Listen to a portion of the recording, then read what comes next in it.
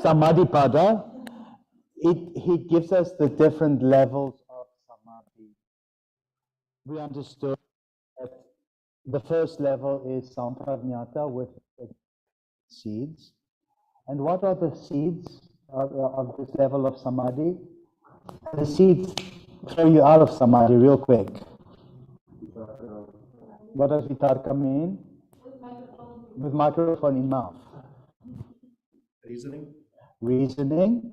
So when you find yourself in a very high meditative state, called samadhi, as soon as you start reasoning, what happens to your samadhi? Gone. What's the next one? Vichara. Reflection. As soon as you start reflecting, what happens to your samadhi? It's gone. What's the next one? Ananda. Ananda, which means blissfulness or rejoicing. As soon as you start rejoicing, excuse me, what happens to your samadhi? It's gone. What's the next one? Asmita. Asmita, pure amness. As soon as you start saying to yourself, oh, damn, I look good. What happens to your samadhi? It's gone. Bye-bye, samadhi. Then the next level of samadhi is without impregnations. Asymmetrical, right, Rita? Samprajñata means without impregnations. But it leaves the impressions of the seeds. Like birdseed. If you were to step barefoot on birdseed, you would take your foot and wipe away the birdseed, but it leaves little dimples. Those little dimples are the impressions. And we don't want that. We want to smooth out these impressions as well. When we achieve samadhi, we just want to stay in samadhi. We don't want to be pulled away from it. Then he re-examines the samadhi and he gives us even more fine details, which really are not that important in the long run of your practice and your meditation. There's samadhi without reflection. The samadhi without deliberation. So, and then he describes these samadhis as sabija with seed versus nirbija without seed. That's all. They're basically the same. What's the difference between vitarka samadhi versus nirvitarka? What's the difference between vichara samadhi versus nirvichara? It's just, just say an elaboration of these samadhis. With seed samadhi would be a samprajñata, without seed, nirbija samadhi would be a samprajñata. They are basically the same. And then you achieve the supreme knowledge. What did he call that? Ritambara prajna. Remember Ritambara prajna? That was named for you, Rita. Ritambara prajna. The supreme knowledge. Once you achieve the supreme wisdom knowledge, Ritambara prajna, you achieve a very high form of samadhi, which wipes away all the impressions, all the seeds, everything. And what did he call that? Nirbija samadhi, without seeds. Are we okay with that? Are you ready, young lady? Thank you for asking. She almost went down, but then she went the other way. Oh, okay. Now she's gone back to the other one.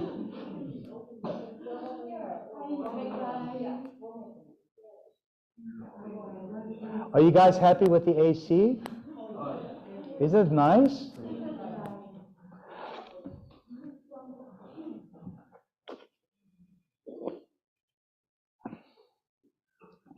The AC guy. Oh. Don't worry. I called him. I said, "Did you fix it?" He said, "I did." I said to him, "I love you," and he got all coy. We didn't know how to take this. Nobody ever told him that he was loved because he did his job. But I did. I said, "You have no idea. We all love you. You have made our lives so much more comfortable. Thank you, thank you." All right.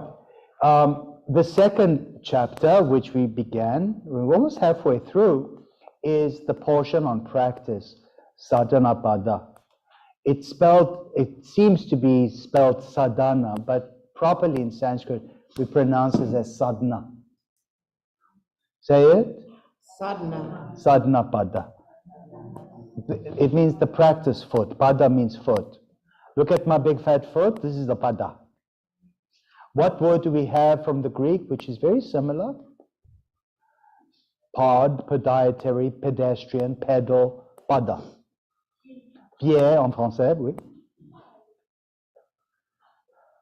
D'accord? Do you remember it from your French lessons? In Canada, a very well-governed country, very civilized people for the most part, they teach the children both of their official languages. They teach them in English and French, and everybody, gets to learn both official languages, which doesn't impoverish the child, it actually enriches the culture and enriches the child. Isn't that nice? Both languages. Put the microphone in your mouth. She's done. She said all the signs are in both languages. Except in Quebec, where it's only in French because it's the most threatened of the official languages. Because it's like a tiny little island in an Anglo-Ocean. So there's extra protection, which one can understand. And it also makes it a lot more exciting, I think. It really feels like you're in another universe. I love Quebec. I was very impressed. You ask people, how do you get from here to there? And they actually tell you, and they're very helpful. And they wish you a nice day. All right, let's continue. We stopped where? 35. We're going to go back, though. We are going to go back to the very beginning of the chapter. Are you ready, Rita? I'm going to chant it out in Sanskrit, and you guys are going to read it together. You're going to read it one by one, the translation. Chances are, if you're going to teach yoga, you're not going to be teaching in Sanskrit. It's very rare that you will teach in Sanskrit. Also, you'll find that the vast majority of your students have no idea what you're talking about, because most of them would understand English better, much better than Sanskrit. So in order for you to find voice, I want you all to read the translation in English, but I want you to make it sound interesting. I don't want you to go be wooden, like blah, blah, blah, blah, blah. I also don't want you to be over dramatic, like hammered up, because you sound ridiculous. I also don't want you to call it out in English in a sing-song voice, what they call the yoga instructor voice. I want you to speak conversationally, like I'm speaking conversationally. But each word is distinct, articulated, clear, and it guides the student into understanding what you are saying. Are you ready to do this? So have the mics ready, because as we go person to person and back again, you got to put the mic in your foot.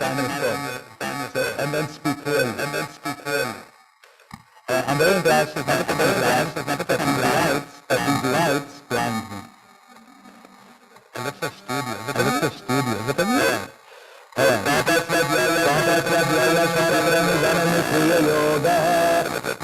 Sing it with me. Tapasvadhyaya shvara pranidhanani kriya yoga.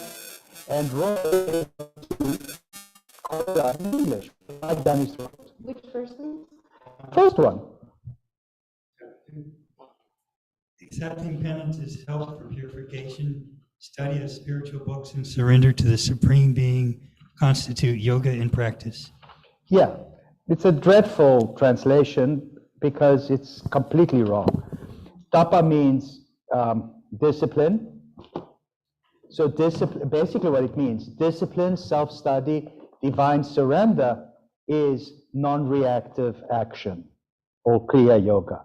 You don't even need to translate the concept of Kriya Yoga. In English, we call it Kriya Yoga. What's our Guru lineage called? The lineage of Kriya Yoga. Kriya is non-reactive action. Check. Kriya is probably what Lord Krishna was advising Arjuna to do. You realize that, right? Acting without expectation of reward, acting selflessly, non-fruitively. That's Kriya Yoga. Do you have their number next door? Yeah, you want me to look? Yes, please, if you don't mind, say, can you keep it down?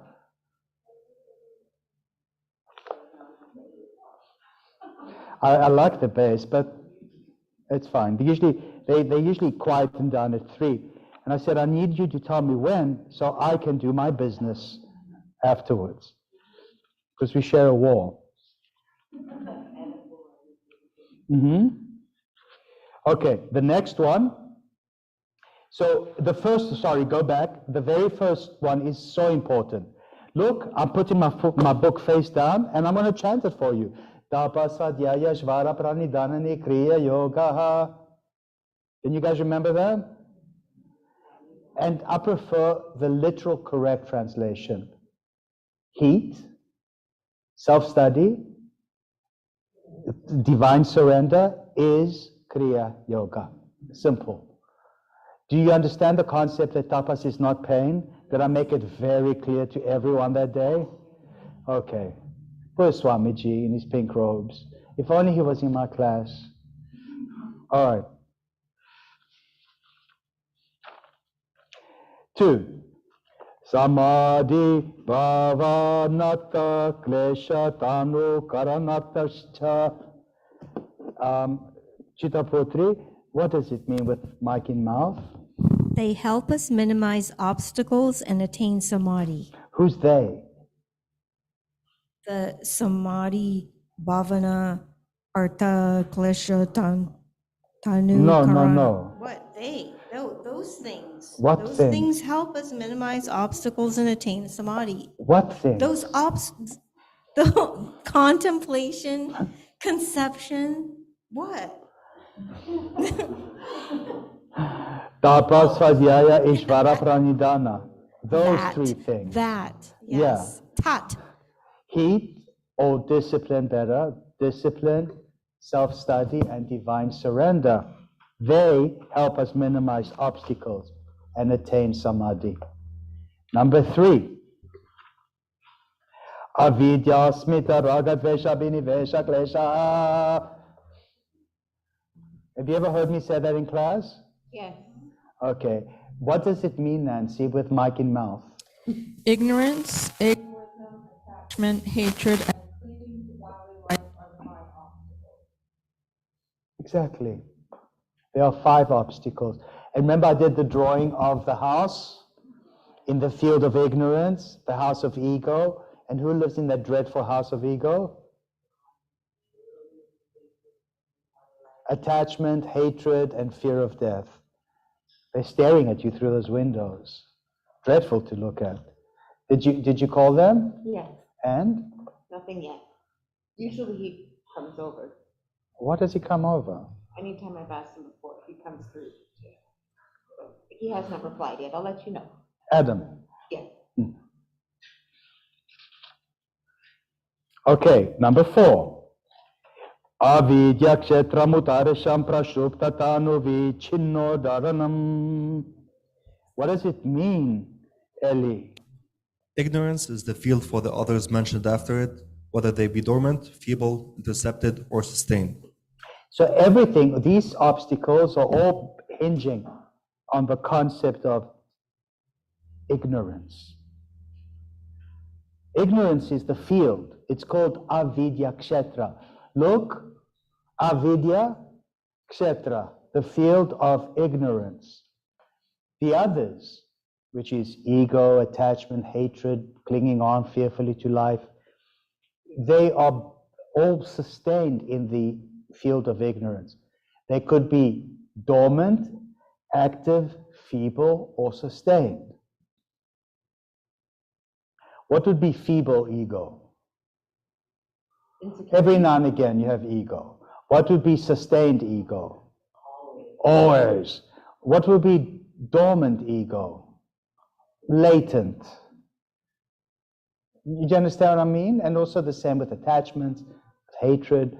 Who has dormant attachments? Who has dormant aversions? Who has dormant fears of dying and clinging on fearfully to life? We all have them. We all have them. What do we need to remove the obstacles? In my practice that you guys are going to learn, I always speak of the elephant, because the elephant represents strength. And the elephant is eventually Ganesha, the elephant-headed god, a deity called Ganesha. What does Ganesha mean? Lord of hosts. The Lord of hosts. It's the Lord of hosts that guides us through the field of ignorance. It's the Lord of hosts that guides us through the wilderness. It's the Lord of hosts, as Ganesha the elephant, that is strong enough to remove the burdens of ignorance and ego and attachments and hatred and fear of death. And we have the pose to prove it. Who remembers the pose? Come show us in the middle of the room, between the spotlights.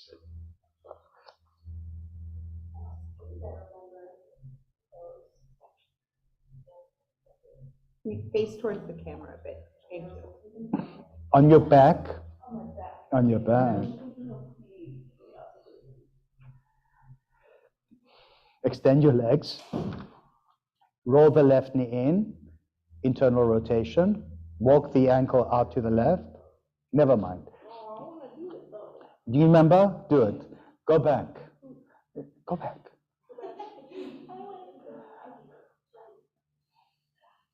You know it. If you see it, you'll recognize it.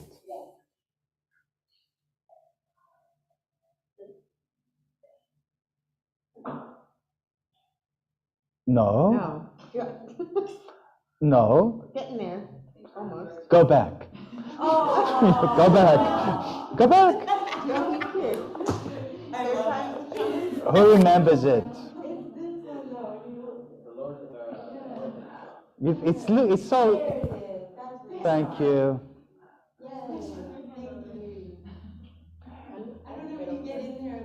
The arm facing the feet is the elephant's trunk. Yeah, you see, you don't know which way your legs are going to twist. It gets complicated. What's all these doors opening and closing? Aren't you teaching? Oh, Carissa. Okay. Go see. It's probably mine. They haven't responded. Would you like me to try to call? How do you call them? I have his number. A text, or did I you? texted, but there's no It stopped now. So we'll see. Well, They're usually finished. yeah. It's all right. It's not that obnoxious. Who was it? Okay. Let's continue with this wonderful work.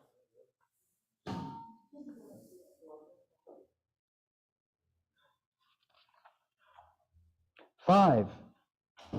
Anitya Shuchi Dukanatma Su Nitya Suchi Sukatma Kyatar Avidya. And I want Rita to put the mic in her mouth and tell us in English, in a voice which engages the listener, to tell us what this means. Ignorance is regarding the impermanent as permanent, the impure as pure, the painful as pleasant, and the man-self as the self. What would be the non-self, typically? The ego? The ego. What would be the impermanent, typically? The body-mind. What would be the impure, typically? Your attachments, your cravings, your desires, all these kind of things. What would be painful, typically, and you mistake it for pleasurable? Any suffering. Any suffering. Attachment, for instance. When attachments are satisfied, it seems pleasurable. And then it's painful. What was that and why? Confirmation. Oh. It's Carissa. All right. Next, number 6.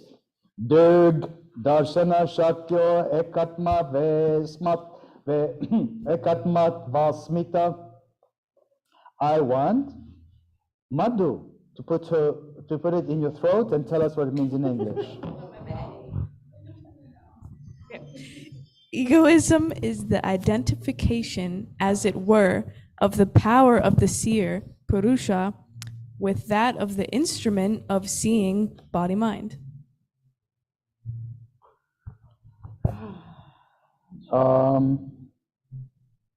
Ego is the identification as of the seer. Yeah, don't mistake your senses for your higher self.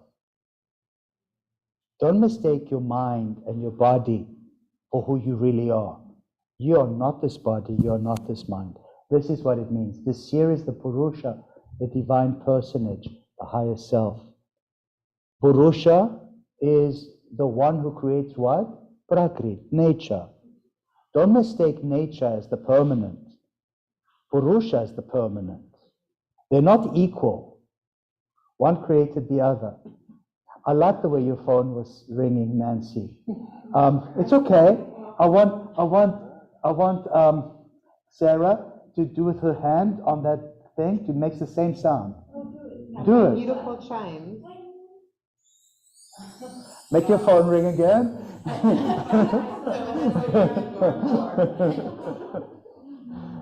I thought it was that, and I was like, how is it playing by itself? You see? Okay.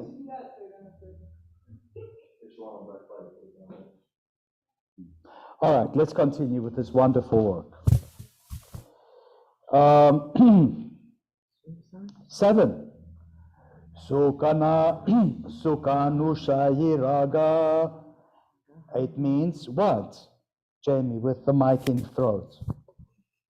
Attachment is that which follows identification with pleasurable experiences. Exactly. Typically, would be the first time you do an illicit drug.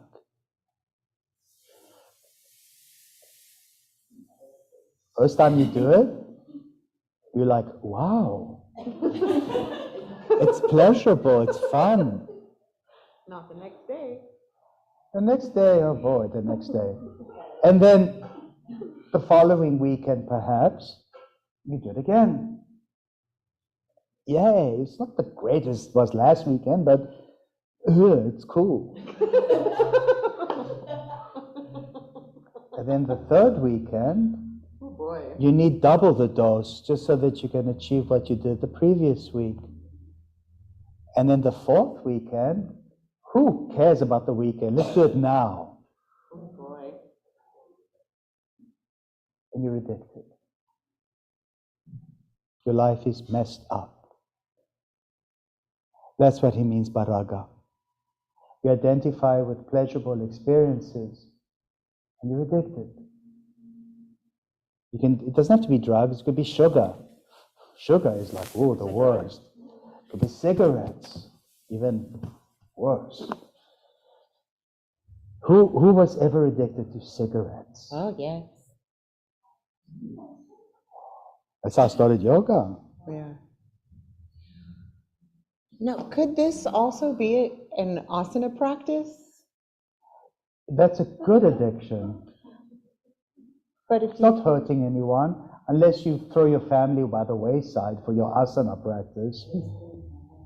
It's not really a waste of time because you really connect with it. Yeah, wasting time. or avoidance. Yeah, avoidance and procrastination is the thief of time. With my Really? Who teaches and practices the prahar in the morning and the evening? Yogacharya, and a lot of my students too. Yeah. A prahar is how many minutes? 3 hours. 180 minutes or 3 hours. The day and the night is divided into 4 prahars. What is 4 times 3? 12. 12. Like 12 hours, 12 hours during the day, 12 hours at night. You should practice 2 prahars, a 3-hour session in the morning and a 3-hour session in the evening.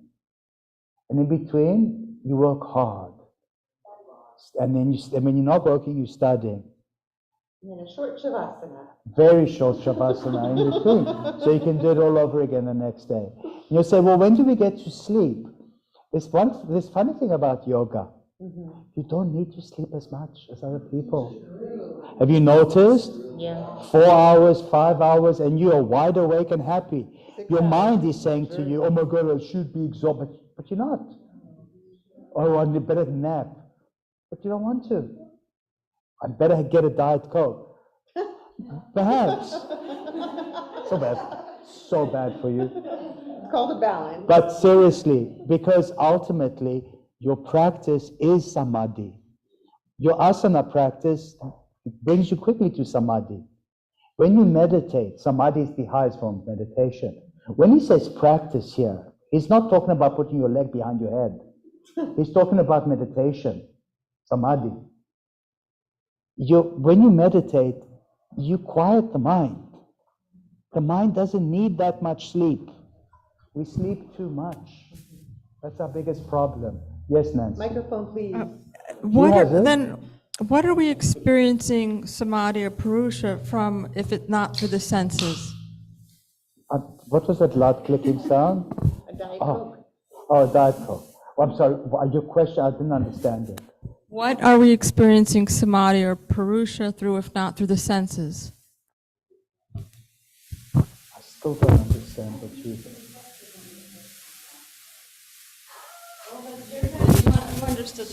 Yeah.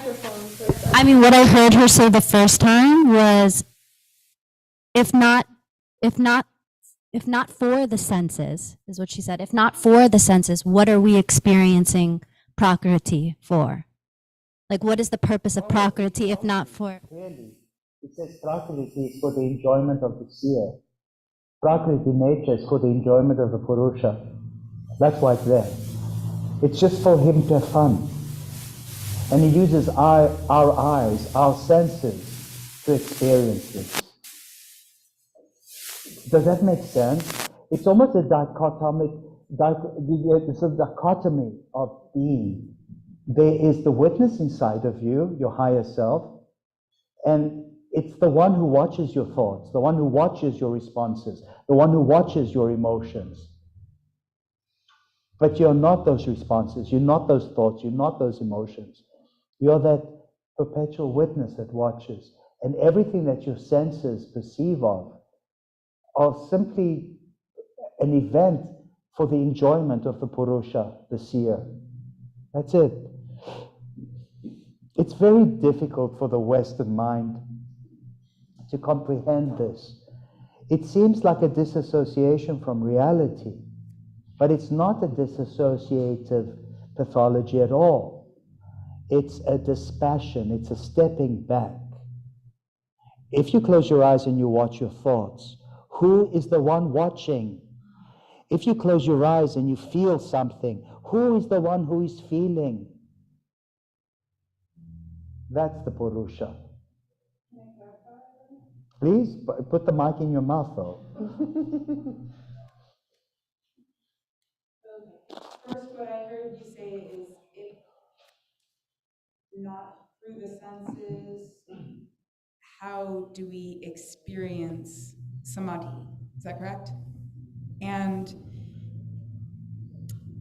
it is through, I believe, a culmination of the senses or the sixth sense, even going beyond just our physical senses that we do perceive. It sounds like a word salad. Well, I just wanted to say that she's, I think there's a distinction. She's saying, how do we experience samadhi if not through the senses? But I believe it is through the senses and our sixth sense that we experience samadhi. He's going to elaborate exactly on these things, Nancy. He's going to actually elaborate in very succinct, clear aphorisms exactly what you asked. Okay, you want to call again? All right.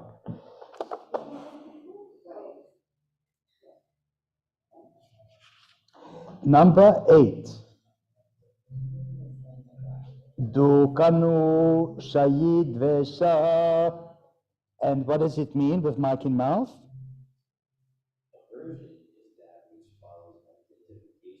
Painful experiences. That's it. You had a painful experience. You're going to become averse to that experience. You don't want to go there again. You just don't want to go there again. And sometimes it's too bad because you didn't quite figure it out the first time. That's what aversion means. Dukkha, in this case, or dvesha. Dvesha, aversion. Dvesha also means hatred or phobias. And then, number 9. Svarasavahi vidushopi tata rudho viniveshaha. And Lara is going to tell us in English. Don't read it. Tell it to us conversationally. I don't think the gum is helpful. Just stick it under the pillow.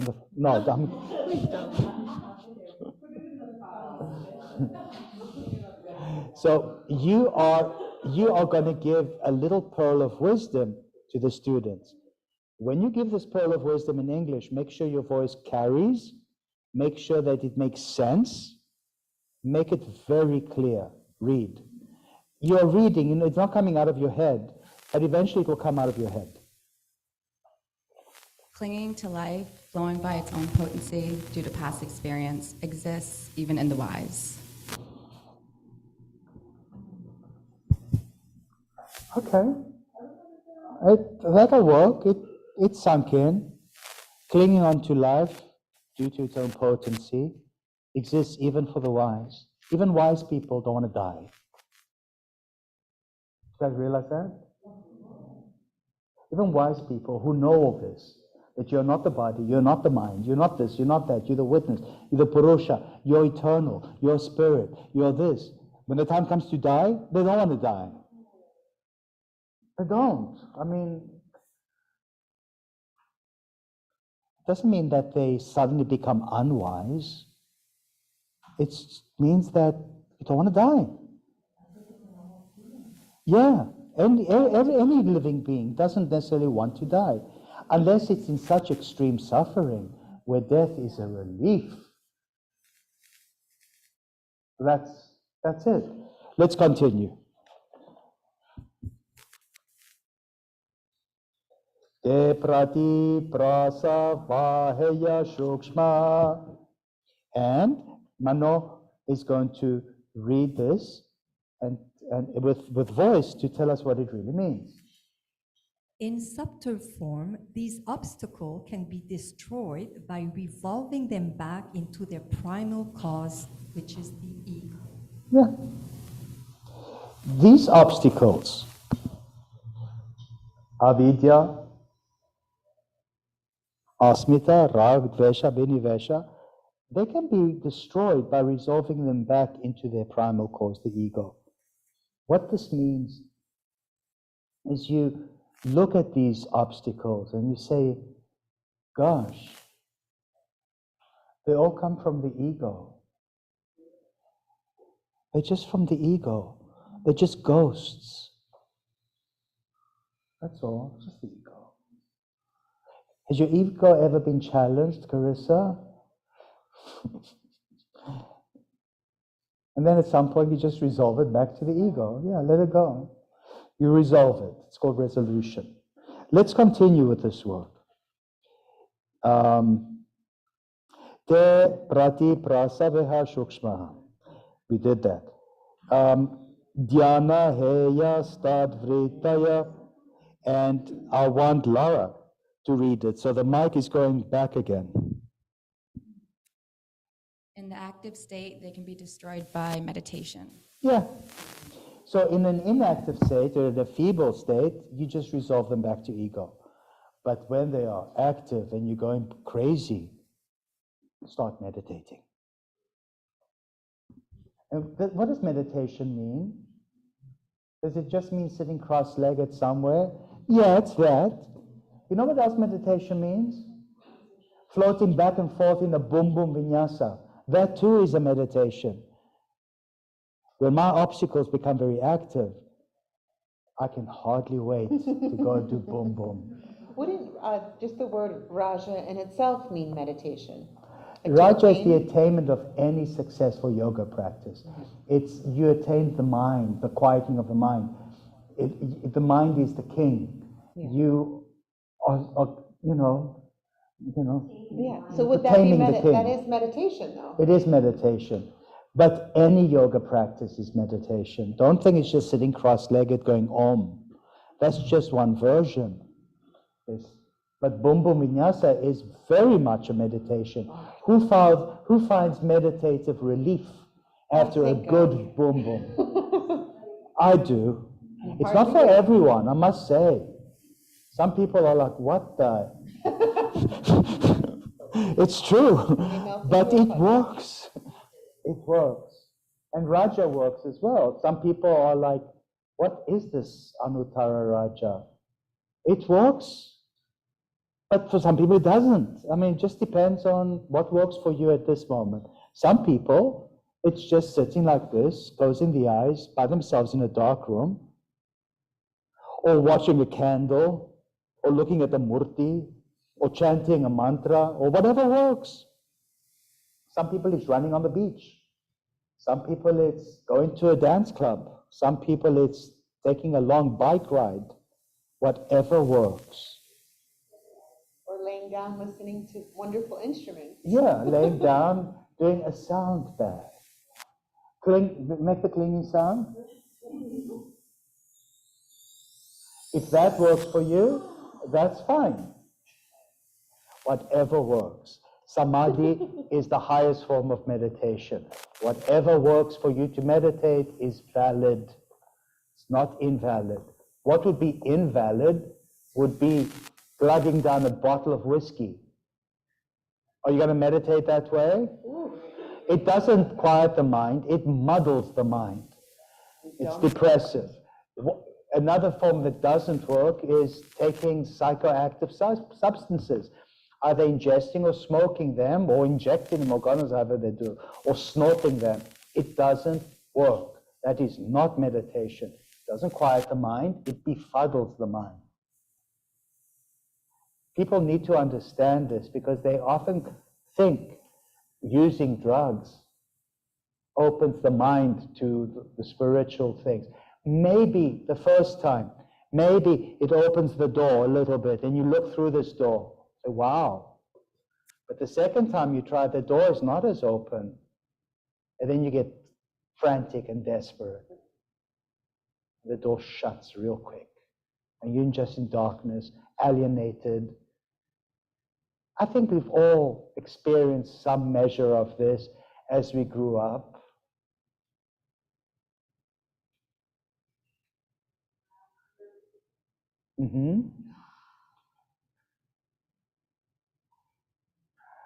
I can hardly wait to grow up.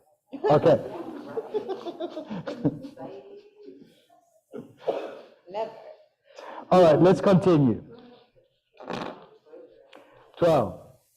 Klesha mula karmasha yo drishta drishta janma vedaniya. What was that? Who is going to read this? Put the mic in mouth. Got this one. Okay. The womb of karmas, actions and reactions, has its root in these obstacles, and the karmas bring experiences in the seen, the present, or in the unseen, future births. Karmas, actions and reactions. Karmas is causation, cause and effect. For every action, there's opposite and equal reaction. That's one of the most basic laws of physics. It's called Newton's third law of motion.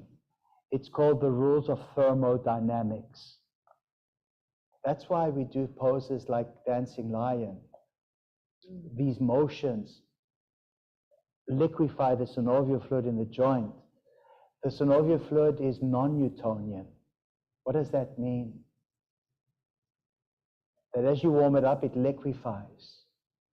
And as it liquefies and warms up, it kickstarts Newton's third law of motion, the rules of thermodynamics. Because in the synovial fluid, you hold karmas. He calls it the womb of karmas. It's karmashaya. Karmashaya doesn't mean a womb. Karmashaya also means a big old bag of karma. And we hold it in the hip joints especially. What is the membrane that contains the synovial fluid called in modern day speak? Bursa. Bursa. Bursa is Latin for purse. It's a big old bag of karma. What pose do we have that shows us this? Who wants to show us? No, not there, in the middle of the room. So the camera's in the middle of the. Feet face the windows. Who could that be? Mike. You see, but do the eye of the needle first. That's the extreme form. And your hand is not under the kneecap. Your hand is behind the thigh. Under the knee is vinyasa or hatha. This is Raja. And then you also turn your face to the right shoulder so your neck doesn't get stiff. Where do you feel it? Which hip? The right hip. The hip is encapsulated within a bursa, which means a purse. What words in English do we have that are connected to the word bursa? Bursitis. Bursitis, reimbursement, bursaries. You see, it all has to do with riches. She's taxing away the baggage. Those are very nice pink pants, Mike. Those are clothes. 7. Okay, 7. Yeah, dusty rose. Thank you so much. Do you see? And in Sanskrit, the bursa is called a karmashaya, a big old bag of karma. It's not really a womb, it's a big old bag, because it's baggage. Baggage.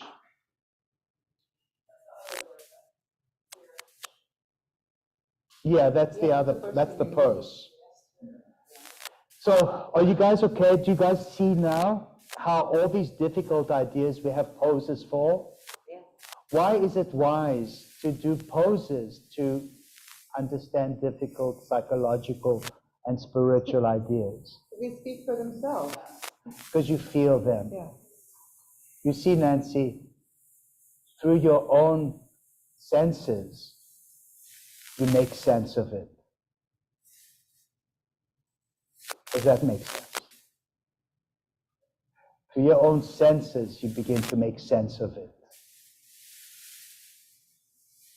What you feel in your body is part of your tactile sense. Look, my fingertips can feel the texture of the floor. My fingertips can read Braille. My eyes can even see this writing, usually. My ears can hear all kinds of things, like bass coming in from next door. My nose can smell all kinds of lovely things. I can taste. But the deepest feelings, sensations, are the deeper tactile sensations of the body. We call them feelings. But we also call feelings emotional sensations. They are both called feelings. Isn't that interesting? And that's how we use our senses to make sense of this which is so difficult to comprehend. We make sense through our senses by arranging our bodies in various forms and shapes, we call asanas, so that the body can understand. Eventually the mind understands as well. It takes a little longer usually. The body understands a lot quicker than the mind does. The mind will not understand because the mind will start doing this. Vitarka, vichara, asmita, ananda, and all kinds of things. It tries to categorize, and the mind will always start working, which is good because that's why we are considered to be intelligent creatures. If the mind was just like, you'd be like an amoeba or like a jellyfish. They're cute, but they're cute. But, our higher faculties, the mind, starts to rationalize and reflect and reason and argue and dispute and rejoice and, it just does all kinds of machinations. That's what it does. What are the very intelligent creatures on this planet? Elephants, humans, crows, dolphins, octopuses. It's not octopi, people, it's octopuses. What else is very intelligent? Pigs, all primates. All mammals, really. Cows, dogs, cats, birds. Sometimes humans. Any animal that survives the evolutionary process is by definition very, very intelligent. You know what's a very, very intelligent animal I found? Chickens. They are very intelligent. Rats are super intelligent. Yeah. It makes you think about this. What does it make you think about, first of all? My right foot is the first limb of Ashtanga. What's the right foot of Ashtanga, the first limb of Ashtanga? Yama. Yamas. What's the first yama? Ahimsa. What does ahimsa mean? Cause no harm and no violence. No harm, no violence. When you start to realize that most humans are very intelligent, most rats are very intelligent, most chickens and pigs and dogs and cats and chimps and octopuses, non-violence towards them becomes the most easy thing in the world. It's unthinkable to cause violence to such beings. They, like you, feel. They feel. They feel physical sensations and they feel emotional sensations. They feel. And if you have feelings, the thought of causing harm to any other living being becomes unthinkable. It's the easiest thing in the world. It's not hard. Yes. I just feel compelled to share this little quick one. In my neighborhood, I live in South Middle River. There's a lot of peacocks, and they are all over. But there's one rooster that must have gotten out somewhere, some way, and he hangs out with all the peacocks. Oh, but they're all related to each other. Yeah, and he just, and I walk my neighborhood all over, and I'm trying to do you have who's your family?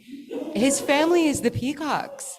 Yeah. And he rolls with them everywhere. And I don't think that really makes just inspire. I had to share. It's the cutest thing in the world. I grew up in South Middle River. Yeah, I love it over there. Yeah, they can hybridize, chickens and peacocks. They're both in the pheasant family. They're both subspecies of pheasants. So, all right.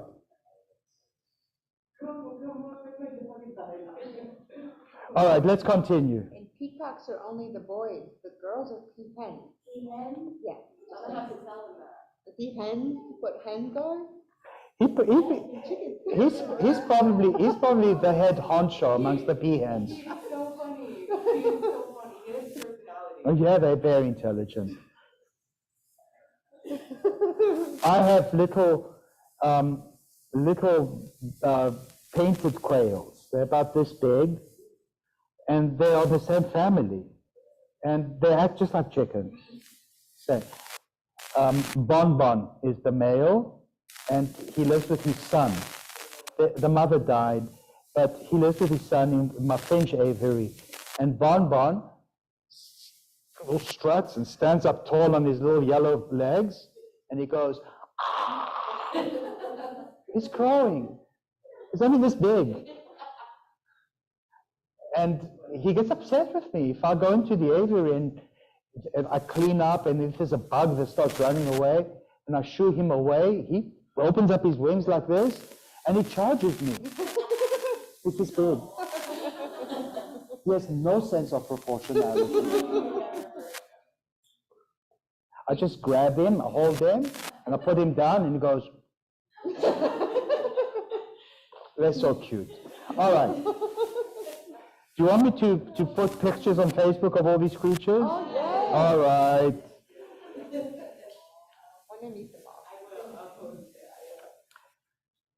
So based on what you do with causation, which is imprinted as samskaras, psychic scars, in the cells of your synovial fluid. And the cells of the synovial fluid are usually stem cells. The stem cells of bone, osteoblasts. The stem cells of cartilage, chondroblasts. The stem cells of the other connective tissues, fibroblasts. By warming up the synovial fluid through your practice, it helps to burn away these karmic impressions in the stem cells so that you become clear and you're not subject to rebirth. You have burnt away all the samskaras, all the psychic scars.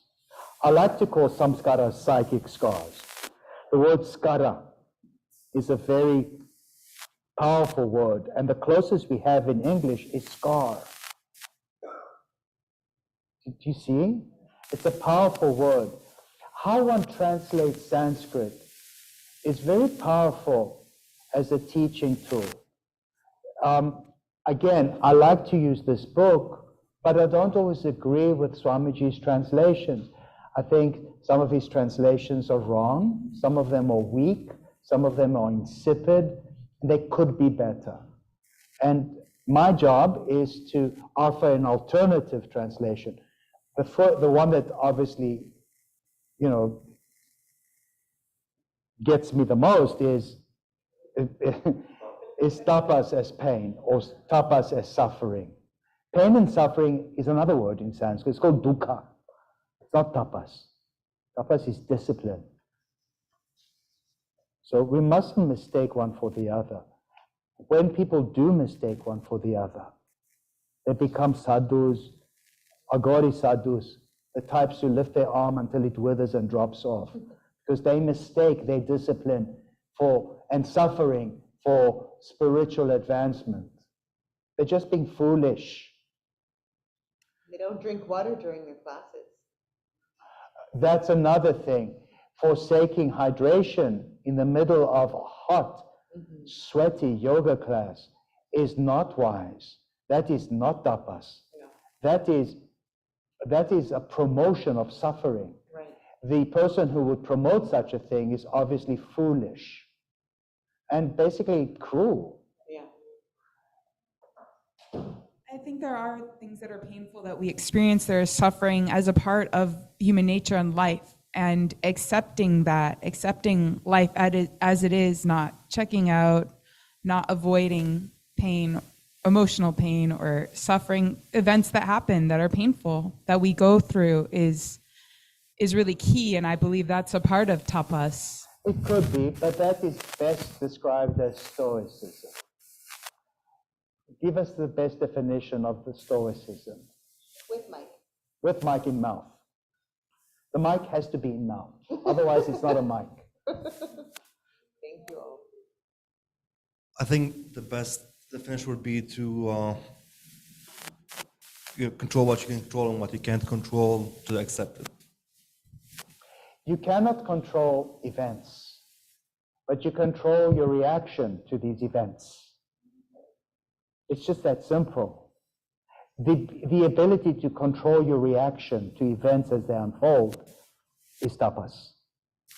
A hurricane comes, blows your house down, or worse. What is your reaction? That is tapas. Are you disciplined enough to maintain emotional and psychological equilibrium? That is tapas. Or are you going to freak out? Which is not tapas. Freaking out is not tapas. You can have this powerful emotions and not react to them. With my of the painful things that arise. Okay. Let's continue. Mike's pants are slaying me. But what's funny is as I was walking to the front door just now, and this is a perfect example of synchronicity. I took a picture because the flower bracts of the bougainvillea that snags every passerby in the corner of the building, and the bicycle, which was, leaning up against the parking meter, and the first car in the parking spot, they all have the same color as Mike's pants. Come look, Mike. And pass it around.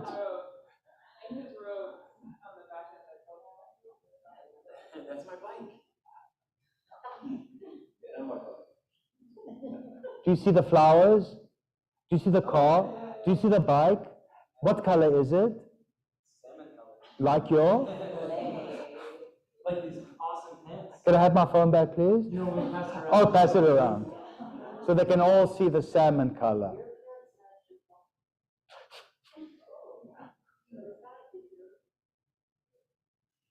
My pants match my phone, yeah.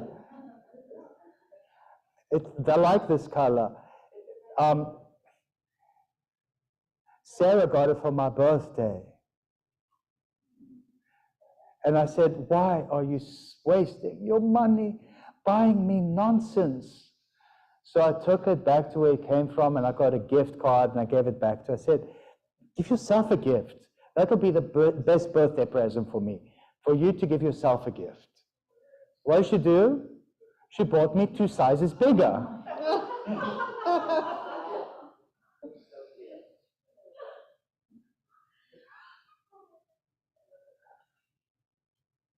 Do you see how it's the same color as Mike's pants? Chitapotri. It's sitting on Maddie's cushion. Oh my gosh, did you feel it? We do it see. You just got floating torso.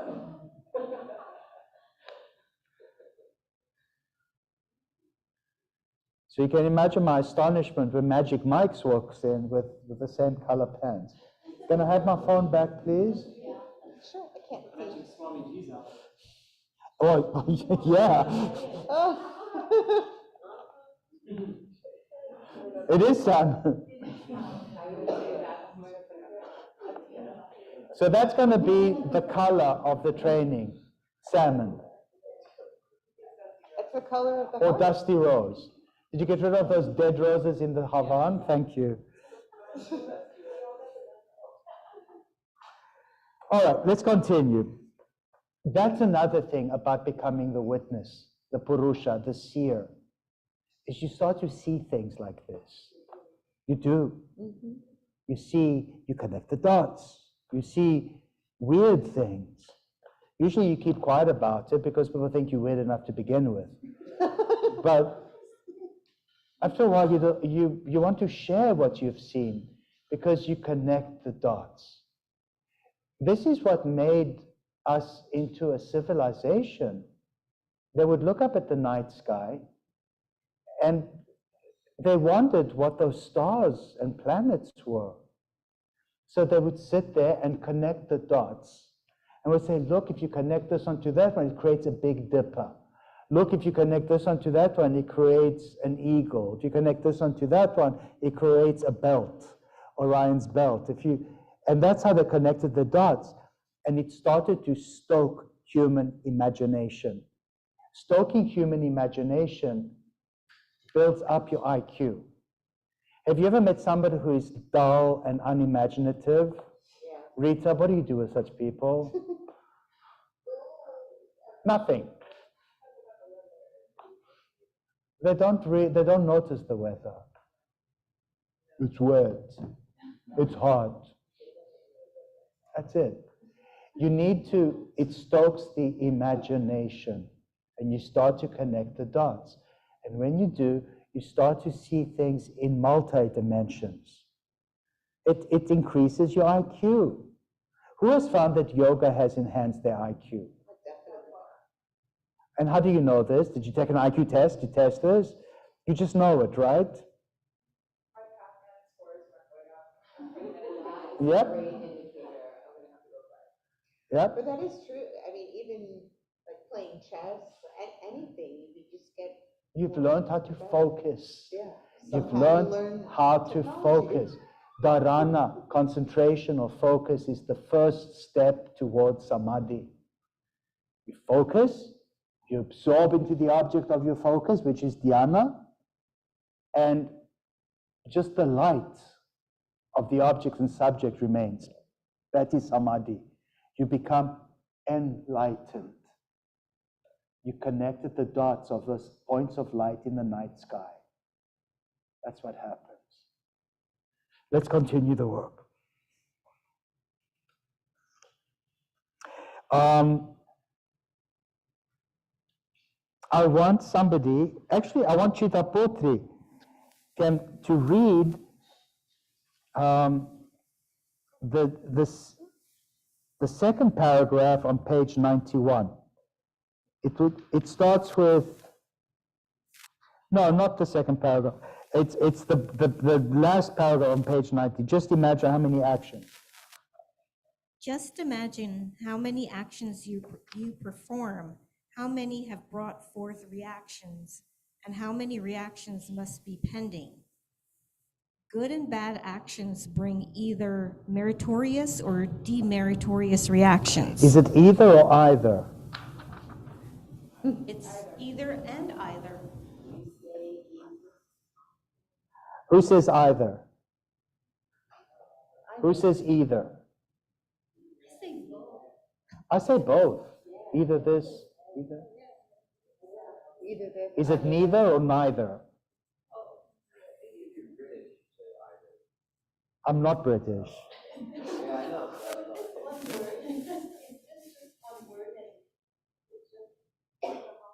Yeah. It depends. English is so weird. Some people pronounce it like this, some people pronounce it like that, but they're both right. And not only are they both right, we don't even notice it anymore. Who says neither? Who says neither? Not usually neither. Neither is more southern. I think if you start the sentence, I would say either or neither if I started the sentence, but if it's Neither this nor that is correct. right, Yeah, but you're if right. I read it the inside the sentence. sentence, it's either or neither. I like that. Thank you, Chittapotri. See how Chittapotri connects the dots? I like that. Okay, that's going to become dogma. If either or neither is at the start of the sentence, it's pronounced as either or neither. Because Chittapotri says so. And I like it. It creates rules. I love rules. Rules. It gives us framework within which to function. Otherwise, it's just chaos, Rita. It's just chaos. No rules, chaos. All right, carry on. Okay. So when you take a birth, you're not only enjoying the reactions to previous actions or purging karma, but you may be creating new karma also. There are then three kinds of karmas, those being expressed and exhausted through this birth, prarabdha karma, Prarabdha karma. new karmas being created during the birth, agama karma, and those waiting in the karma shaya to be fulfilled in future births, sanjita karma. Sanjita karma. And we have the poses to prove this. Who remembers the poses to prove this?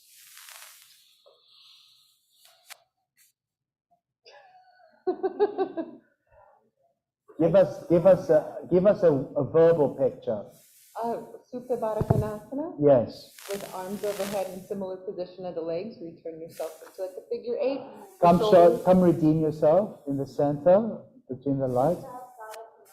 Yeah. Supine Kabla, but it's like a number 8. It's an infinity loop, crisscrossing forever at the heart. Who sang The Heart Goes On and On? Celine Dion. Your shoulders, your neck, your upper back, your arms, they are the repositories of recent karma.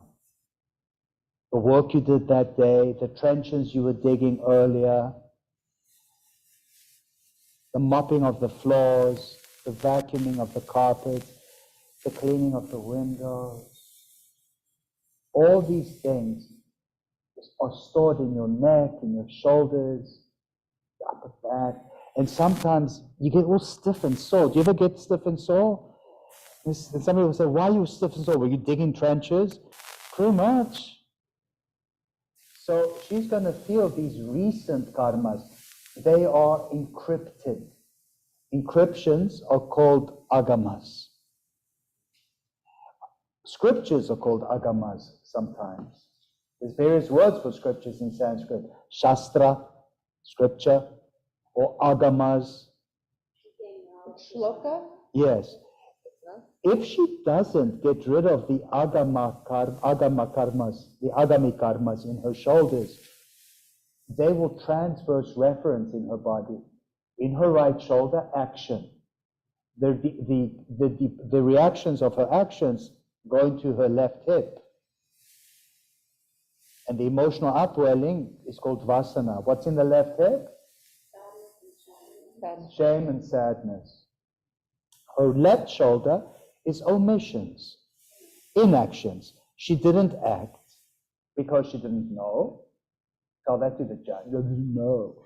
We're not interested. Or she didn't care because she's selfish. Mm-hmm. Could it be fear Or she was too? fearful. She lacked courage.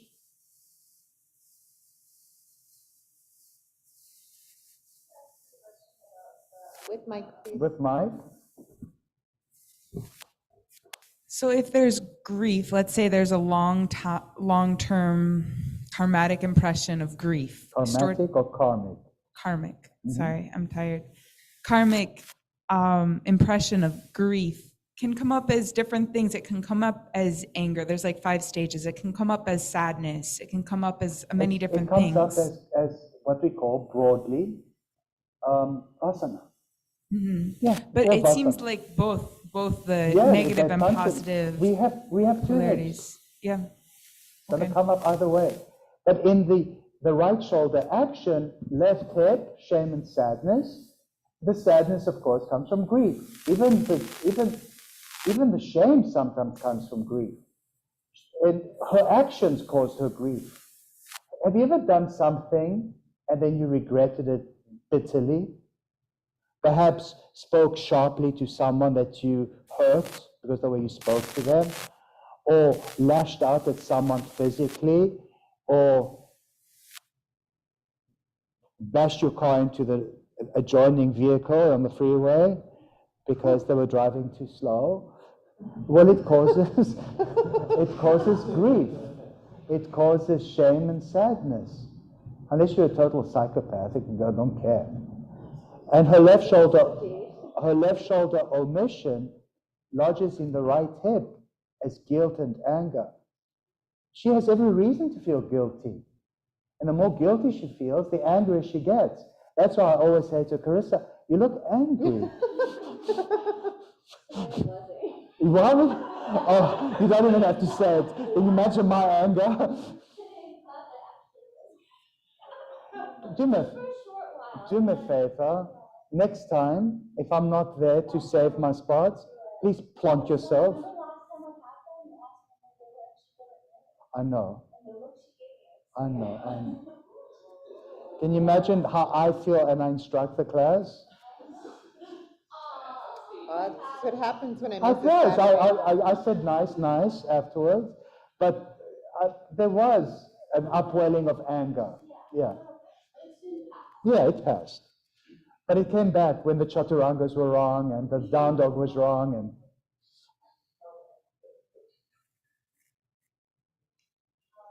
drama.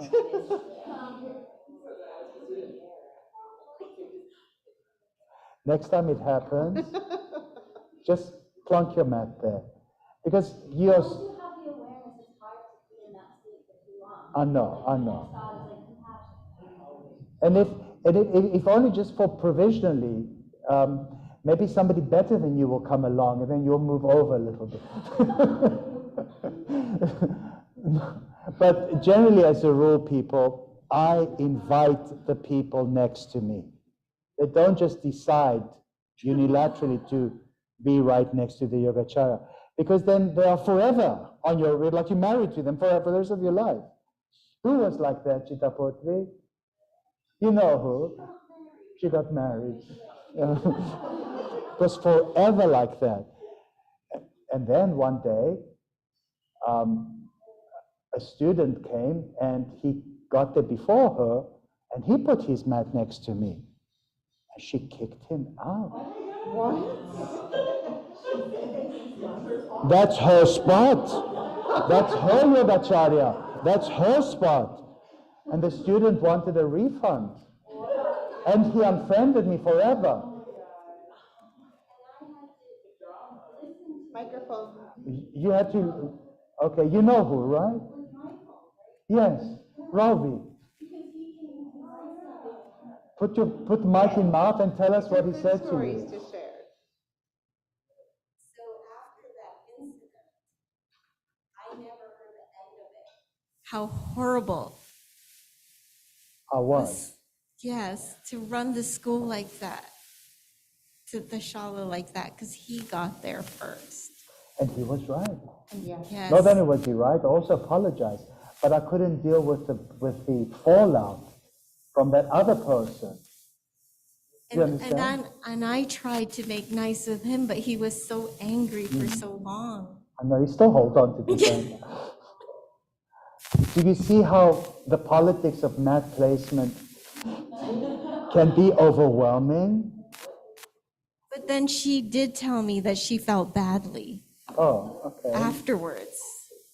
She said that she was sorry that she'd gone into a rage. But she did get in. But he did. He never came back to my class. He never friended me again. He never had anything nice to say about me after that. Do you see how something so stupid can blow up into some big Attachment. It's attachment. It's funny until it's not funny. And then you become a victim of these people's ego and attachment. So next time, please put your mat. Okay. Yeah, it's very important. It is a nice teachable moment when, because a lot of new people, they do like to go close. It's either they hide in the back or come close, but you let them know, this is an invite. Yeah, it's invite. I was actually thinking of putting Reserve. Yogacharya there and putting guest on the one side, guest on the other, and guest on the two areas behind me as well. Then it gets all very elitist and everything. Yeah. But just so you know, it's very everything is political. Everything. Mat placement.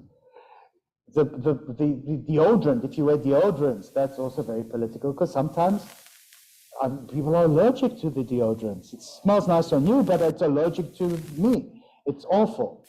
And, or incense, or, it's so political. Politics comes from the Greek word politis, which means the citizen or the civilian. We're all citizens, we're all civilians, and we are social beings. And the slightest little thing, like your deodorant or your mat placement, can cause a massive upwelling of drama. Yes. But this is this an opportunity as a yoga teacher to hold the light and shine the light so people can see themselves, or so that they can figure it out? Some of them don't figure it out. Or they're just offended and don't So learn. why don't you guys just cut their bangs too It short? out. It's impossible for them to figure it out. But in Deerfield, it was a big deal to so many people where they placed themselves. And remember, before the 6 p.m. class, the huge crowd waiting for that door to open. and they Close to your could mouth, barely please. let the Like people huge out crowds, we're talking of the room, and they were 50, surging 60, in. 70, 80 But people they trying were to get in. surging through the crowd of people trying to get out of the room Oh my so that they gosh. could get their spot. And it wasn't just a few people, it was 20, half 30 the people trying to get their spot. So you can't discipline half the people. You know, it's just too many. It was so many. Okay, now everybody get up and move one spot over. Revolution, uprising, a storming of the Bastille. It will be, it will be 100, Michael. And then Walden. they had to have like the certain people, like 5 of them together. And Yeah. Oh, and the then the bad girl second bunch. row belonged to this set. And yeah. It happens. Huh? I stuck a wrench in that a few times. Microphone, please. It's not, one thing I noticed, especially with vinyasa, and it's the same people showing up day after day, it becomes a social club. And, you know, you want to be with your buddies. And if somebody else is taking the spot where your friend normally would be, you get uptight. Like, It's a good practice. of course it's a good practice, but people are not there to practice. They're there to have fun and socialize. Frankly, I'll be honest with you. That's what vinyasa especially tends to invite that. Here it doesn't manifest so much yet. This is relatively new, it's 6 months. But it's slowly beginning to gel this way. Mano, grab the mic. I think it's like a habit that people have, because I am also the same. When I come in the classroom, I tend to go behind you on the right. But my goodness, if behind you on the right it's all taken, then I just go behind on the left, and that's it, that's all. But it's just, I think it's just in our head. We are used to have it like that. It's human behavior. Yeah, there you go. And it's, most of the time it's very funny. It's very funny, but sometimes it's not so funny. But then you make it funny, because Carissa was annoyed. She knows that she would be close to Yogacharya, but somebody else decided that they want to be close to Yogacharya. But then I make it funny, because then I say, Carissa, you seem upset. Why are you angry? You look angry. This is in the middle of the boom boom. And she's like, I'm not angry.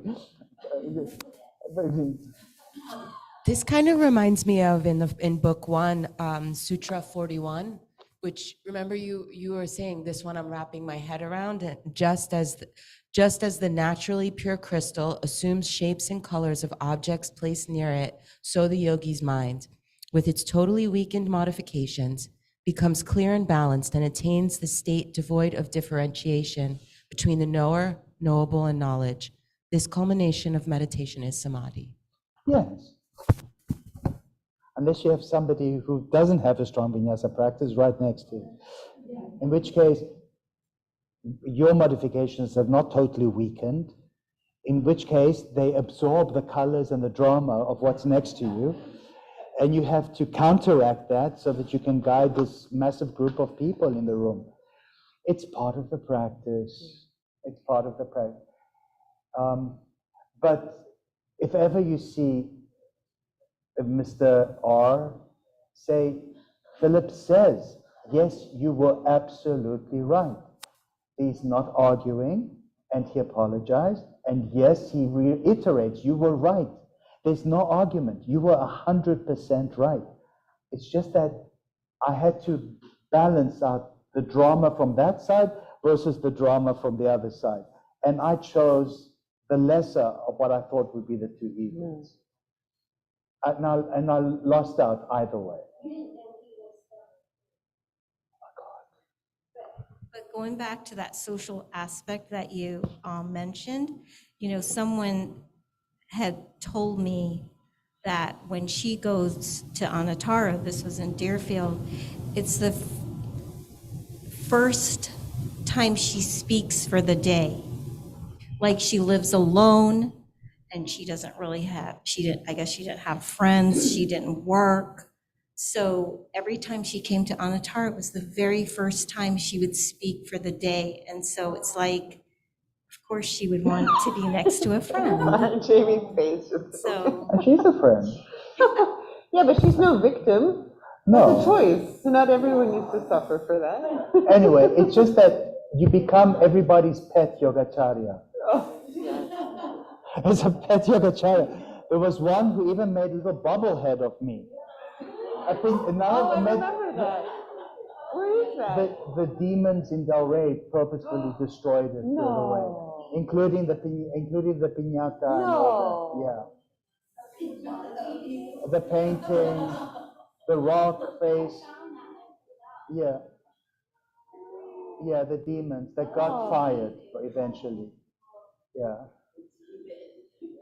No, they were I mean, one, it was absolutely demonic. I like your bobblehead. Evil.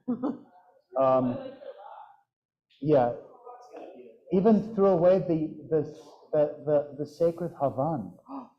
No. Just out of spite, just out of evil. Unprovoked evil. I mean, I'd never actually seen it face to face until I saw it there, and I could not believe that it went to such depths. But they're not there anymore, right, Carissa? No. Okay. Huh? We don't know. Oh, good. Okay, bye. It happens. Yogis are essentially good, I feel. They are dealing with stuff, grief, loss, alienation, loneliness, whatever it is that brings them to yoga, injury, sickness, mental issues. I mean, the human condition. But the vast majority of people, by far, are good, kind, good, a little bit hurt, a little bit damaged, but good. And on the path to goodness, too. Yeah, and they're working on consciously, themselves. right. They are hard, they're working very hard on improving themselves. But every now and again, seriously, every now and again, you get someone who is lacking in this goodness. It's just not there. And it's always a shock when you see it. And you don't want to see it because it's so unbelievable. It's shocking. But it's shocking. But it's there, and it's confirmed again and again. And it's shocking. And when you start to replay your interaction with these individuals, then again you connect the dots. And you don't want to see what is obvious. Neither do they. Maya Angelou said it best. What does she say? When people show you their true colors, who they are, believe them the first time. Even though it's hard for you to believe that such people they do exist. Let's continue. Come next to me, I don't mind. You gotta be invited. Come to Boom Boom Vinyasa, and I will turn it on in such a way, just to make sure that to give you a hell of a workout. You go to the right because you're a boy. Have you noticed how much more intense the Boom Boom Vinyasa is when this happens? Next to me? Did I turn it on today? Who was there today this morning? It was intense, right? It's cool. It goads me on. Guys, whatever we learn here in this book pertains to vinyasa also. This is yoga. It's not just what we call Anuttara Raja Yoga. It's all yoga. It's Ashtanga, it's everything, it's all yoga, it's all here. Let's continue with the here. Carry on, Chittaputri. Very close to the mouth. Oh, sorry, Chittaputri. Why did you run away? Yeah, you're breaking through the karmas.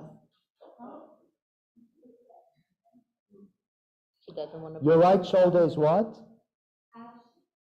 The left shoulder is what? Transverse reference to the opposite hip. The action in the right shoulder comes up as what kind of emotional upwelling? From the hip flexors. Not so much from the hip joint, from the hip flexors. What comes out from the hip flexor?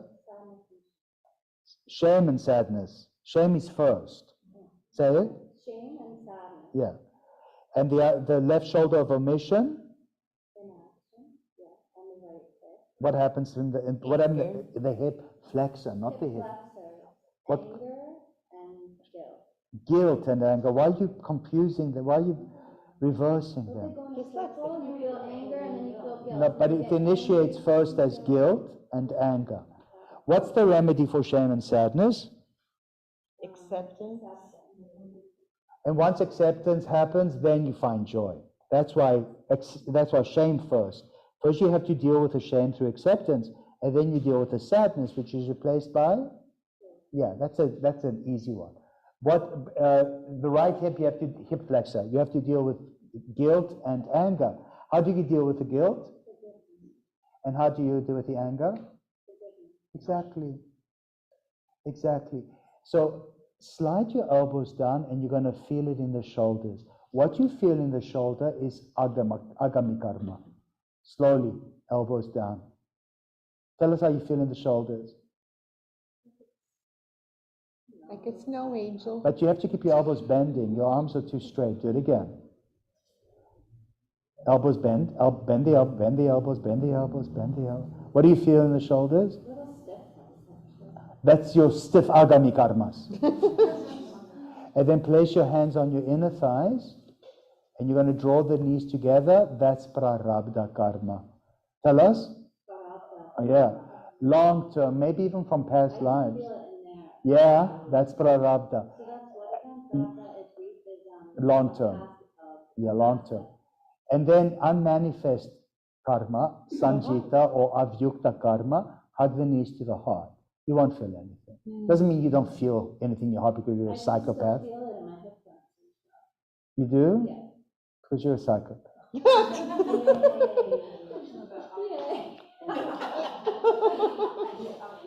Release. Thank you so much. Thank you. Aren't you proud? So, recent karmas, agami karmas, long-term karmas, prarabdha karma, unmanifest karma in the heart, sanjita karma. And they all come from the karma shaya, from the big old bags of karma, which basically, not everybody agrees with this, but I identify with the bursa, the membranes of the synovial joints. Question. I don't remember where I read it, but it said that the karma we hold on our shoulders is also the stress we hold for others. Yeah, the burdens of So supporting not others. just our Yeah, social burdens, family burdens, political And burdens. that the left was spirit and the right was material. Could be. Remember in the bhakti training, we wanted to know why Vishnu has 4 arms. The front arms, the first 2 are for physical arms, Right. and the back arms are for spiritual. So So hug both ways. yeah. Remember? Wasn't that awesome to study the Bhagavad Gita? I want to do it again. Isn't your life enriched because you have studied the Bhagavad Very Gita? much so. All right, let's continue. Sarah has a comment. Sarah, it's a lot of questions today. Yes, Sarah? It's just to connect the dots with the hip flexors, the psoas, or 3 of the hip flexors. The psoas, I think you've said this before, but are also called the seat of the soul. Have you said that before? The psoas The psoas. comes from the Greek word psoas. Okay. And it's very closely related to the Greek word psyche, which is psyche or soul. A psyche is a soul. So the psoas are the muscles of the soul. That's why the psoas, the iliacus, the major, the minor, they're considered the seat of the soul. Because from the hip flexors, the psoas, come up soulful emotions. these soulful emotions or vasanas? That's all. That's what I wanted to Yeah, say. that's exactly that. That was a good question. Or it was a good observation. So you guys have it now? So the Greek pronunciation of the word psyche is psyche. Can you guys do it? Psyche means psyche. And psyche is a soul.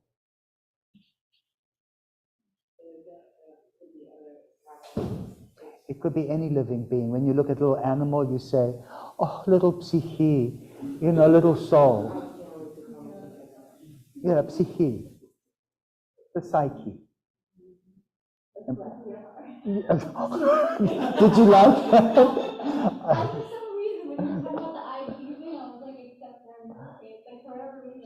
I don't know. You know why I said bless your heart? Bless your heart? Because Stephanie Strange is from Mississippi, and they say it in Mississippi. And it's not a good thing. When a southerner says bless your heart, it basically means, yeah, they're ridiculing you.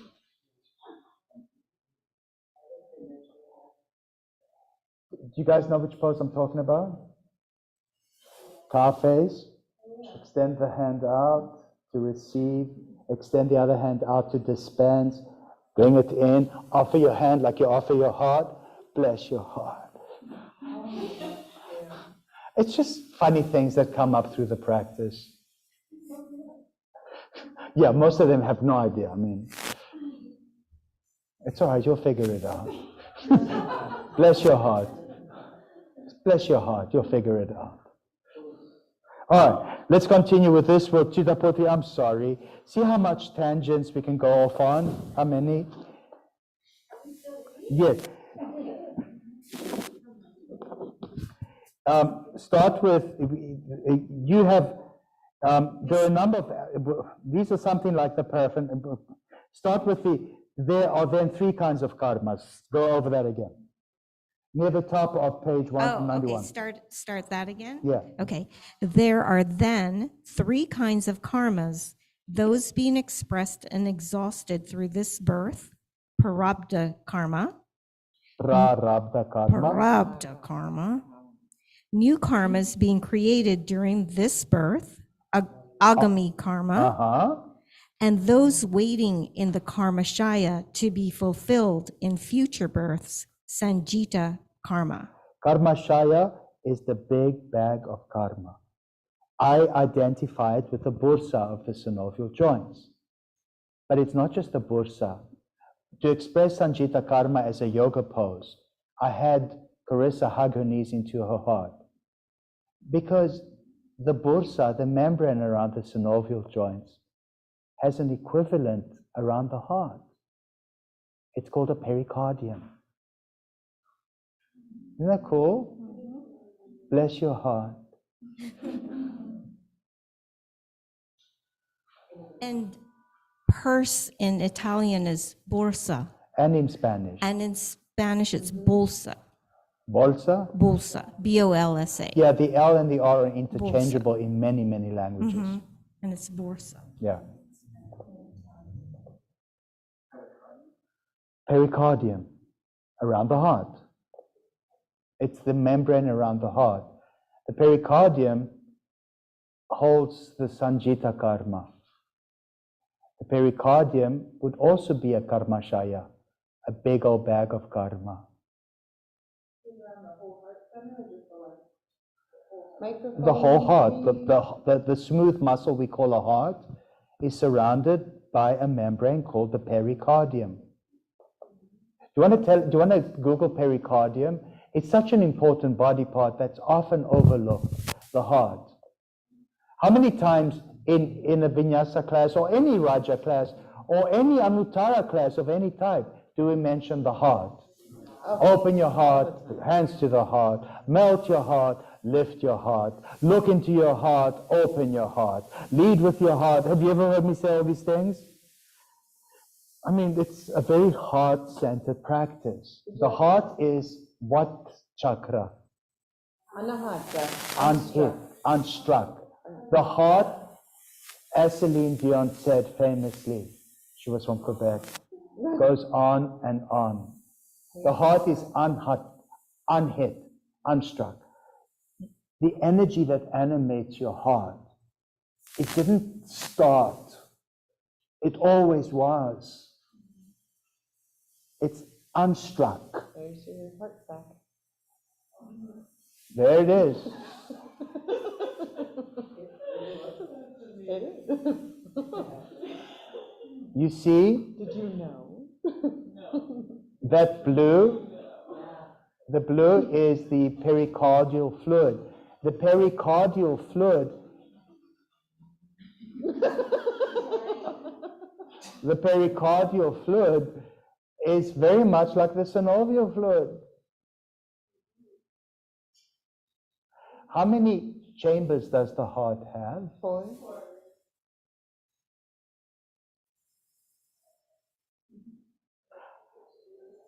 Carry on, Chittaputri.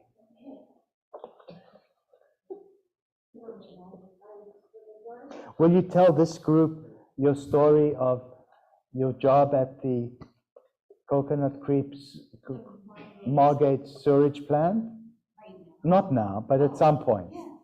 Okay, because your story is such a foundational story of Anuttara. Without that story, there is no Anuttara. I know, but not now, but at some point. Yeah, at some point. Okay, carry on. Okay. These are something like the paraphernalia of an archer. There are a number of arrows in the quiver. A really expert archer can take one arrow, fit it into the bow, aim and release it, and immediately take up a second arrow to fit. The arrows would then be in 3 different stages. One has already left the bow and is on its way. You have no more say over it. You can neither stop it now nor draw it back. This is like the prarabdha karma, which has caused this birth. As long as the body stays, the karma allotted to it will continue. Even a person who has transcended the mind and realized the self still appears to be doing something because the momentum created by his or her birth is still continuing. The second arrow, ready to be aimed, is like the new karma you create at each moment. You have full control over it, and the quiver represents the karmashaya. If you want, you can aim the arrows from the quiver. Otherwise, you can take them out. It is in your hands. They are called the Sanjita karma. Sanjita karma. We control the agami and the Sanjita, but we can't do anything about the prarabdha. We just have to accept it. That's why when you bring your hands to your thighs and draw the knees together, you moan and groan. Every time you will moan and groan. There's nothing you can do about it. Nancy, you just have to accept it. Yes, Rita, Prasarita.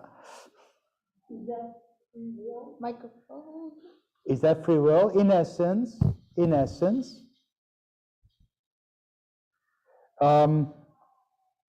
Thank you. Chittaputri, finish off that. Otherwise, okay. They're called, we control. We control the agami and the sanjita, but we can't do anything about the prarabdha. We just have to accept it. So this cycle continues until self-realization comes. Yeah.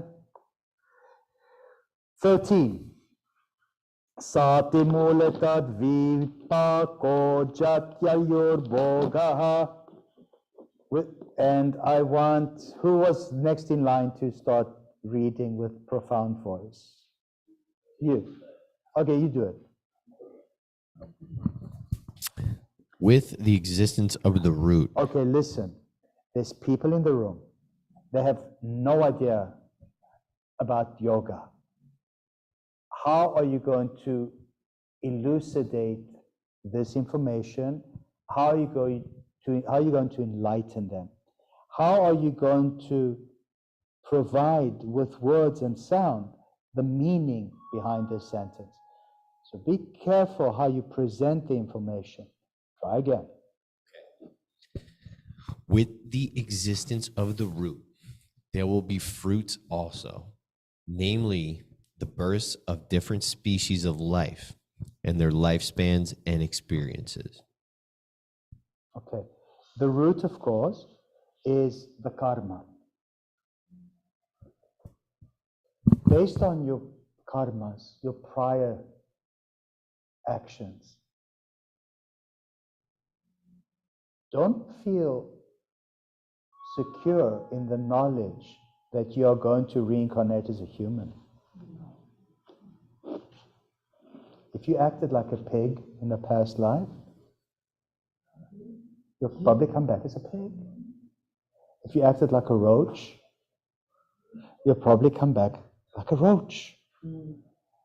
If you acted like a demon, you'll probably come back as a demon.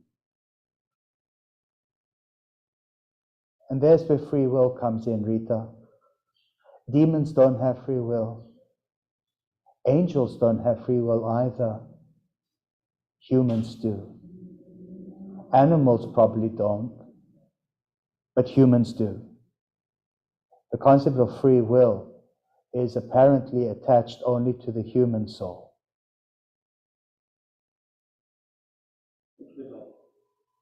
Yes, Rita, with mic in mouth. With mic, please. Put the mic in your mouth. You have to hold the mic, please. Are you saying only animals are just reactive? No, they're not just reactive, but they don't have a choice. They function mostly intelligently, but at the level of instinct. Humans sometimes function intelligently, but they have a choice. They can function at the level of intuition. What's the difference between instinct and intuition? What's the difference between instinct and intuition? Your instinct is not something you control or manage. It's genetic. Yeah. It comes from your gut. It's genetic. Your parents pass down these instincts into your genetic code. You, as a human, you can sort of kind of fight against this genetic predisposition. Not always successfully. You can, but you know, it doesn't have to be behavioral. It could also be physical, like some kind of genetic, you know, reality that you were born with. You can counteract it as best you can if there's medical technology associated. If it's psychological, you can try hard to work against it. You know, like sometimes certain psychological conditions are inherited from the parents.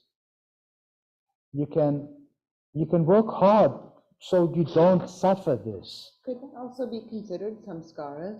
Yes, but it's genetic. Yeah. It's not based on your prior actions. Right, but The only choice you had in that was you chose to be born into that family with these genetic predispositions. And it was a reason why you chose that family to be born with these genetic predispositions. But the choice, Rita, is you have another higher faculty, intuition. A bird uses instinct to build a nest. It just knows how to build a nest. It's instinct, it's genetic. A swallow will build a swallow's nest.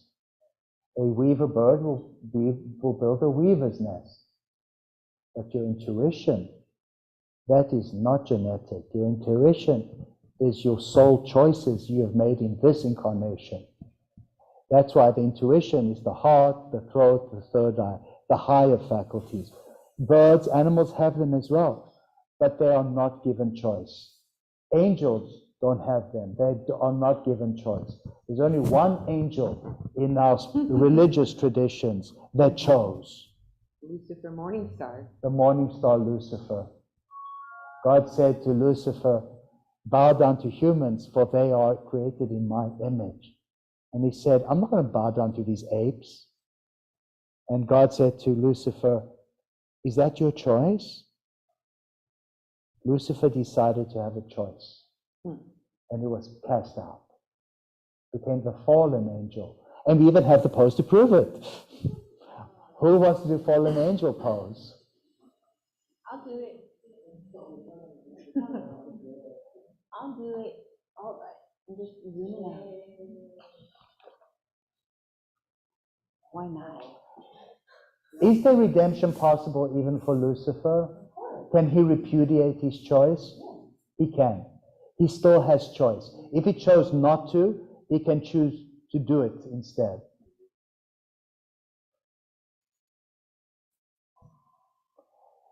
Show me the redemption.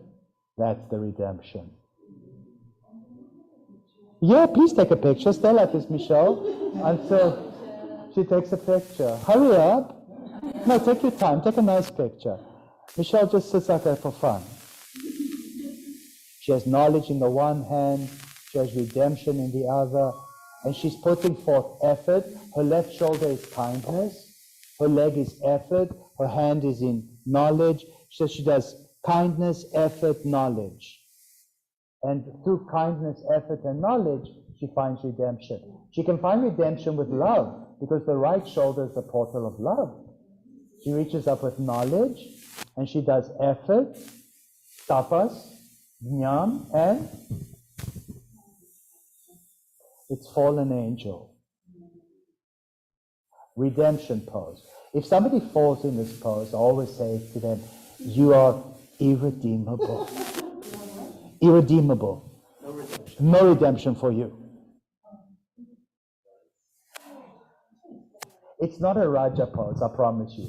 No. Thank you, Michelle Raznakash Gassman, Gandhavari Devi. Quite an honor. You like how she's collected all these names? Yes, Rita. Prasarita, you're also collecting names. Yeah. Mike, very close to the mouth. Well, how does how do your experiences and your conclusions about the things that you have been through, they shape your intuition though, right? Absolutely. Experience. It's practice, abhyasa, which leads to discernment, viveka, and the opposite. Think of a bird with two wings, a swan, which is your spirit. The swan represents the spirit. That's why the yogis say, Hangsa Sohang Shivaham. Swan I am, Shiva I am. Swan I am, spirit I am. The right wing is viveka, discernment. You discern real from unreal, helpful from not helpful, falsehood from truth, and this comes through practice, abhyasa. If you've never practiced discernment, how will you know what is real? Just your life experience will give you the knowledge that, this is not true. Yeah, that's probably true. You just know stuff. And the left wing is vairagya. What is vairagya? We studied this. Dispassion. For the swan to fly free, you have to synchronize both wings. Vairagya and viveka. Viveka and vairagya. And that's how the spirit is liberated. Which is which in Sanskrit again? Viveka, Viveka is discernment. The word V means special. Veka means dissecting, special dissecting. Okay. It's just like, it's a precursor to wisdom. You remember King Solomon, who represents wisdom in the West? King Solomon? What did he ask for when two women came with one baby? Yeah. Wield the sword of discernment. He said, bring me my sword of discernment. And everybody was like, what's he got to do? It says, give me the baby. If two mothers have one baby, the only way to sort this out is to cut the baby in half and give each mother half a baby. Surely they will be happy then. So they gave him his sword of discernment. and he lifted the sword above the baby, and he was going to slice it in half. And one of the women started shrieking, "It's her baby! Give it to her! I was lying! It's her baby! Give it to her!" And that's how King Solomon, in all his wisdom, knew exactly who the real mother was. Isn't it a beautiful story? Yeah. That's the wisdom of Solomon. Wisdom is viveka, discernment. The other woman just sat there like some bovine. It was not her baby. It was not her baby. I think a bovine would have reacted. Yeah, even a more bovine would passionately. react compassionately. Such a horrible circumstance. But that's how King Solomon, in his wisdom, wielded the sword of discernment. The yogi also wields the sword of discernment. You slice away the nonsense. Neti, neti. Not this, not that. Not this, not that. And as you slice layer after layer, it's like peeling an onion. You will cry. You will cry. Not this, not that. I'm not this body. I'm not this mind. I'm not my bank account. I'm not my SUV. I'm not my McMansion. I'm not my relationships. I'm not this. I'm not that. I'm not that. And then you come to the center of your being, and all you see is the spirit. And that's who you really are. The rest is just layers and layers of onion. Things that make you cry. That's it. Viveka Vairagyam. Such powerful, powerful, powerful philosophy, this. Would the Stoics be delighted with this? Yeah. The Stoics were a school of Greek philosophers. Do not underestimate the influence Greek philosophy has on this philosophy. When this was written 2,000 years ago, a Greek presence was in India for well over more than half a millennium, 500 years, 600 years. There were Greek kings of India. There were laws publicized and written down in Greek. Greek was the second language after Sanskrit. There are ruins where you see Sanskrit and Greek written side by side with each other. Greek philosophy, Greek thought, Greek ideas survived in India. They did not survive in the Byzantine Empire. The Byzantines obliterated Greek thought. They burnt every book, everything. The only book you could read was the Bible. Everything else, if you think the Taliban are bad, you should have seen what the original Byzantines were like. They obliterated Greek ideology, and darkness overtook the land.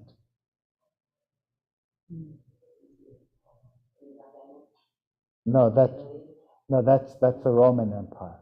The Byzantine Empire is in today's Istanbul, in Anatolia.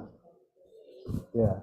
Yeah, the Stoics, they say the center goal of life is to basically discern between the things you can control and the things you can't control. And I think that that's complete relative to Vivek. And that's exactly what this is about, controlling the mind. It also Through breath control, through physical control, through emotional control. It's all about control. What does yama mean? Control. Pranayama means what? Breath control. Yama, we say social restraints. It means, restraint means control. You have to control yourself. You control yourself against violence. You control yourself against false witness by letting truth guide you. You control yourself against stealing. You control yourself against immodest or unchaste or inappropriate behavior. And you control yourself against coveting. It's all about control. The control is central to the yamas. They say the yamas come to us through the Jains. But what the Jains dreamt up is very much the same like what Aristotle dreamt up. no violence, strict vegetarianism. There's so many parallels, and we don't know who influenced who. We do know this for a fact, that there was a lot of cultural interchange between the ancient Greek world. I'm not saying Greece. Greece never existed as a country. There was the Greek world. Greece only existed as a country in 1821. But before that, there was never a Greece. There was a Greek world, which is most of today's Turkey was the Greek world. Lebanon was the Greek world. The so-called Roman Empire in Israel and Judea wasn't really Latin, it was Greek. All the way to Afghanistan, to Kashmir, to northern India, that was all Greek. It was part of the Greek world. North Africa, Egypt was Greek. Cleopatra, the ultimate pharaoh, princess, goddess, was Greek. They were all Greek. That was the Greek world. And the Greek world had enormous interchange with the world of India. They saw each other as kindred spirits.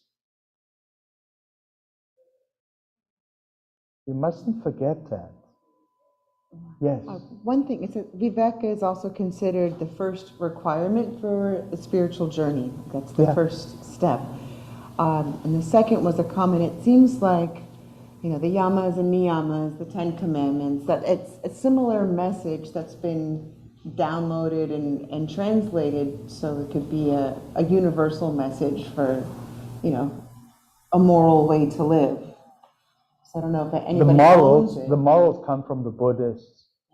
The niyamas come from the Buddhists. And Buddhism was profoundly influenced by Greek ideas. Profoundly. And not only that, it influenced Greek ideas subsequently as well. There's a church in Greece, in Meteora, and it's a church to Saint Josaphat. Who's there at the door? Hello, visitor. Is it Saint Josaphat? Type in Saint Josaphat. Josephat. Saint Josaphat, you know who he really was? Josaphat was the Greek corruption. And the Greeks always mispronounce everybody's name. Chitapotri would be Sitapotri because they cannot make a ch sound. Josaphat is Bodhisattva. There he is, Saint Buddha. Read about him. Okay. Read. Nancy, with voice and mic in mouth. Mic in mouth. Josaphat Kontosvek, November 12th, 1623, was a Basilian monk and No, that's the wrong one. He wasn't Brazilian. It says Basilian, not Oh? Brazilian. Oh, Basilian. Oh, okay. Basilian. Sorry. Not Brazilian. Basilian monk and archipart of the Lithuanian Catholic Church who on 12 November 1623 No, that's not the one. No, hold on. Is there another one? Saint Josaphat Orthodox book.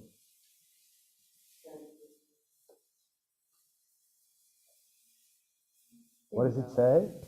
He was the first saint of the Eastern Church to be canonized by Rome. Josaphat's death brought a movement towards Catholicism and unity, but the controversy continued. No, it's not him. Is that, am I spelling it correctly? Josaphat. This one? Ah, okay. Good eyeballs. There he is. Nancy, you want to read? Saint Josaphat, reprise. According to legend, a King Abner or Avenir in India persecuted the Christian church in his realm, founded by the apostle Thomas. When astrologers predicted that his own son would someday become a Christian, Abner had the young prince Josaphat isolated from external contact. Despite the imprisonment, Josaphat met with hermit Saint Barlaam and converted to Christianity. Barlaam is the area of Meteora in Greece. The area is called Barlaam. And they have these karst mountains. And there's a monastery or a church on every one of the mountain peaks. And the monks live there. Only men can visit, no women. Not even women dogs or girl cats, or just males of every species. That's Varlam. Carry on. Josaphat kept his faith even in the face of his father's anger and persuasion. Eventually, Abner himself converted, turned over his throne to Josaphat, and retired to the desert to become a hermit. Josaphat himself later abdicated and went into reclusion with his old teacher Bahram. The story of Josaphat and Bahram was popular in the Middle Ages, appearing in such works as the Golden Legend. Josaphat and Bahram were canonized in the Roman Catholic Church, feast day November 27th, and are recognized among the Eastern Orthodox. That's one thing. Usually the one recognizes it, the Orthodox refuses to recognize it.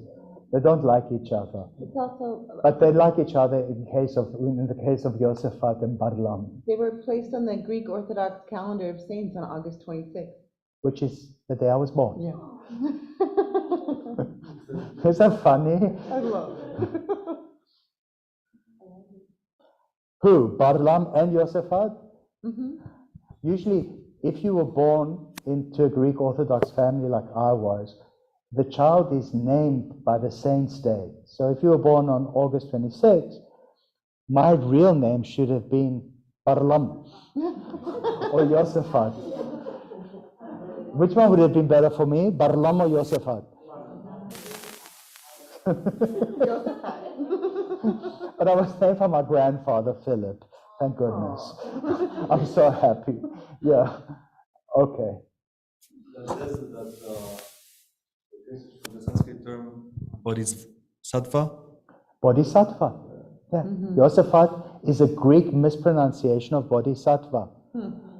So that should have been my name. Bodhisattva. Namaste, I am Yogacharya Bodhisattva. Can you imagine? But by rights, I should have been Yogacharya Bodhisattva. But I'm no Bodhisattva, I promise you. Yes. Microphone. Microphone in mouth.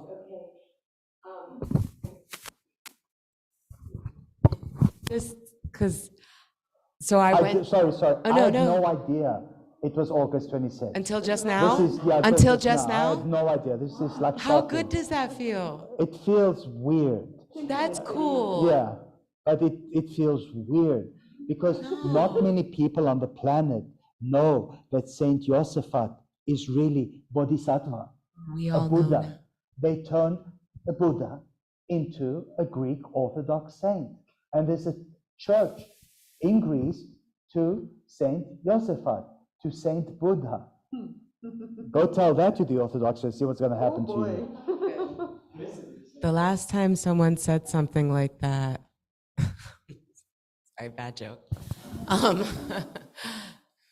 I just wanted to, I stand corrected where I was in Ravenna in Italy. I looked it up. It's off of the Adriatic Sea, and it was recaptured by the Byzantine Empire. So I did go there and see the mosaics and see the What destruction. island was it? No, it's not an island. It's on the coast of the Adriatic Sea. In Italy. In Italy, and it's called Ravenna. Ravenna. And it's on the coast. It's by Punta Marina. It's a little. It's across from Croatia. So it's near Bari. I don't know. Oh. But when you were talking Byzantine, I was like, oh, I've been somewhere about that. So I just wanted to correct myself. But the Romans fighting with themselves. Yeah. The Roman Empire split into two. The one based in Rome, it died out. It was invaded by barbarians. But the Roman Empire continued in the east, in Constantinople. And it continued for 1,000 years after the Catholic or Romans disappeared. And then eventually the Turks came and took care of it. Turks always take care of things. Don't mess with them. Yeah, they took care of it. Okay, let's continue with this. But do you see now, Rita, how this studying we're doing is not just reading from this, we're talking about everything. And we start to connect the dots. That's why we are talking about everything, because it sort of jogs memory. Let's continue. No. So with the existence of the root, there will be fruits also, namely the births of different species of life, their lifespans and experiences. So this can mean many things. It could be an implied acceptance of the concept of evolution. And he does explicitly confirm evolution here, 2,000 years before Darwin. He calls it parinamakrama, a transforming or evolving sequence of births or events or circumstances. And based on your prior karma, you will be born again, but not guaranteed as a human. Someone, I don't know who it was, but it was in my studies, described a human birth, Nara Janma Bandha, having to attain a human life as a very, very rare occurrence. Mm-hmm. Imagine a seal swimming the global ocean. Could be the Atlantic, the Pacific, the Indian Ocean. And the seal decides to go up for air. What are the chances that the seal will go up for air within a buoy? You know those rings? Mm-hmm. The seal has to go through the ring to get the air. Imagine the whole ocean with just one ring floating. The seal has to go through the ring. Mm-hmm. That's how rare the attainment of a human birth is for a soul. So you're born as a human and you hate yourself? Think again. Yeah. It is very, very rare. It's called Nara Janma Bandhage, having attained a human life. A very, very rare occurrence. It is much more probable that you will come back as an ant or a roach or an earthworm or a bug. Yeah. Not always. Until you... With a microphone, Mano. Yeah, well, that's why you're doing yoga. You're purifying. You're burning away the samskaras. Every time you practice on your yoga mat, you die in Shavasana. So, in an hour and a half of a half prahar of yoga practice, in 90 minutes of yoga practice, it's as if you have lived a whole lifetime. And when you roll your mat up and you say, sayonara, baby, it's another life. You come back the next day, another life. You live it. You're starting as a child. First of all, you intend to come back, sankalpa. You go into child's pose, and you become very cool. You go to the moon and back. You become a warrior. You throw arrows at people. You do all kinds of wonderful, sexy things. And then you deconstruct, and you look at the animals, and you salute the gurus, and all these lovely things. And then you die, and you are reborn, and you chant mantra. After a lifetime of sustained, uninterrupted yoga practice, it's as if each and every yoga class you took, you lived a whole lifetime. So when you finally achieve Mahasamadhi, the great absorption into the Absolute, when you go into Shavasana for the last time, and you stop breathing. Hopefully it won't be in my class. There's a very good chance that you won't come back. You've done so much work over a lifetime. You have burned so much karma. You have erased so many psychic scars, samskaras, that you have become clear. You have become pure. And you have choice. If you want to come back as a bodhisattva to bring others up, you are called a Mahayana. bodhisattva, a great vessel. Or you can decide not to come back. You've done the work, let others figure it out for themselves. That's called hinayana. Choice, you always have a choice. Even after you've done the work, you have a choice. Only humans have a choice. And only one angel exercised choice. And Michelle Resnikash Gaussman Gandhavati Devi showed us the pose. Redemption for Lucifer, loose the light ferry to bring the light bringer, the morning star, which is also the evening star. They didn't know that until we figured it out. The only way for redemption for Lucifer is the left shoulder of kindness or the right shoulder of love, because these are the portals to the heart, which is loving kindness, effort by raising the legs up, and knowledge. If Lucifer decides to exercise these prerequisites, there might even be redemption for him as well. He was the most gorgeous of the angels. He was God's favorite. Can you? Yeah. And he was thrown out.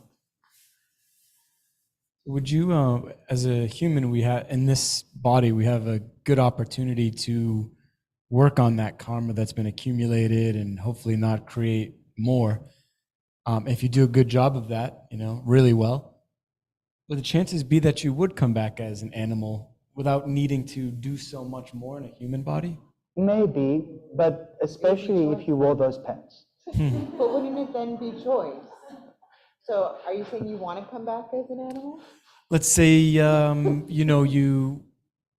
you've done so much, right? But what's left to be done, like they say, if you were greedy and a pig in your human life, maybe you come back as a pig to get to a point where you're like, I've had enough, I'm good. Yeah, and then you come back as a cow, whatever the case might be. So that's what I think of this is the sort of first step. Like, here's your first chance, and now it's just peeling away layers, like we've been saying, and maybe at the end you end up as my dog, just walking around getting fed. Maybe you did all the work and you want to experience life as a dog. But in the Buddhist thought, it's that you've already experienced all the different animals. Yeah, before you become human. You've already been it all. Yeah, it seems sort of unfair to the animals. They're just operating on instinct. Their karma is not a result of their individual actions. It's their instincts that are taking place, but humans choose. A projection of humanness onto the animals. Yeah, I mean, according to this, we go from human to animal. No, right? Based on your behavior. You could be animal into human, and then you acted like a pig. Yeah. Have you ever noticed people who act like pigs look like pigs? They eat like pigs. No names, but there's one in particular that when you see photographs of his face, looks like a pig. People also... No names. Dogs look like their owners, too. The other day I was walking around, and you don't even have to know the person. You can see the way they're walking and look at their dog, and they're direct printouts.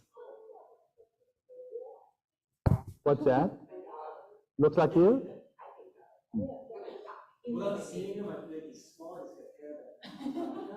I look like Fat Cat.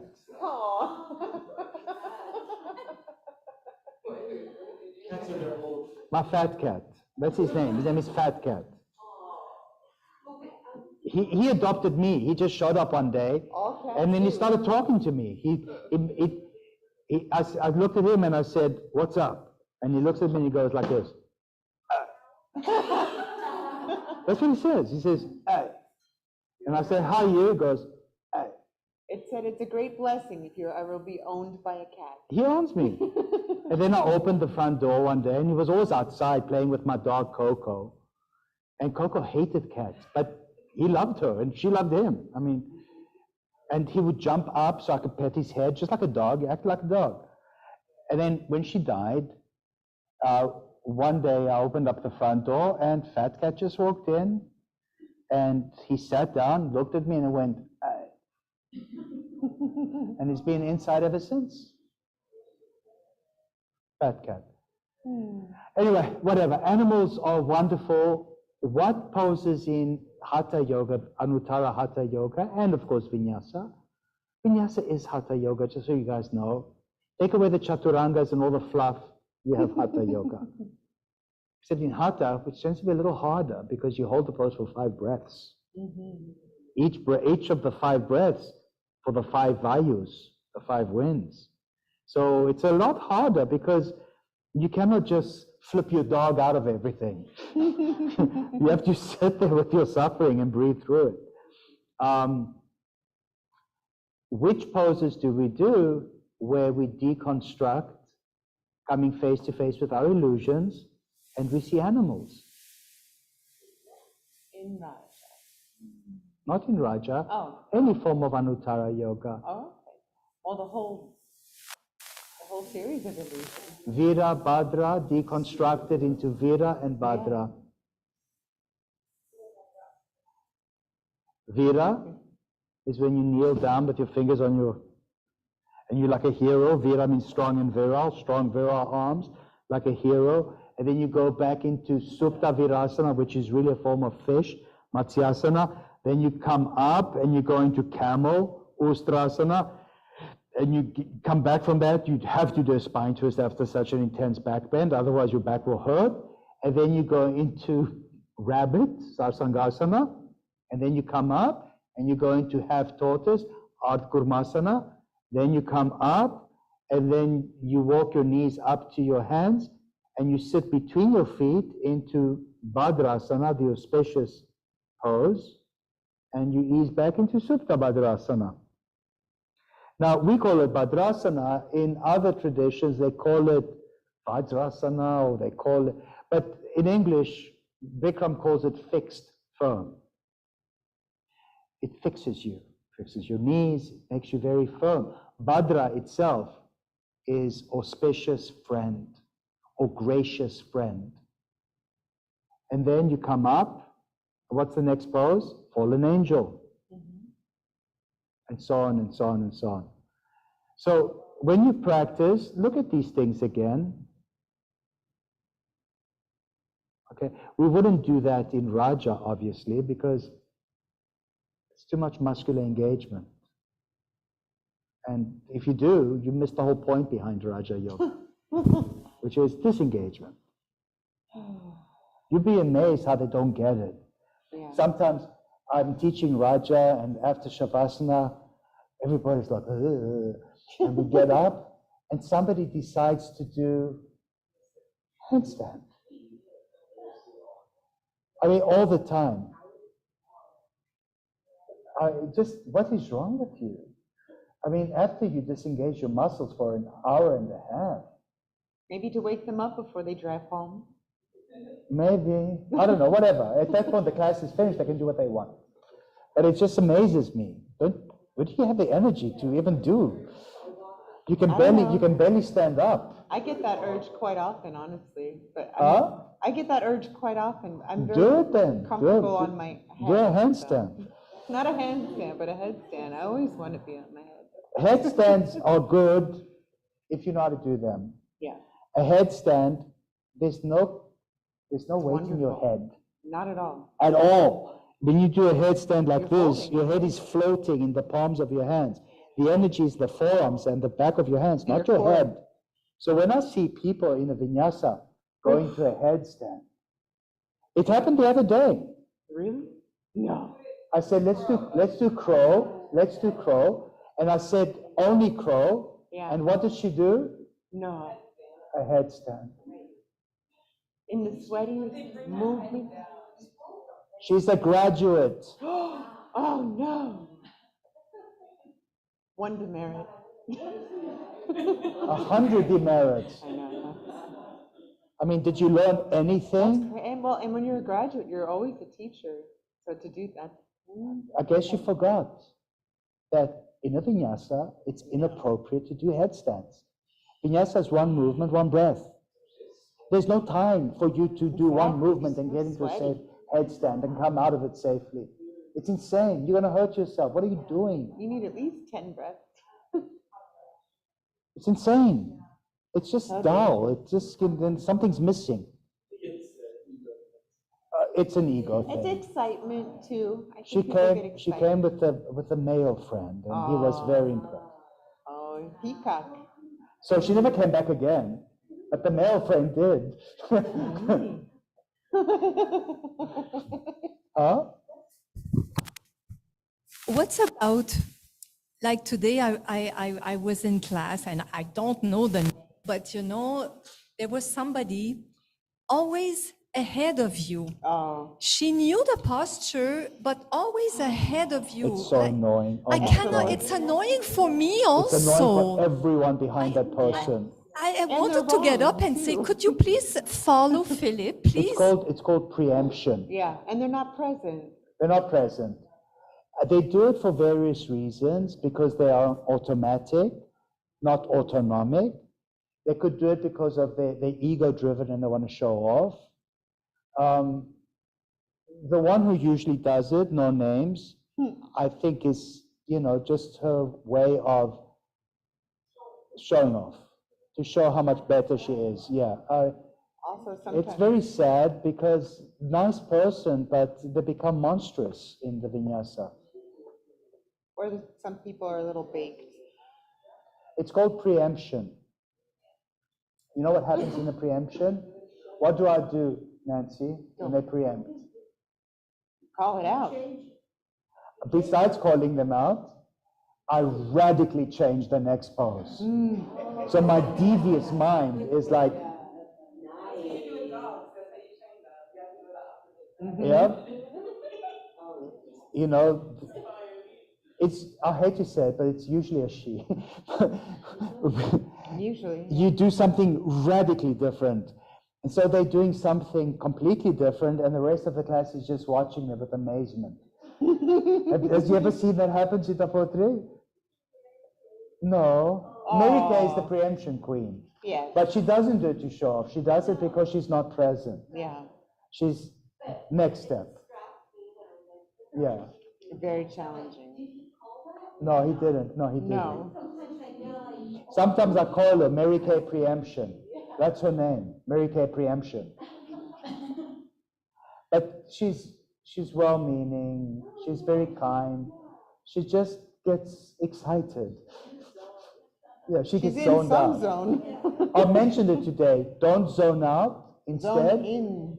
Tune in. Remember me saying that? All right, let's continue with this, please. All right. The karmas bear fruits of pleasure and pain caused by merit and demerit. Deklada paritapa pala punya punya etudvate. Merit and demerit. Punya apunya. Can you see that? Punya apunya? Yeah. Where's Mr. Number 1. Oh, Mr. Yash? What pose do we do where we look at Dasha Punya? Gandhava Drishti. Gandhavas give us 10 karmic credits for every good deed. And then, Eka Punya, 1 demerit for every bad deed. Those are the apsaras. That's why we do all these crazy. Where are you going? Number 1. Oh. What do you like? Oh, good. All of it? Are you guys freezing to death? Turn it up a little bit. What is it at like 45 degrees?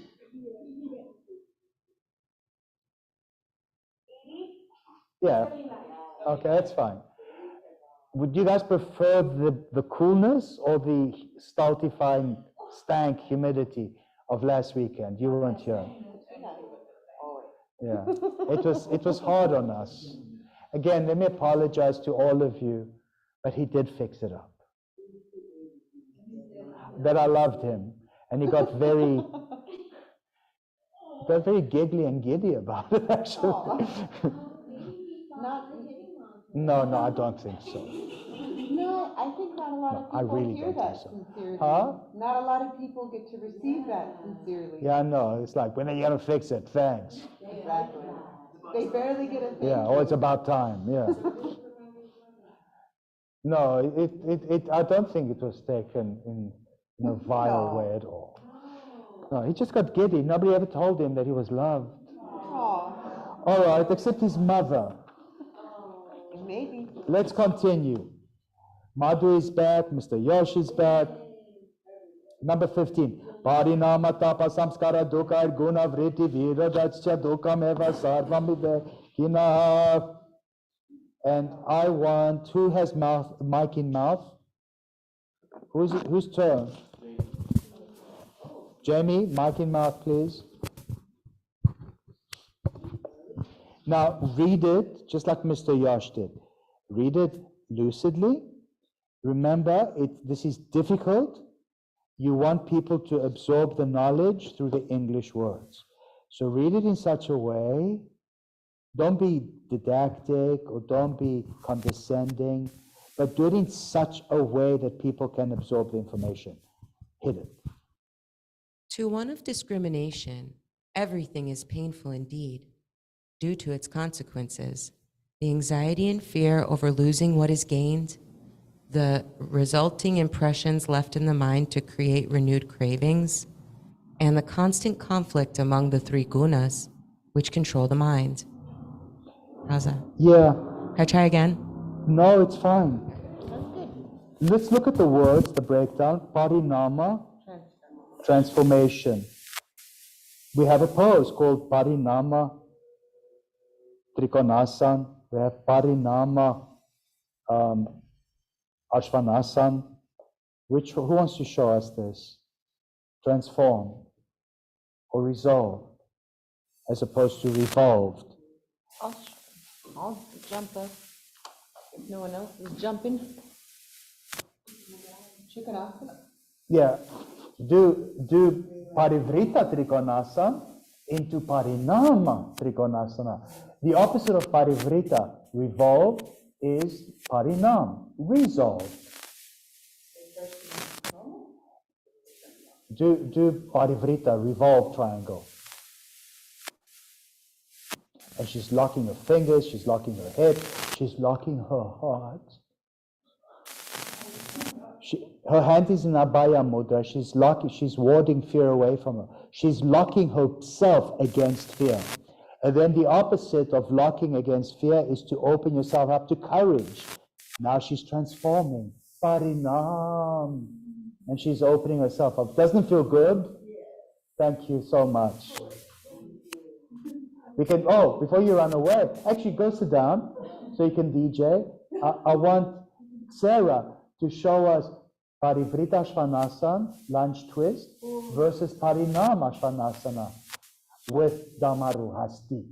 Because the Damaru transforms the void into the universe.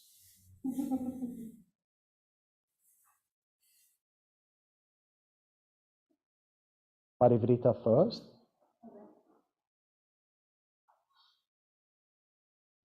Streamline Hastadrai Drishti towards the hand gazing. And then go into Parinam with Damaru Asti.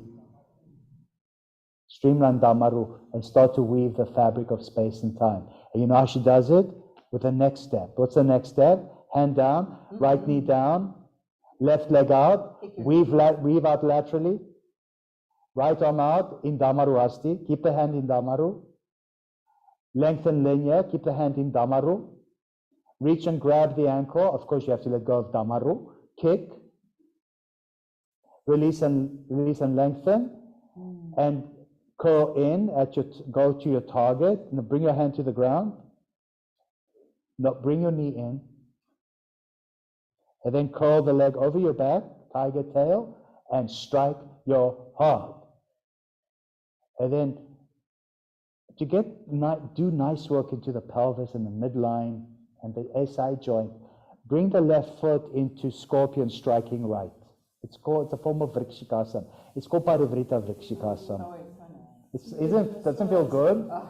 I know, it feels so good. I'm not sure it's a valid yoga pose, but guess what? We made it one. Reach up and lift the heart, anahat, unstruck. Yes, feels so good. Push back, downward facing dog. Knee to third eye, trayambakam. How many times this morning did I say, why are you doing a high plank? Oh, gosh. How many times did I say it?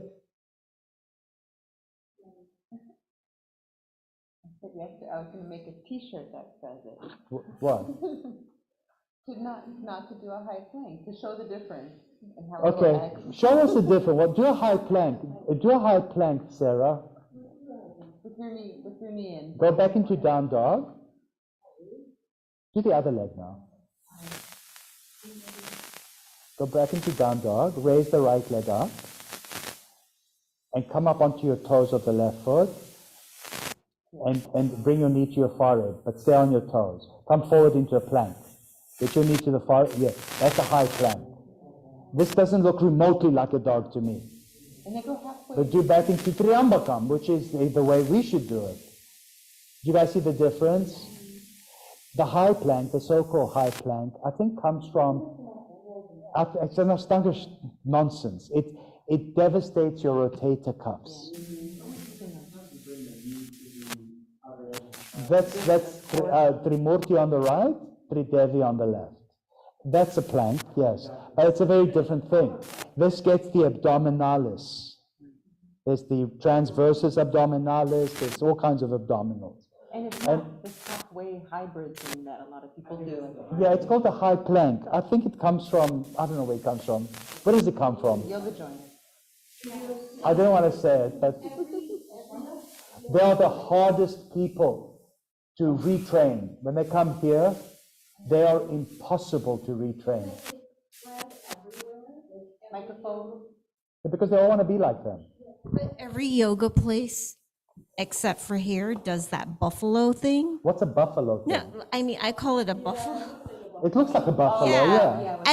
And you know, when I've gone there, they actually lift my hips up so that I'm a buffalo.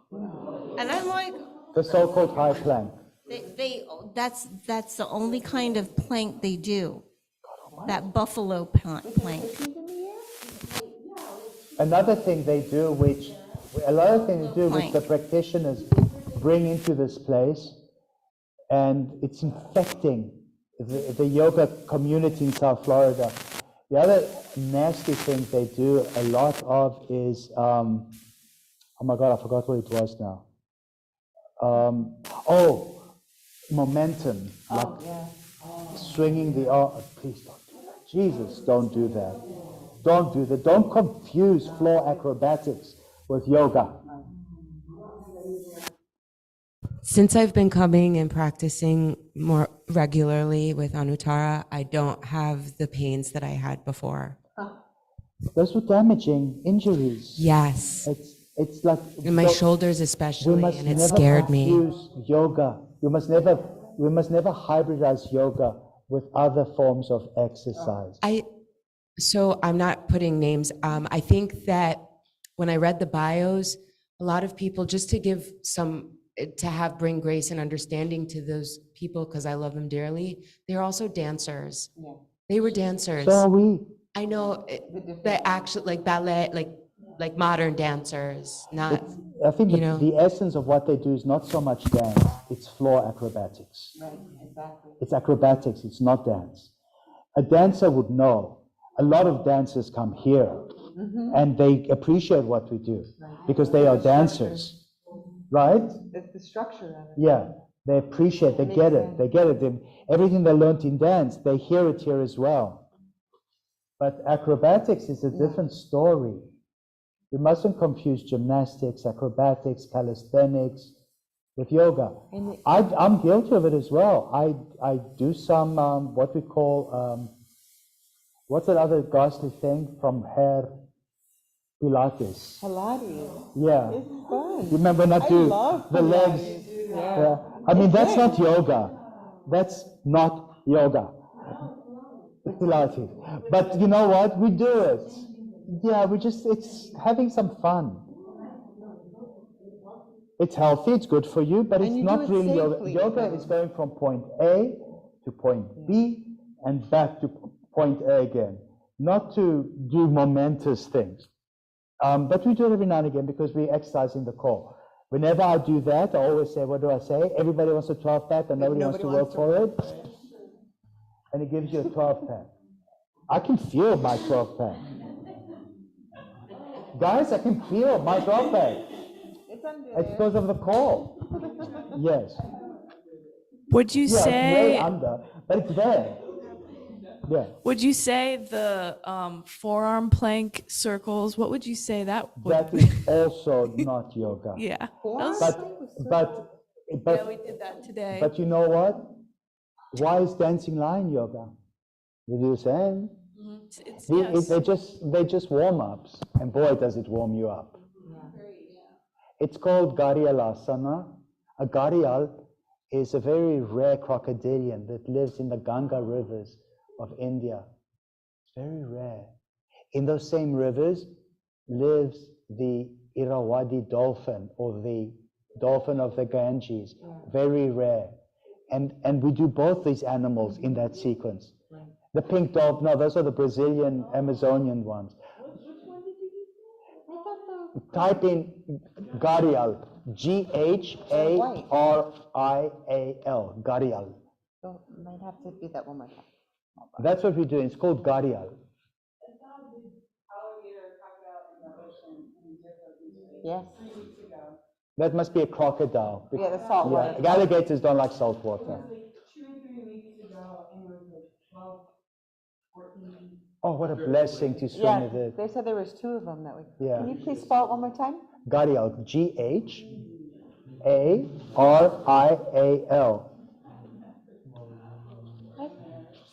There it is. Oh, they're so Make a big beautiful. picture. They're so cute. Look at that guy. And that's how they attract prey. They sit like this and they go like this. A pescatarian. The pescatarians, yes. Aren't they As beautiful? old as the dinosaurs. They really are. Can you Their imagine eyes getting are bit by them? No. It's Garial, a pescatarian crocodilian species as old as the dinosaurs. And then the next thing we do is the Ganges dolphin. Type in Ganges dolphin. It's the same species, I think, as the Irrawaddy dolphin. They're white, aren't they? They are very light colored because the waters are muddy, and that's how they stand out. Oh, look! Show us, tell us. Oh, It's the same freshwater dolphin. Look how cute. Do you see how the snout looks the same like a Garial? And then, look at this guy. And then there's a mythical creature in the yoga tradition, and it's a hybrid. Look how cute! Look! It's blind Oh my gosh. because it doesn't see Look in at the those. murky waters. Tiny little eyes. Yeah, isn't that beautiful? How funny. That's a Ganges River dolphin, also extremely rare and dying. But there's a mythical creature which is a hybrid of both, and it's called Makara. Type in Makara. And we did Makarasana today. People think all this stuff is from gymnastics or yoga joint. It's not. It's from yoga. Somebody's riding him. It's a hybrid. It's a hybrid between a dolphin and a crocodile. Looks You like see a it? curly tail lizard. I see dolphins. Is that supposed to be Vishnu? It looks. I don't know who's on top of him. Probably Vishnu or someone. No, Vishnu would be blue. I don't know who's on top of him. Anyway, who wants to do Garialasana? I'll do it.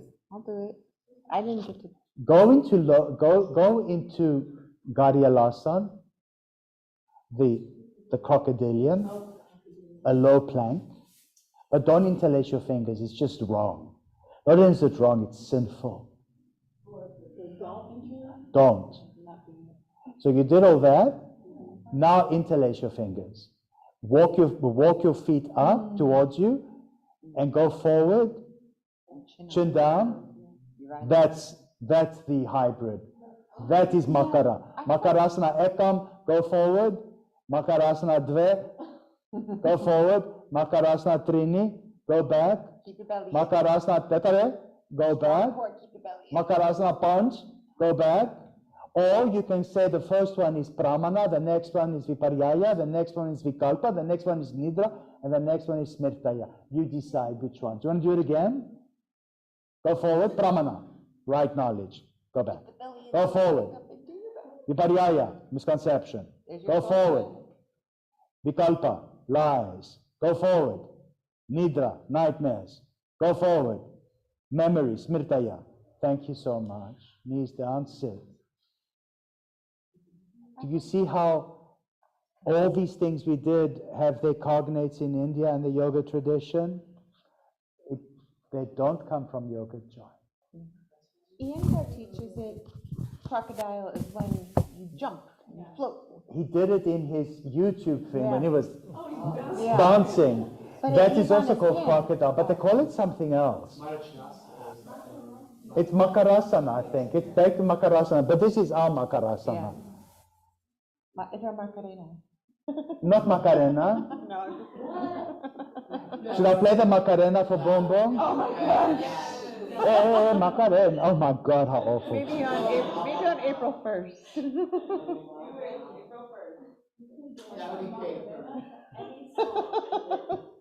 I remember long ago I was invited to a wedding and I lost the bet. I don't know what it was. And you'd had to go to the dance floor by yourself and dance by yourself the Macarena. And I went to the dance floor by myself and I danced the Macarena. Macarena. And then I left immediately afterwards. I didn't say goodbye. Embarrassed that you knew it?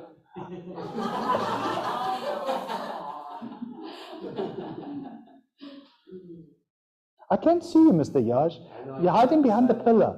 Go closer to the one person or the other. Otherwise, I'll make you dance the Macarena. Should we take a break? Yeah. Let's take a break. It's 5:45. Let's come back, excuse me, at 6:30. Is that cool? Yeah. And a corn and bean empanada. 6:30? Hummus.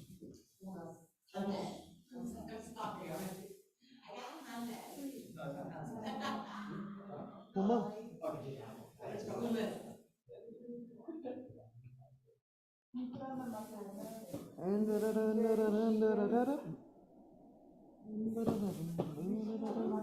you having fun? Is Roy having fun? Okay, good. I'll take your microphone. The microphone I'm giving to you in hand. Thank you. I'll charge it up. And then in the back.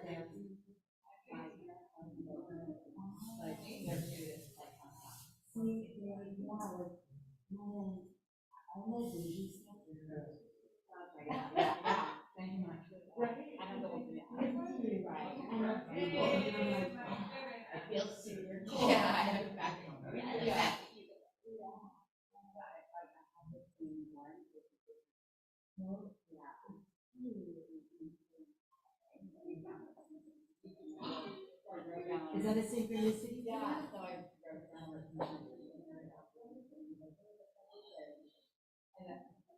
You see? Yeah. It's not weird. I know. It's like, it's not, but it is when it's new. Right. When you just get up. And hasn't that been happening? Look, my favorite prayer. I have to clean up. I made a mess.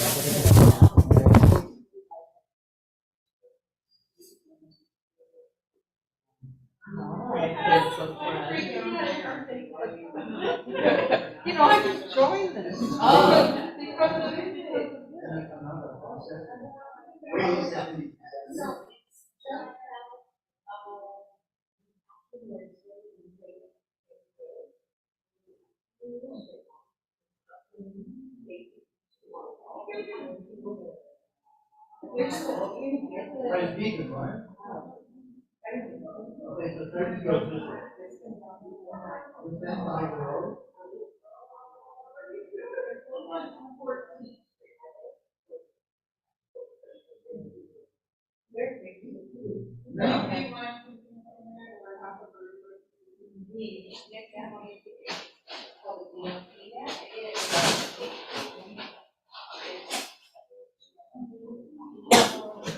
Okay, I guess I'm not gonna talk. I was gonna say something that show up, it's like, that's an indicator that. We're gonna go. No, I don't wanna go up there. I'm gonna go downstairs with mine. The chaya, look at this. Is it over again, the race game? What? When Oh, it's 5:30, 6:30 we come back. We have about 45 minutes. Whoa. Or you guys can stay here. I'm gonna grab a coffee and eat mine. So, I have such a delayed reaction with caffeine. It's just like 10 hours. No. Oh my goodness. You like that? Which one? Like sandalwood? Maybe. Yeah, what? Oh, no, that you got two. Yeah. This is like just my life. Like my shampoo or my conditioner and my life. This was this new perfume I got called Boys. That's funny. What is the last thing you think? Yeah. And it kind of mixed with my smell. Yeah. I know. Well, kind of is Sephora. Like I have this, like it's one of those little tubes, the travel tubes, and like a roll-on thing. Yeah, but it's a spray. And you know what? I love it. I got it as a sample, and I love it because it's yeah. I like it when I'm going somewhere fancy. Oh yeah. You know, and I want to be all like perfumey and yeah, exactly. Like when you walk back there. Right? Speaking of that.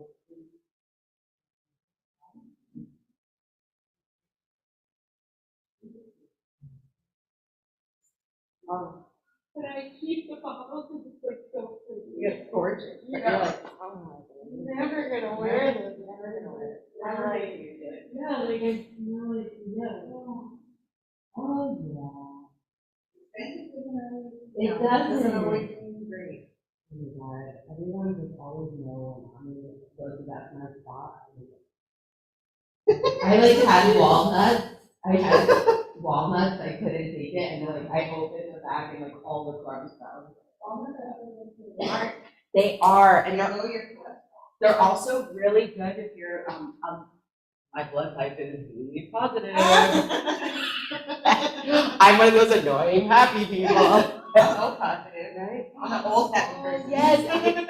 Did you ever read the book? Yeah. Oh, it's the oldest one. Yeah. He is like, I think it's a newer and it was good. But yeah, it's supposed to be really good. Black walnuts. You ever had black walnuts? All the silly jokes in my head. Yeah, I realized what I just said. Good jaded. I do that all the time. The walnut. I love it. But the black walnuts are like almost chocolate. So if you get them, at Whole Foods, they're a little softer than the regular, but they have like a truffle that they're really savory, so they're good in any type of truffle. Yes. Yes. Oh. And they're specifically good for the heart. Right? Am I right? I don't know. They're very. Are they very black? Are they dark? They're darker. They're a little softer. They're more savory. They like brown. Yeah. Okay. And they are really good for also cooking. They're more truffly. It's not, it's like stinky. It's like a stinky walnut. Unctuous. Oh, God, I'm learning so much other than like sutra. That's the joy of it. You love that. This is nice, right? Yeah. Thank you. I have another one too. I'm gonna buy one. Because I need it. Oh. So my husband has two herringbone rods in his one, so he can't sit on the floor very often. So he's done this and saves him. A lot easier than normal. Yes.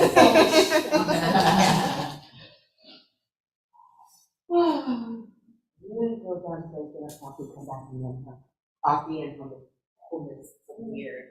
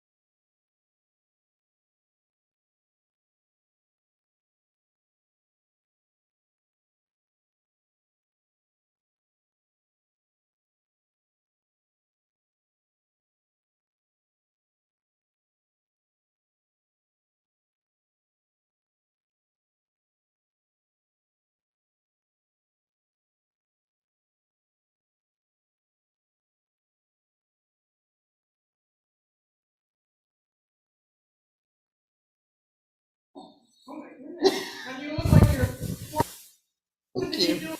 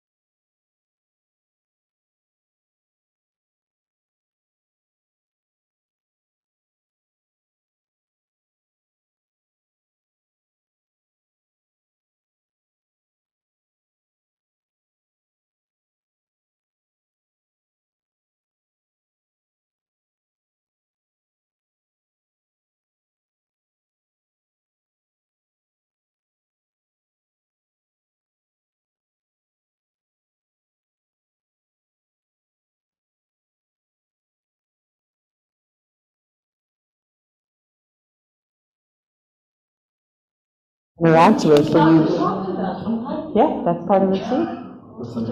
There's- you don't choose your family. Thank you. Choose your family, and then there's certain souls that you. Most frustrating people I've ever had to deal with in my whole miserable life was my family.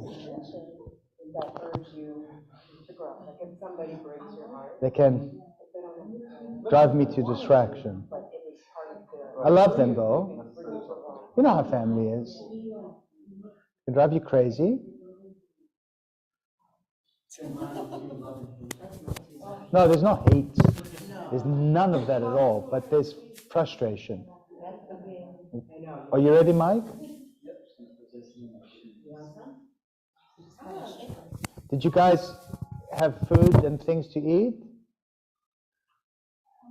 I had a Diet Coke, and Mr. Yash had a milkshake, and we all had something. No, that's hummus. Hummus.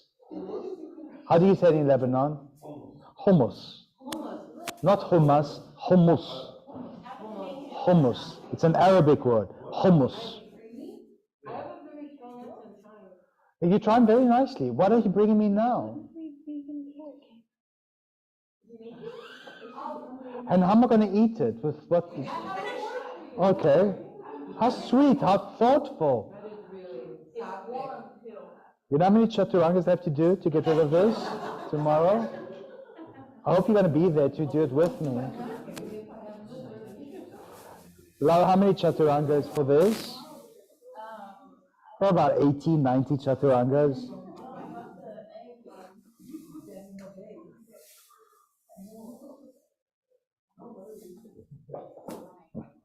You know who's again very good in vinyasa?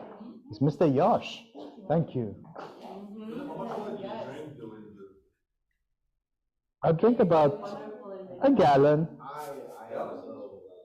A gallon each fast. Yeah.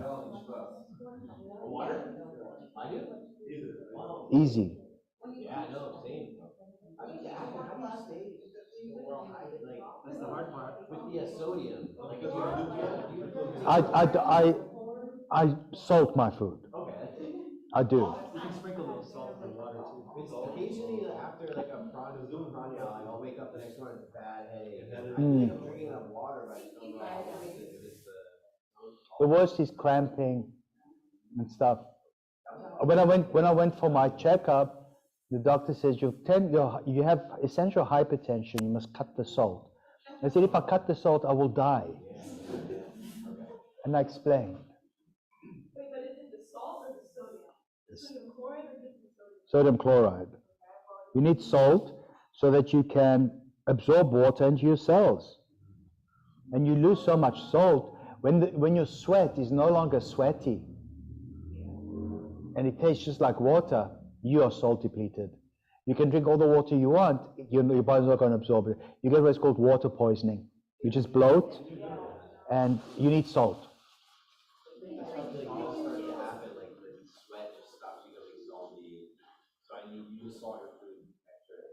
Not extra, but more than the recommended amount, because nobody sweats like this. No normal person sweats like this. You know, if you go hiking or you go to the desert, you take salt tablets with you, precisely for that reason. Let's continue. Madhu, this is amazingly delicious. Stephanie's, I think that Michelle might have mentioned it, and they gave some menus if you'd be okay with putting it. Yeah, put them up there, definitely. In fact, we should take some of our little cards. You did?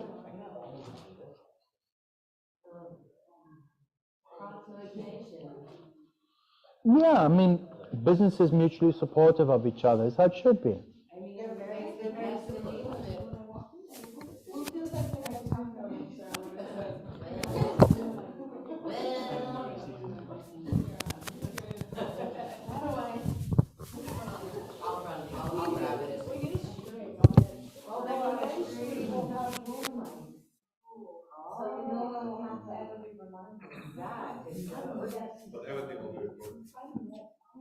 All right, let's continue with this wonderful work.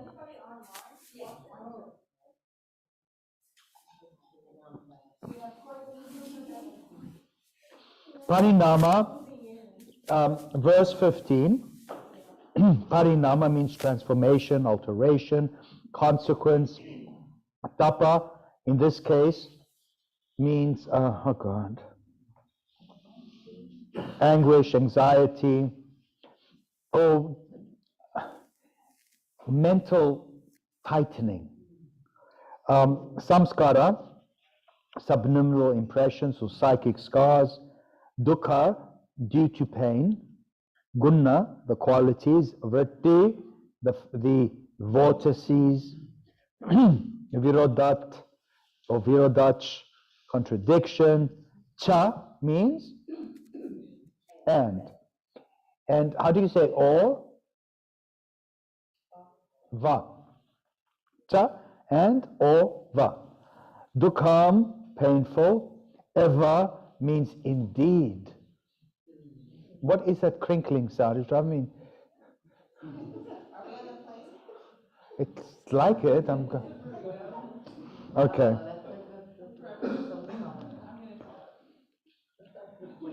Or take it out of the crinkly paper and put it on a piece of toilet paper or something. Or a napkin. Everybody's got their crinkly Maddie's like, well, before we go. I told you my story how I was on the plane to Australia for 30 hours and I would hear this. It's better than someone like on the plane.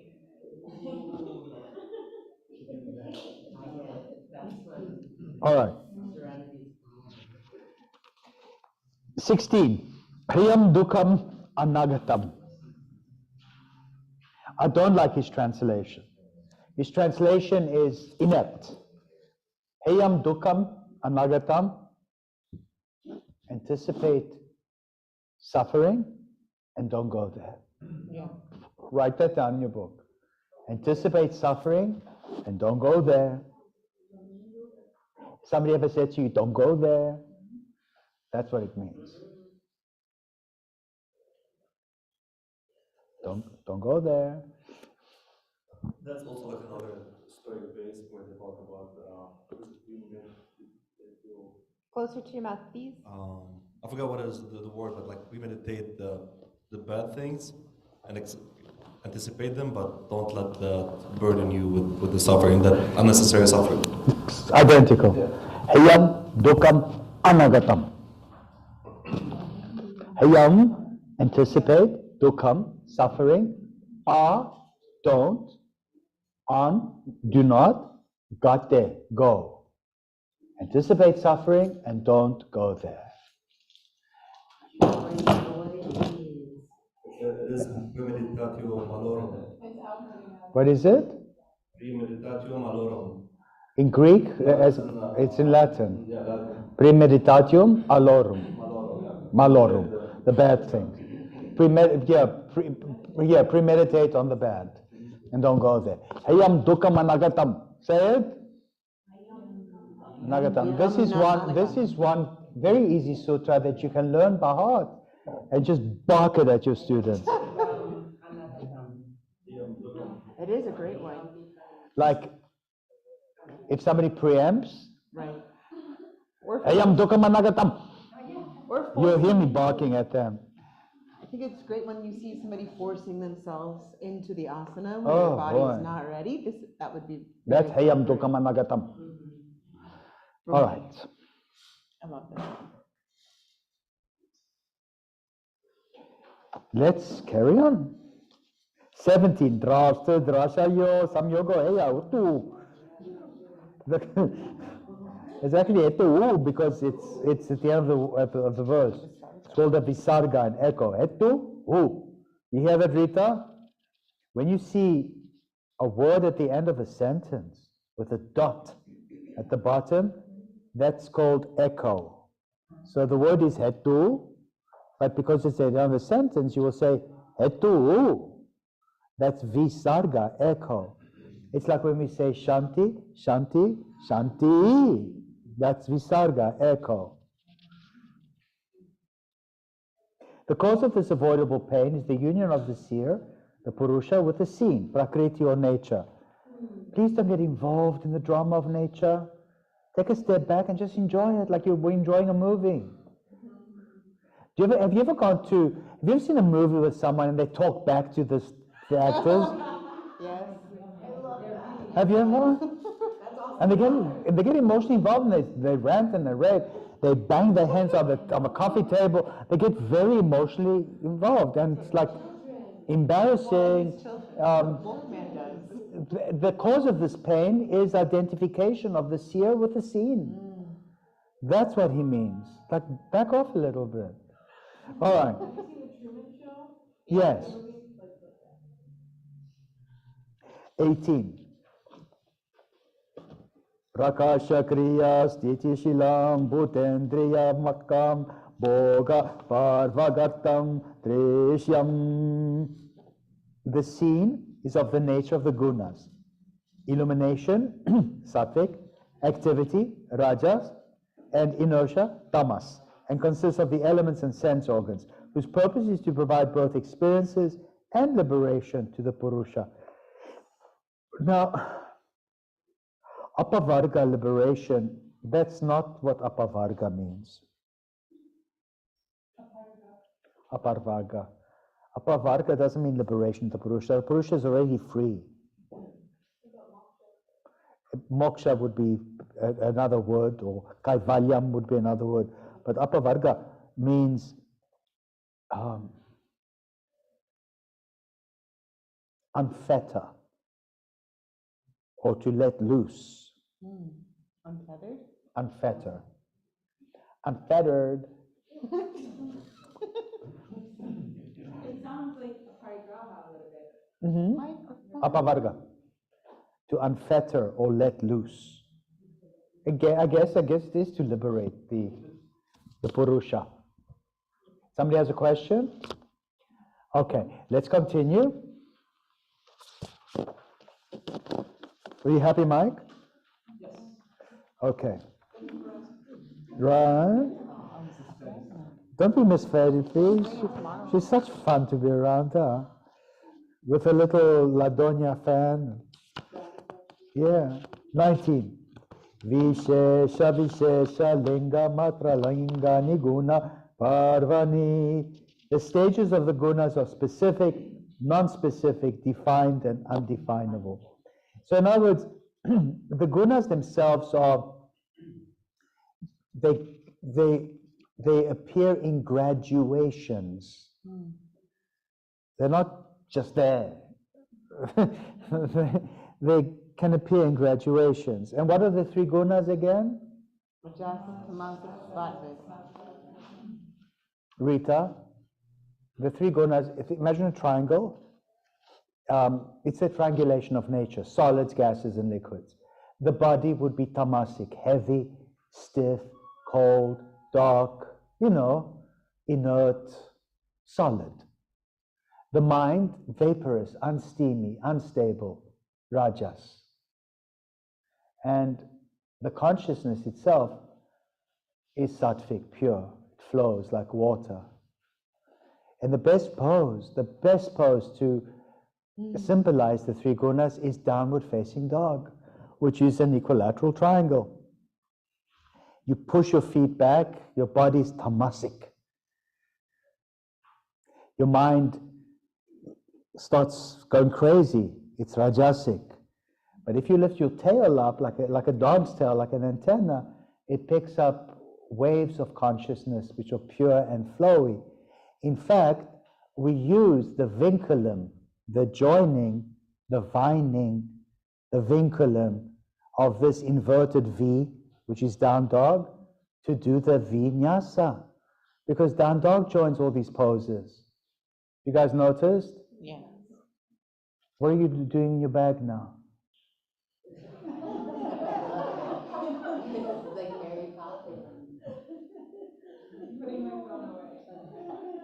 Okay. Do you notice how these little sounds can drive Yogacharya crazy? Yes. He hears everything, man. I'm kidding you, Oh. but sort of not. But what happened? One drop colder. Can you make it one drop colder? Okay, 20. Drashta drishimatra shudopi pratyayanupasya. The seer is nothing but the power of seeing, which although pure appears to see through the mind. Okay, go figure that one out.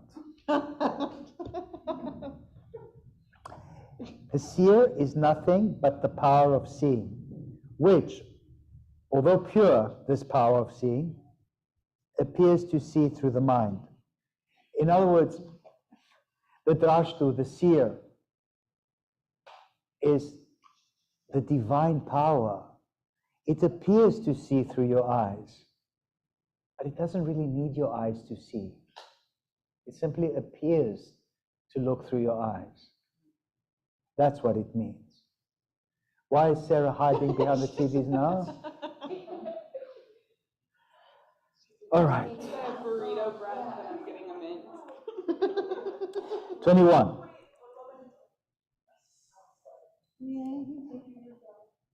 I just wanted to point out something I underlined in the explanation. More voice projection. It says, through yogic thinking, we can see the entire humanity as our own.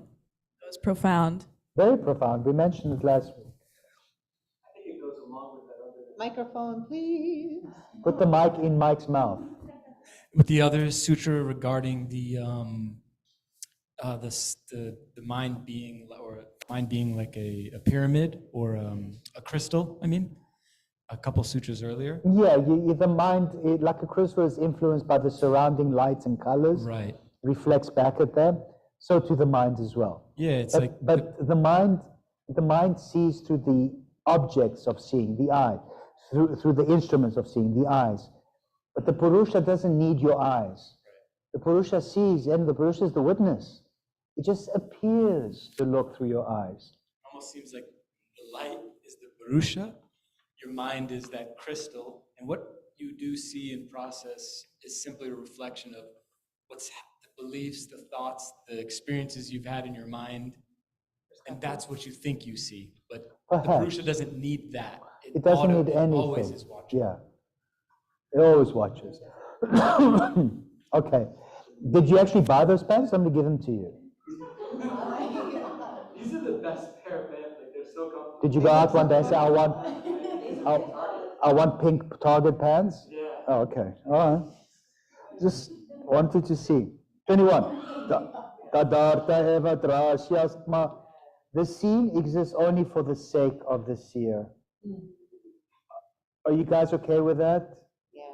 The scene only exists for the sake of the seer. Guys, all creation, everything in the universe is for the enjoyment of God. That's why He created it. He was trying to have a little bit of fun. Just a little bit of fun. Can you imagine sitting there forever in the quantum field? Nothing happens. Consciousness demands stimulation. Consciousness demands movement and flow. Evolution. Yeah, it's just like every intelligent creature. You cannot just put it in a bottle and save it for later. It needs to experience, it needs joy, it needs experience. So too does God, because what created the universe must be consciousness. I just don't imagine anything else creating such a thing. Or it doesn't just happen. It's, it's a cosmos, not a chaos. A cosmos implies a cosmic dancer, a designer, someone, something, a consciousness, an intelligence that willed it into being. That's the seer. And everything it willed into being is for the enjoyment of the seer. It amuses the seer. Let's continue. This is at the essence of yogic philosophy. This is it. 21, chapter 2. Everything is for the amusement and enjoyment of the seer.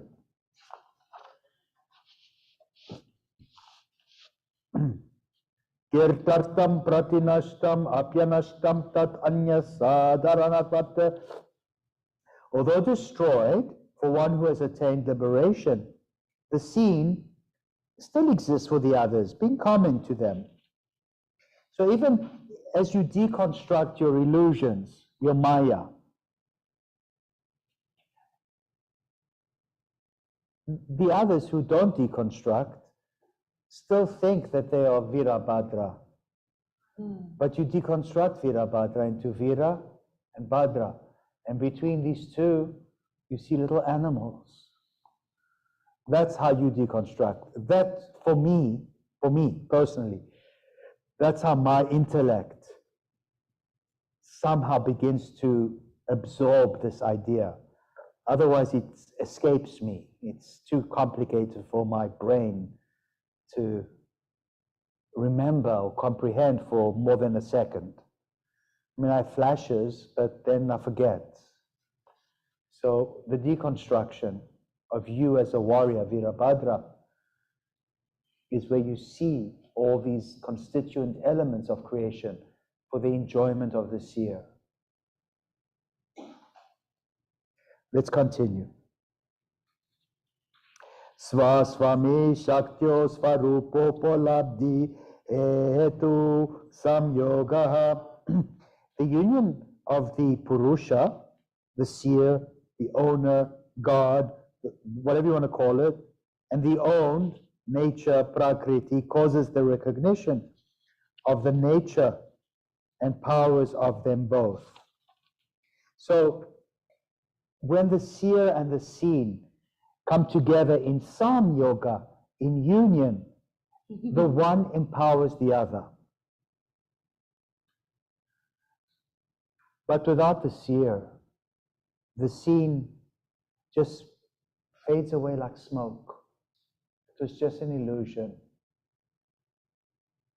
What Yogananda called the chiaroscuro play of dark and light, like on the silver screen. Isn't that beautiful? Yeah. He was a poet. Were you going to put the microphone? In my throat. Okay. Would you say that it's two sides of the same coin or different from that? Well, the scene, the phenomenal universe, the gunas, nature, you, the moon, whatever, only exists for the benefit and enjoyment of the seer. You, the moon, this whole planet which is alive, it is alive only because the seer joined with it to imbue it with the breath of life. Remember, Adam was a lump of clay, God breathed the life force into him, and he was called Adama, which means clay in Hebrew.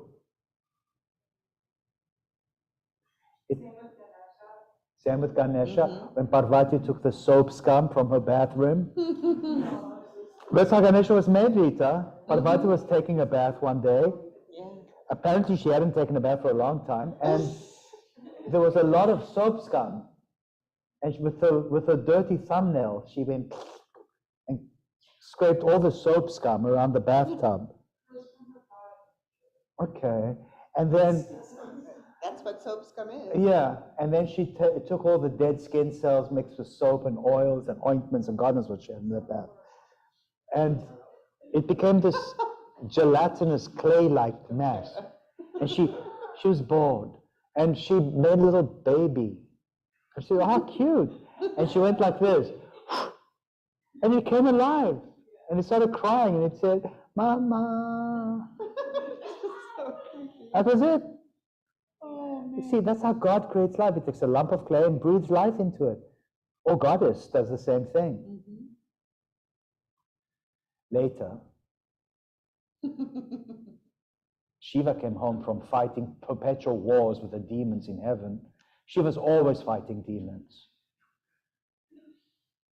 Who believes in demons? I've seen them. I've seen them. He always fights the demons and he always wins, just so you know. Because evil cannot sustain. Only good wins. Because if evil wins over good, the evolutionary process comes to a screeching halt. Never mind Ice Age. Just good always triumphs over evil. That's part of the evolutionary process. Always has, always will. Evil can never triumph over good. Because evil ones turn on each other. Right, Rita? You read in the news every day. It's almost like amusement. I'm just a seer and I read and I'm amused. They turn on each other. It's inevitable. That's evil. Yeah, it happens all the time. It's always happened this way. So, Shiva comes back from fighting the wars, and Parvati says, I want to introduce you to your new son. Giggle, giggle, giggle. And he looks at it and he says, very cute. And he leaves. And that was it. But then Shiva took a liking to the soap scum baby. He did. And then he had to go on another campaign to fight demons, because it's a constant battle against the demons. Constant.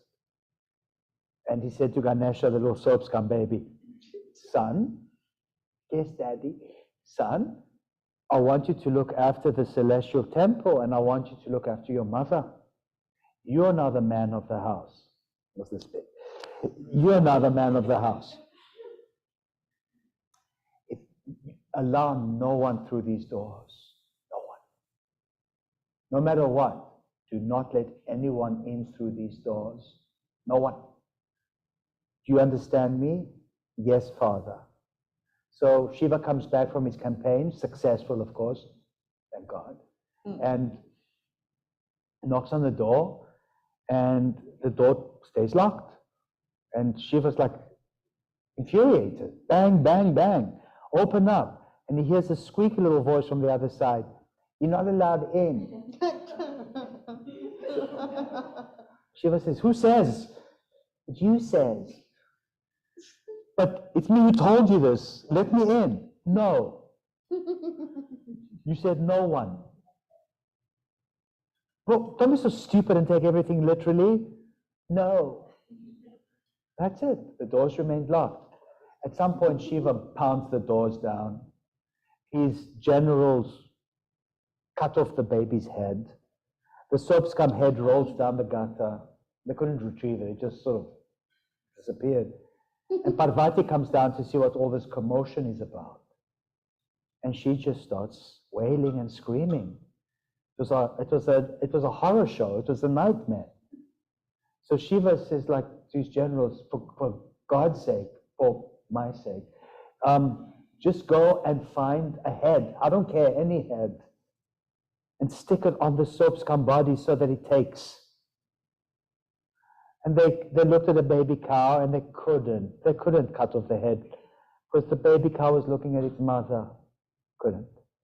They looked at this baby, they looked at that baby, they couldn't. And meanwhile, Parvati screaming and wailing and pounding on the floor and tearing her hair, she's going berserk. Then a naughty little curious elephant looked away from his mother to see what was going on. They cut off the baby elephant head. But it instantaneously grew another one, so don't you worry. The mother elephant didn't even realize. And they took that elephant head and they placed it on the soap scum body, and it took. And then Parvati looked at it and says, oh my God, it's cute. And she was happy. And then Ganesha says, do you like my new head? And everybody was in agreement. Yes, you are delightful to look at. You look ridiculous. You have the body of a soap scum human baby and an elephant head superimposed. And what's your little vehicle? A toy truck? No. No. What? A mouse. That's Ganesha. It's the absurdity of trying to describe God. Because Ganesha is the remover of obstacles. Ganesha is Parvati. So sun. It's her life force that gave life to him. Ganesha is Shiva. Shiva is ultimately his father. Different expressions of the same thing. Ganesha means the Lord of hosts. The same Lord of hosts that guides us in the wilderness. Yes. With a microphone, please. Microphone in mouth.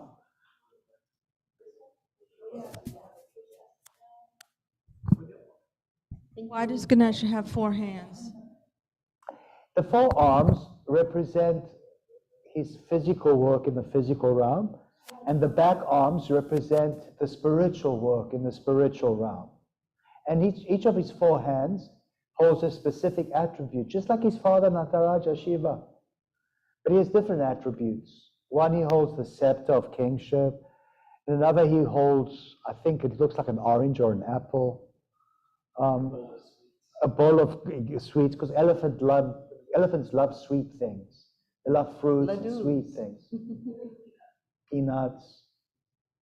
What does he do? What is he holding there? Looks like an apple. Read it. No, to show us. Give us words. What do you see? It's like an orange or an apple or something. It means the goodness, clean foods, clean harvest. He removes the obstacles, even the obstacles of hunger.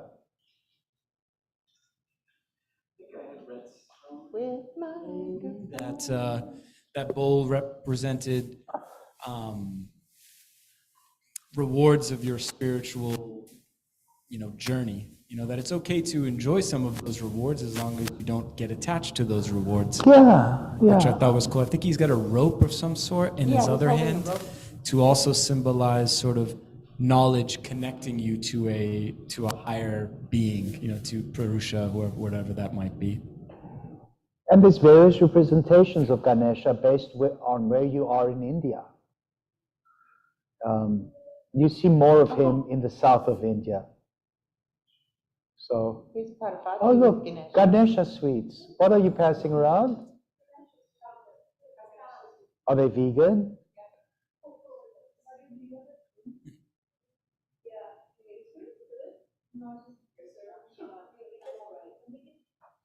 Pass it around until it eventually reaches me. On the screen, there's a picture of Shiva and Parvati. It says Shiva, but I don't even see that, but giving a bath to Ganesha. Oh, cute. So is that blood? I don't know. Could be bleeding when you cut the head off. I don't know. Why is Shiva white? Because he's a ghost. He's the Holy Ghost. I thought he was always blue, no? Well, that too. Bluish white? Bluish white. Could you equate it almost, as you mentioned, a consciousness breathing life into the planet in order to create nature, the gunas, in order to experience between the self of and course. the nature, and then just like this story. All these things are allegories of the same story. They all say the same thing. Did you see Ganesha, lots of Ganesha things in India? I know. Everywhere? With microphone in mouth?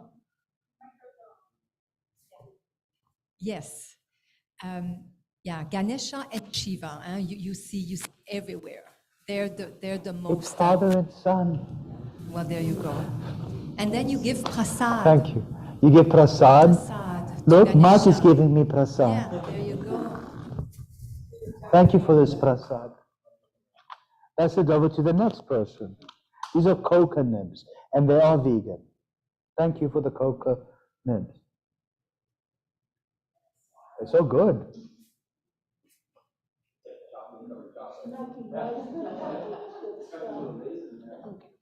All right, let's continue with this.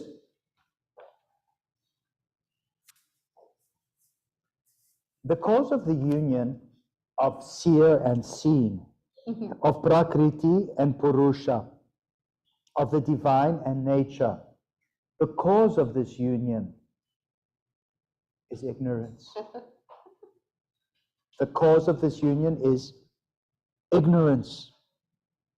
You cannot unite the ephemeral, the impermanent, the unreal, the provisional, with that which is absolutely real. And if you think you've united one to the other, it's just ignorance.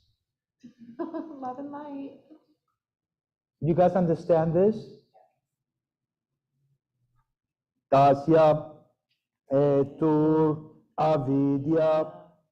The cause of this union is ignorance. Here Patanjali laughs at the idea he just expressed. The cause of some yoga is ignorance. You may think it's confusing, but it's not really a puzzle. Only the divine is real. Everything else is Impermanent. It's just a movie. When the movie's finished, the credits scroll down the screen, the actors are long gone, and the lights go on, and you go home. And then the cleaning crew comes and vacuums up all the popcorn spilled on the floor. That's what happened. I have a question, well, really a statement. So it seems though that that's part of the process that you witness is that first that you come to that union and you almost glorify that union, and then you come to realize that that was an ignorant part of the journey. Yeah, you laugh at yourself afterward. Yeah. You say, oh, I'm so glad to be alive. God has sanctified my life. My life is real now and everything. And then the very next day you wake up and say, oh, silly. Only God is real. This is just provisional. Yeah. It's like a movie. But it seems a lot of people get stuck in that state. Most people get stuck in it. That's why yoga wakes us up. Yeah. Do you need a microphone in your mouth? It's that 5-part Tandava or the Lasya Tandava of the Nataraja, the cosmic dance where we cut through the illusion in the 4th part. I'm going to sneeze. Cut through It's the gone now. illusion. We are not coming to who we truly are. It's the 4th movement, Tirodhana Maya, coming to terms with your illusions. In Raja Yoga, where do we do that? Shavasana. With the Carissa pose? Yeah, the eye of the needle. You're holding on to your baggage as if that was real. It's not. You remember all that? In the Raja, in a Vinyasa class or a Hatha Yoga class, where do we do the same? Overcoming our illusions? Virasana, Supta Virasana, Ustrasana, Sashangasana, Ardha-Kurmasana, and finally, Vajrasana. Not Vajrasana, Bhadrasana. Would Shavasana also be overcoming that illusion? Yes, because you're not this body, you're not this mind, you're just spirit. And not only that, you are the witness. And then the witness beholds his true self. You don't have a body, you don't have a mind. They were just provisional, it died. All the bodies will die. I will die. We all will die at some point. Interesting. Does it mean that I never was? I was in a physical form for a while. But I always was, and I always will be. Mr. Yash, how long have you been around? In reality, how long have you been around? No. Billions. Not on earth, in reality. Billions. You've been around for about, no, not forever, but you've been around for about 14 billion years now. 14 billion. Actually 13.8 billion to be more precise. Give or take a few million. Why? At some point, maybe. At some point. You want to hear my past life story? Not really. I think it's pretty good. My boss, when I was working at a law firm in California, she called me up and she said, come, let's go for a psychic reading on a Saturday. And I'm like, I don't believe in this kind of stuff. She says, okay, fine, I'll have somebody else. Bye, click. Okay, and I felt bad. And I said, no, I'll go. I mean, but if you don't love it, what's the point? I said, no, the point is we get to spend some time together and we can have fun and, you know, it's interesting. I'm just being very scientific and cynical. And she said to me, well, it doesn't suit you. I said, let's go to that. She says, okay. So I went and picked her up and we went to this place called Fort Mason. And there was a whole bunch of psychic readers. They had 2 chairs facing each other, lots of double chairs in this massive hall. And I sat down and this woman came up to me. She was very short, she was cute, she was from Persia. She had a lovely accent and her name was Shira. I'll never forget her name. And she says, hello, my name's Shira. I said, hello, Shira, I'm Philip. And she says, I'm going to read your energy. And I went like this. I mean, I'm just not into this stuff at all. And she's standing behind me, she's short. She says, keep your eyes open, keep your hands open like this. And she starts to feel the air around me with her hands. And I'm like, she says, there's no reason to roll your eyeballs. And I'm like, how can she see? She's so short. I mean, she cannot see past my head. And she's behind me and there's no mirrors anywhere. And then she starts to talk. She says, you did this and you were born there. And you did this, and you are like that, and you prefer this, and you prefer that, and you studied this, and now you're doing that, and it was like spot on, everything. And I'm like,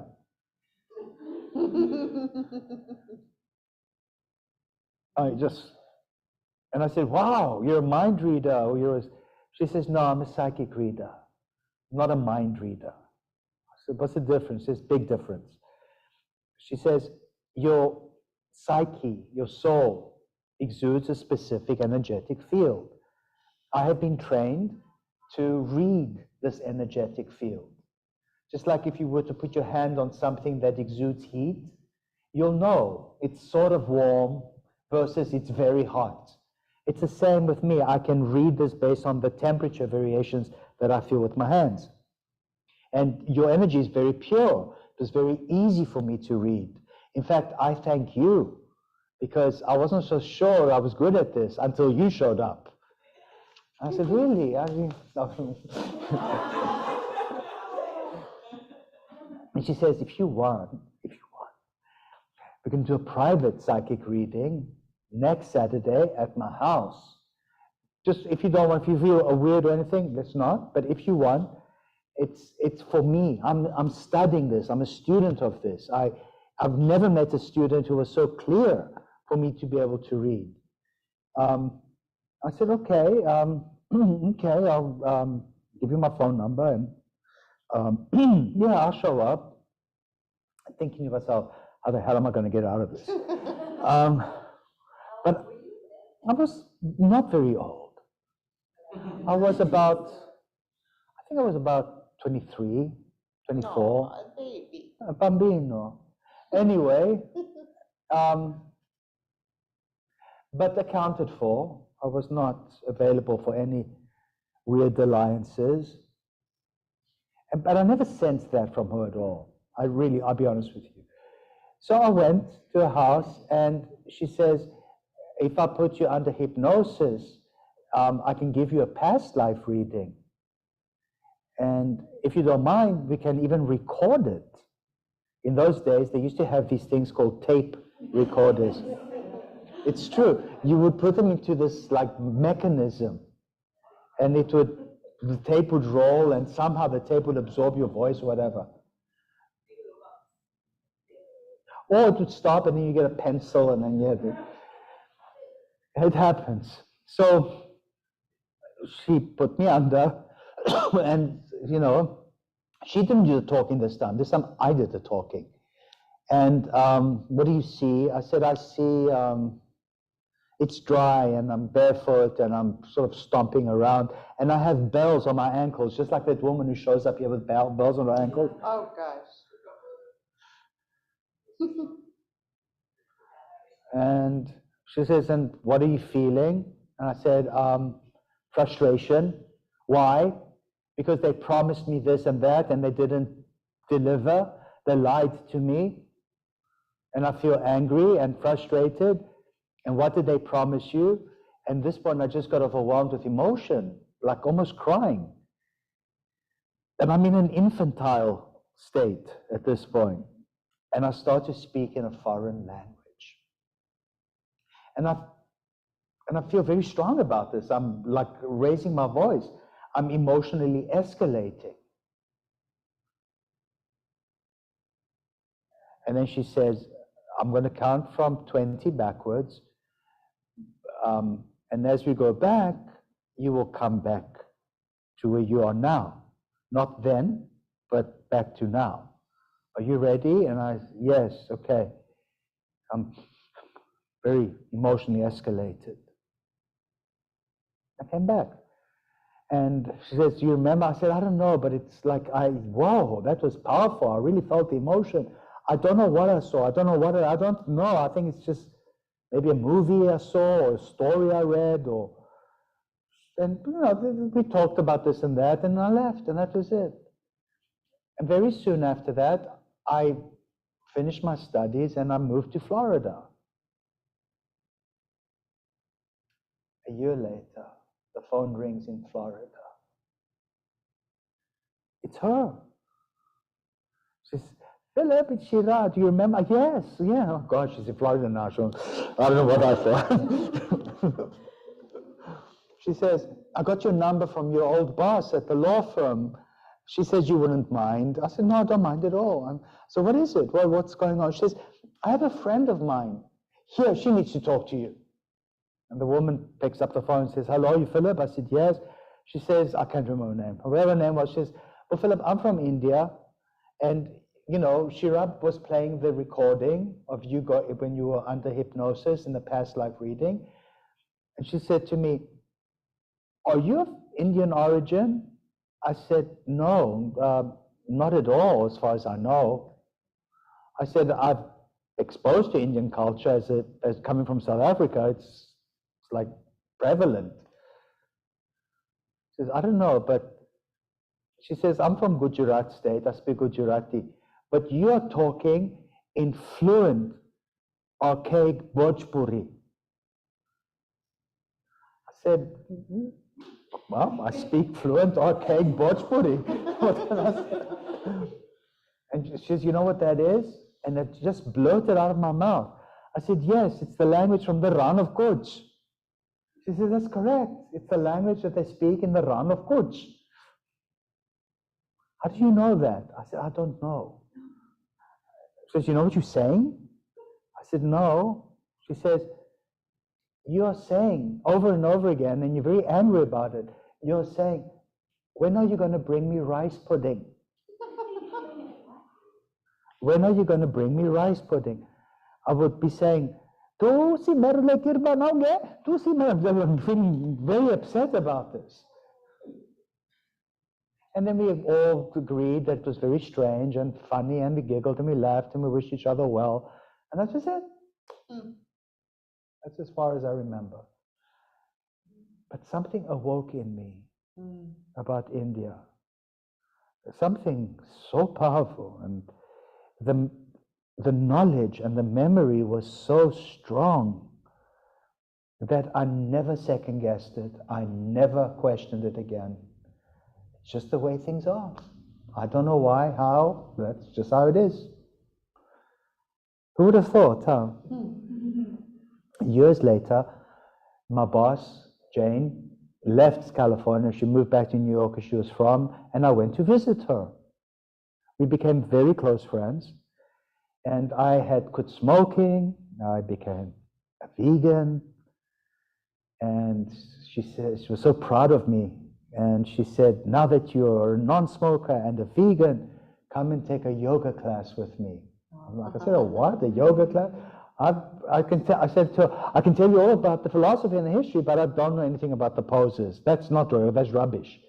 She says, well, before you throw it away as rubbish, why don't you come with me once? And I went with her. And it was awful. I couldn't remember anything. All I remember is that I was sweating and how cold the room was. cold, and my sweat was cold and clammy on my skin, and my joints were hurting, and it was unpleasant, and it just wouldn't stop. It just carried on and on, and just for 2 hours. I mean, I couldn't remember if the instructor was male, female, this. All I remember is how awful it was. I did not enjoy it whatsoever.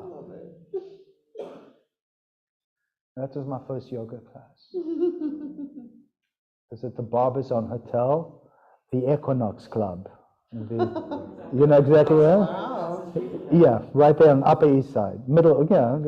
East Side, yeah. Yeah.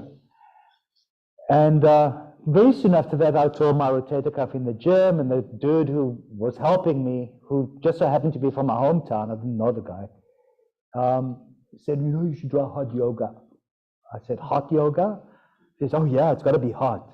And I remembered how uncomfortable the cold was. I said, yeah, hot, it's got to be hot. It really does have to be hot.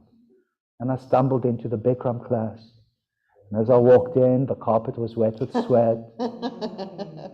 And you know what happened next. Oh, yes. In Shalabhasana, I slipped, and my tongue licked the floor. There were hairs, and fibers, and toe jam, and dead skin. God knows what was. And then I asked for they forced me to buy a 10-pack. And then I said I wanted a refund. And then she said to me at the desk, no refunds. Thank God I did not get a refund, Laura, because we would not be here. Anuttara would not have existed. This would be a dentist office or something. Who knows? Thank God there was no refund. What was nice is in the Bhakti training, Adrian was here, and Adrian knows all these people. He was with me then when all this was happening, and he remembers. Thank God, Linda, who was at the desk at the Bikram studio, said no refund. You've heard the story before. Yeah, so you never know.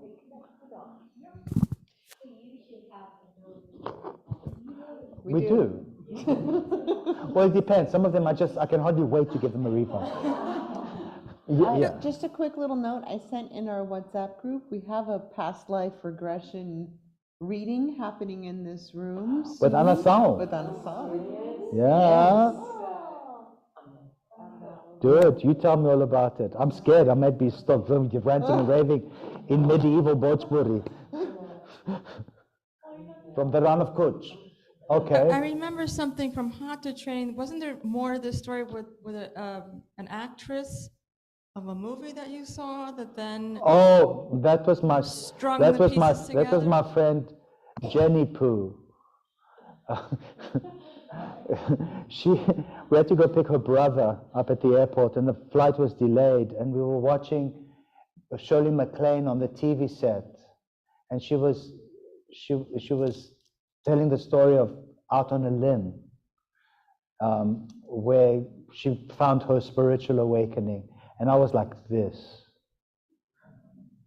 This was very soon after that episode, so I was really amazed, you know. I mean, here was somebody who I always, you know, enjoyed Shirley MacLaine. I enjoyed everything about her, her talent, her politics, her everything. There's everything, but what's there not to like about her? And you know, and I was just stunned, you know, because and I turned around to Jenny Poo and I was like, this is like when I told you about the Ran of Kutch or whatever it was. She was not interested. She was just excited to see her brother who was flying in from Cape Town. So that's the story. That's it. I was gonna, when you mentioned bells, I was thinking like, microphone, please. Someone's pet. You know, like asking for you. I think I was a very young little boy, and they made me dance at some festival or something, and in return for making me dance, they were going to bring me kheer, rice pudding, but they didn't. They probably just gave me a lemon or something. And then I got very frustrated and angry. I was crying, and you know, and this was the memory that came up. It's the betrayal. It just felt like betrayal, and it was soulful. My pain was from the soul. The betrayal was unbelievable. But they lied to me. And here I am dancing around with my jingling bells. And I was barefoot in the memory, and the dust was like reddish and flying around my ankles. And in fact, my skin, which looked dark on my legs, became reddish from the dust. I mean, that was something that really showed up in the vision. Strange stuff, who knows? In the yoga tradition, it's neither strange nor is it mystical. It's a reality. There is past life memory. We can access past life memory through hypnosis or deep meditation.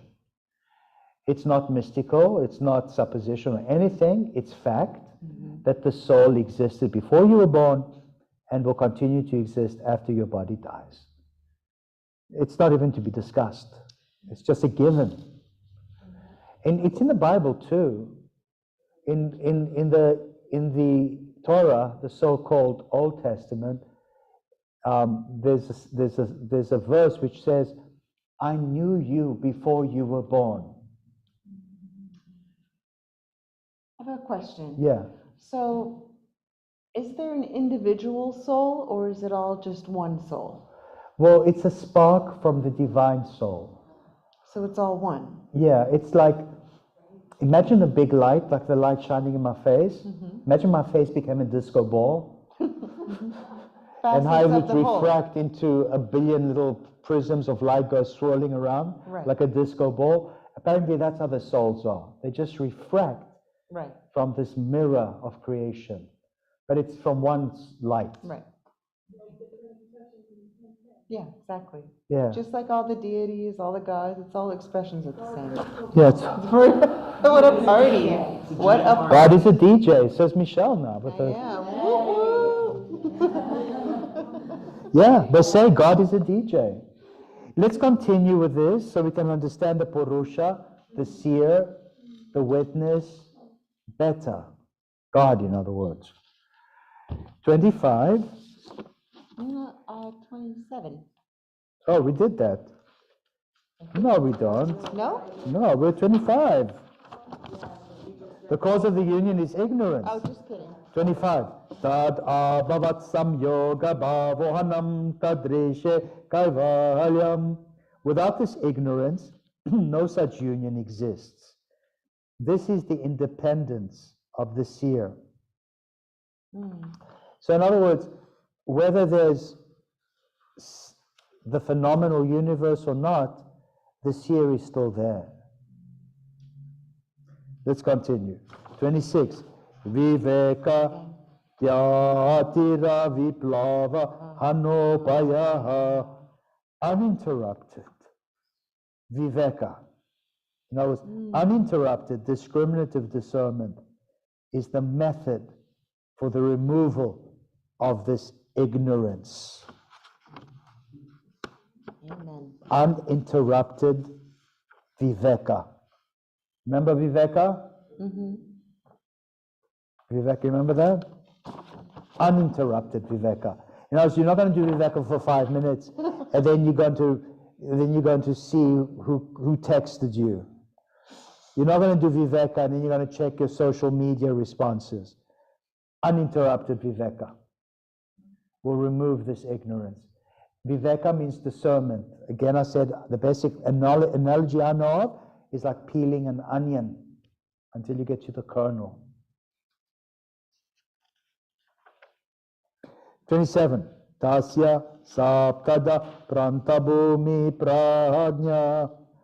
One's wisdom, prajna, in the final stage is sevenfold, saptada.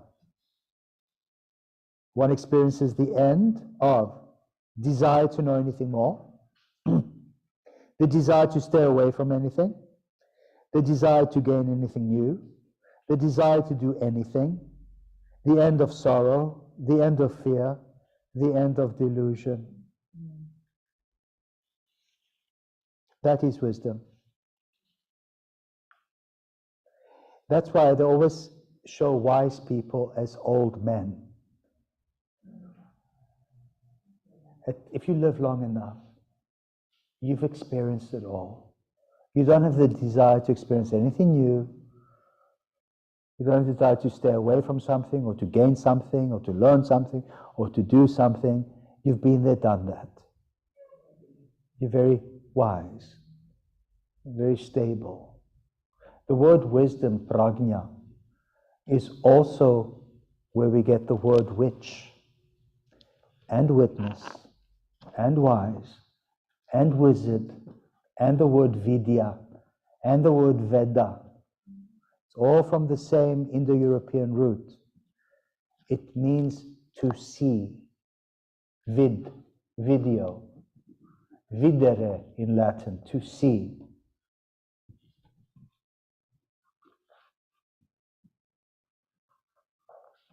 And this seeing is an intuitive knowledge. It's very different. English only has one word for knowledge, but in other languages, like, say, a very close relative to English, German or Dutch, there's two ways of knowing. In Dutch, we would say kennis, you just know something, versus weet, you just really know. We've lost it in English. Wissen in German, closely related to Veda, Vidya, versus kennis, to know. The only way a little bit of this survived in English, when those who are close to us, people we know, we call them our kin. Kin, people that you know, that's kin.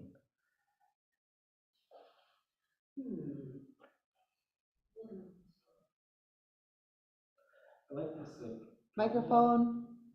Microphone, mic in Mike's mouth. The prajna, I look at it and I see ajna, like sort of your third eye, and then the PR, I assume meaning before. Before. So Prajna before means this before, knowledge before knowledge. intuition. Right? It's intuition. Prajna is intuitive wisdom or intuitive. But there's a difference in prajna and vidya and gnana. Prajna, gnana, can you see the connection? Yeah, one's Gnana means knowledge, prajna means pre-knowledge, or which is wisdom, right? It's not wisdom. something you read, it's something that you experience through viveka, Yeah. through discernment. You get this prajna. You cannot achieve prajna, wisdom, without doing viveka. Viveka is the first part. That's when King Solomon asked for his sword of discernment, to slice the baby in half. What did Solomon pray for? For glory and wealth? When Solomon received the kingship, what did he pray for? Wisdom. That's all he prayed for, wisdom. He says, "Oh Lord, I pray for wisdom." That's all he prayed for. Tell me? Would you say precognition would fall under this definition? Prajna is precognition, yeah, prajna. It's almost the same words. Precognition, to cognate is Latin, precognition. To prajna, it's almost the same words. Can you see how close they are? Okay, very interesting. Let's continue. Are you guys excited? Yes. Did the thesaurus offer any more elucidation? Elucidation. Microphone. Sorry, I guess. What word are you looking for? Prajna? Well, no, we were talking about the different languages, and, Oh, and you were okay. saying not in English, so I just was curious, so I put wisdom in the thesaurus to see if there was anything that sounded related, and acuity, or acumen, I don't know how to pronounce Acumen. it correctly, sounds, I guess, would be similar in wisdom. I typed in wisdom, and so that's what came up. That sounded the most, just sounded the most similar to what we were just saying. I was just curious. Okay, yeah. Acumen means more like skill. Yeah, Um, that's what I got out of Yeah. 28. Yoganganushtanada sudikshayek nanadiptira vivekatyate. Isn't that a good one? Yes, beautiful. By the practice of the limbs of yoga, the impurities dwindle away, and there dawns the light of wisdom, leading to discriminative discernment. So before you achieve viveka, here it says, first needs to dawn the light of wisdom, prajna. And 21, yama niyama asana pratyahara dharana dhyana samadhi samadhayostavangani. Here are the 8 limbs of yoga. 29, he describes ashtanga. Are you guys happy? Yes.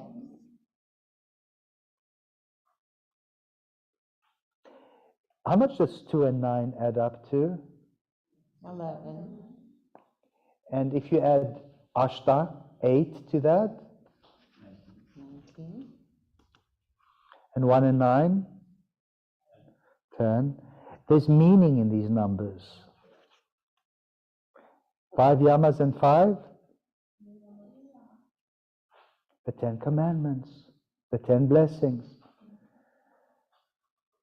But there's in numerology, in Deuteronomy, the secondary laws, Defterinomi in Greek, the secondary laws, there are a total in the Torah 613 mitzvot, 613 laws. And the laws are very obscure, like you shall not weave fabric of 2 different threads, for you will be punished to death. You shall not, just bizarre things. You have to read the 613 mitzvot. How much does 613 add up to? 10. Any way you cut it, when you look at these laws, it adds up to 10. How many fingers? In both hands? How many toes? 10. How many commandments? 10 commandments. And then Moses goes and adds another 613 to make it more complicated for everyone. But they're just elaborations of the 10, because 613 adds up to 10. It's called numerology or gematria in Hebrew. But numerology and gematria works just the same here, which means that this must be revealed scripture, Rita Prasarita. If there's a numerical code associated with each of the verses, there must be some kind of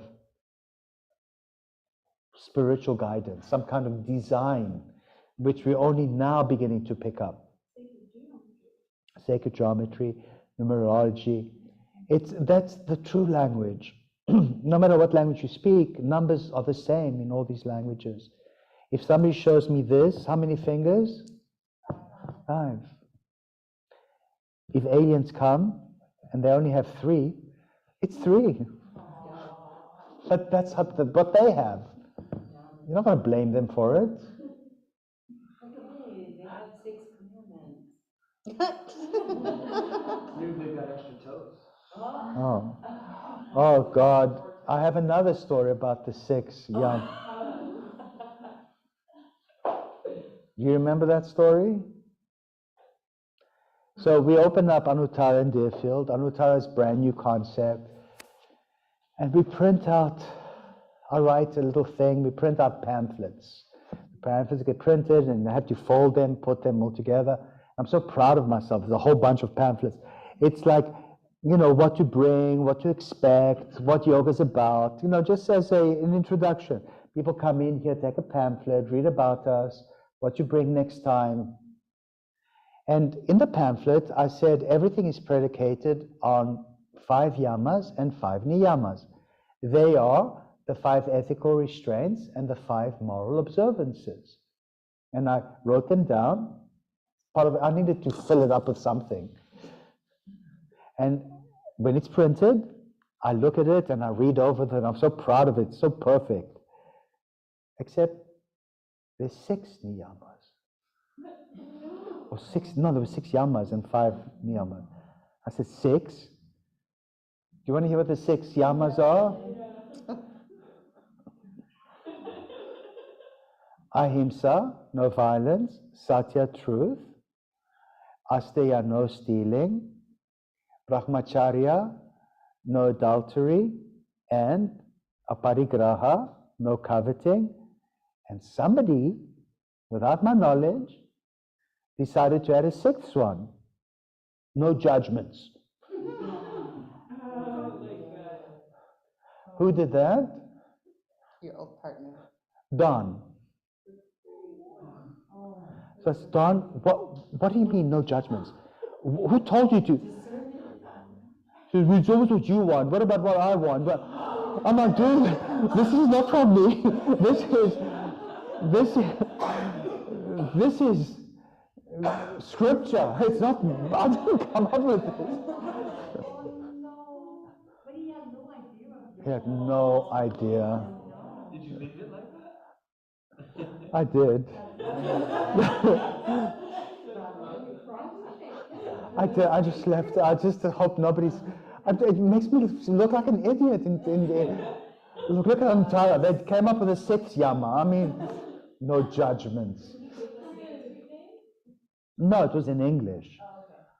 And he decided on his own, because it was all about what I want and nothing about what he wants, he decided to put no judgment on it. You remember him? Did you ever meet him?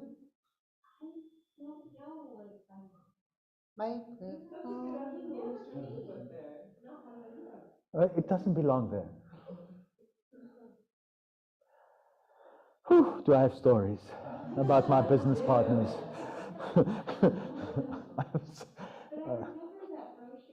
You remember the brochure? It was still there. I think I had it reprinted properly at that point. Do you still have one? Oh. It would be worth gold now. Okay, please, if you have it. So, the 8 limbs of yoga are as follows. Yama, here he calls it abstinence. In other words, do not do. Thou shalt not. Yeah, niyama, observance. In other words, thou shalt, you must. The next one, asana, posture practice. Pranayama, breath control. Pratyahara, sensory withdrawal. Dharana, dhyana, and samadhi. There you have it. That's Ashtanga. This is the book that describes Ashtanga. So when people come up to me and I say, new ones that come here, I say to them, have you done vinyasa before they walk into the boom boom? The ones who do Ashtanga are the most proud. They're like, I'm an Ashtangi. I'm an Ashtangi.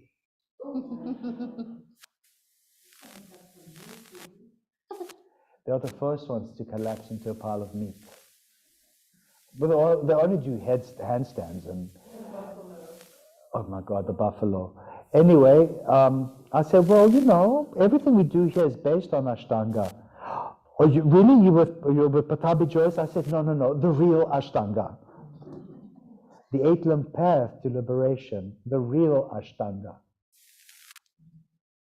It's when Patabi Joyce was teaching Vinyasa, he was telling them, even this is Ashtanga. This is Ashtanga.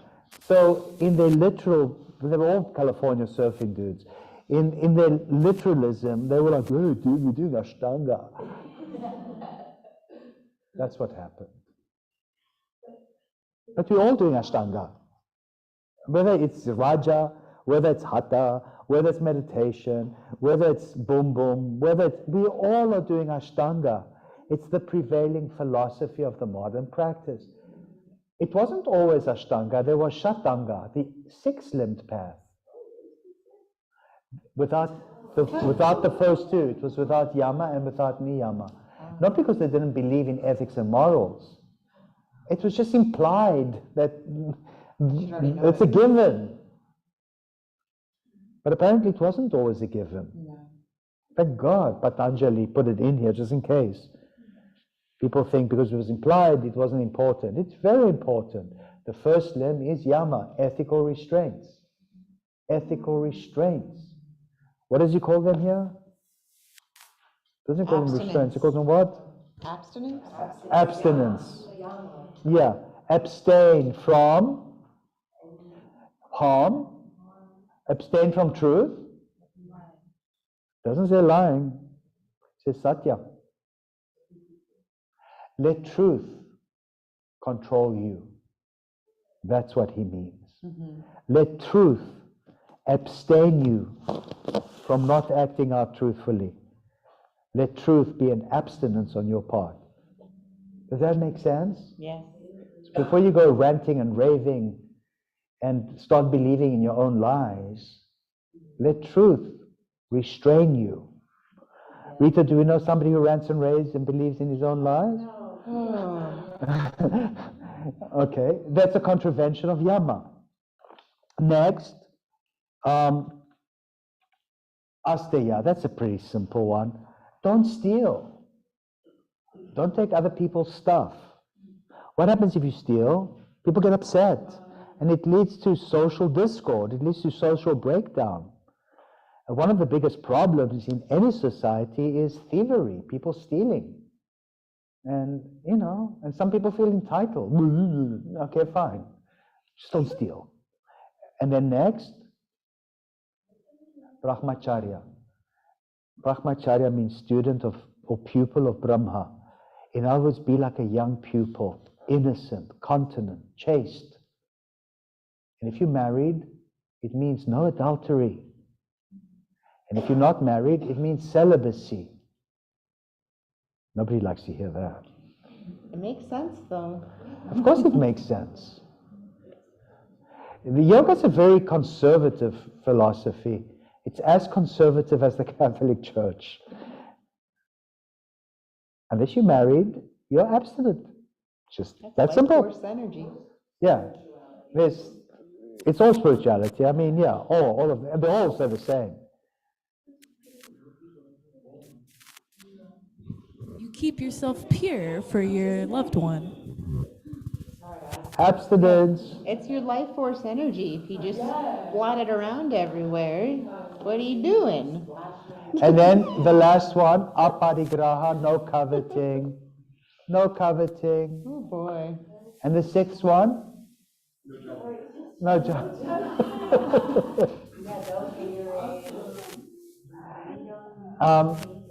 It's one of the most silly modern affirmations. No judgment. Please judge. Well, discernment. You have to Please judge. Discern. One of my favorite sayings is like, yes, I take your inventory. How else am I going to know who I want to be around? You know what I'm saying? You must take fearless inventory. It's not to make yourself self-righteous with your judgments, that just because something resonates with you. Don't be judgmental. Right. It's different than being judgmental versus don't judge. Please judge. Yeah. But don't be judgmental. Exactly. Yeah. All right. There's a difference, right? You guys know the difference. You can figure it out. Do you know anybody who's judgmental?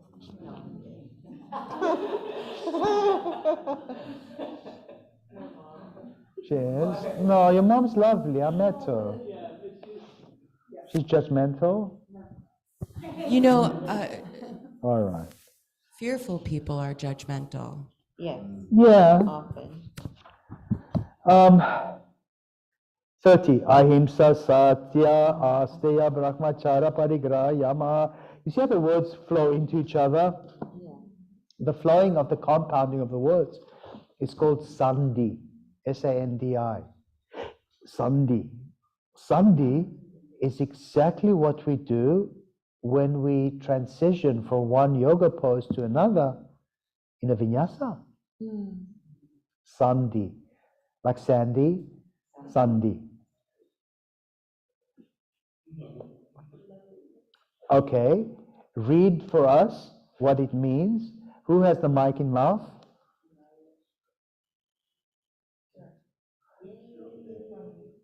Read the translation of 30.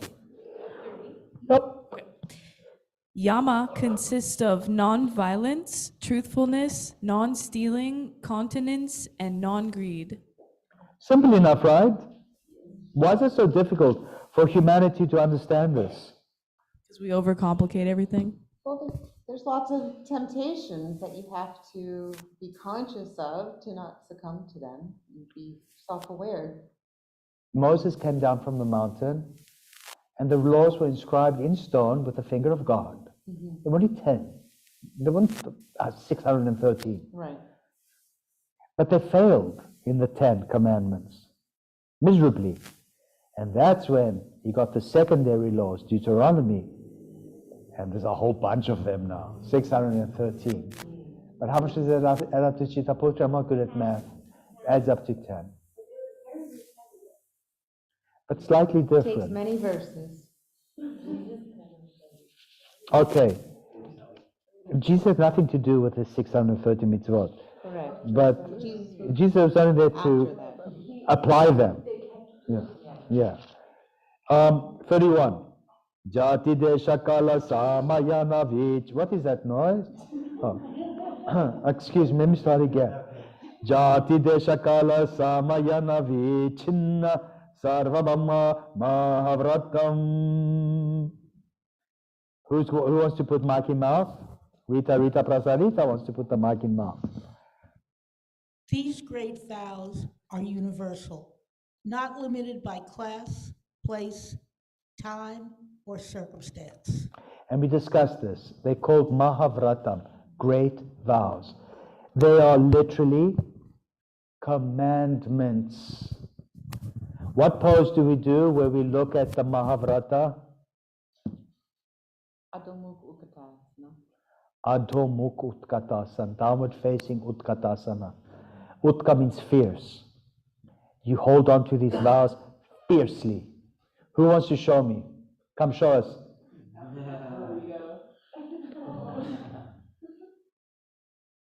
Was the vegan burrito at least? Okay, good. So it won't kill you then. Go right in between the lights, please.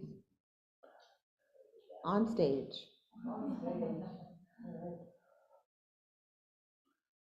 Bring your hips up a little bit. Bend your knees down a little bit. There you go. She looks like a cherub.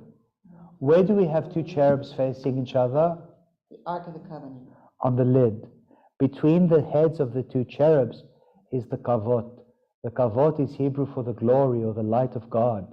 In Sanskrit, we call this kavot tejas, the brilliant light. Do you see the brilliant light? Thank you, Sarah, for being such a brilliant light. Yay! Do it again, Sarah. There's two of them. But face the other way now. You have to face the other way. In between the lights. Me. Because it's two of them.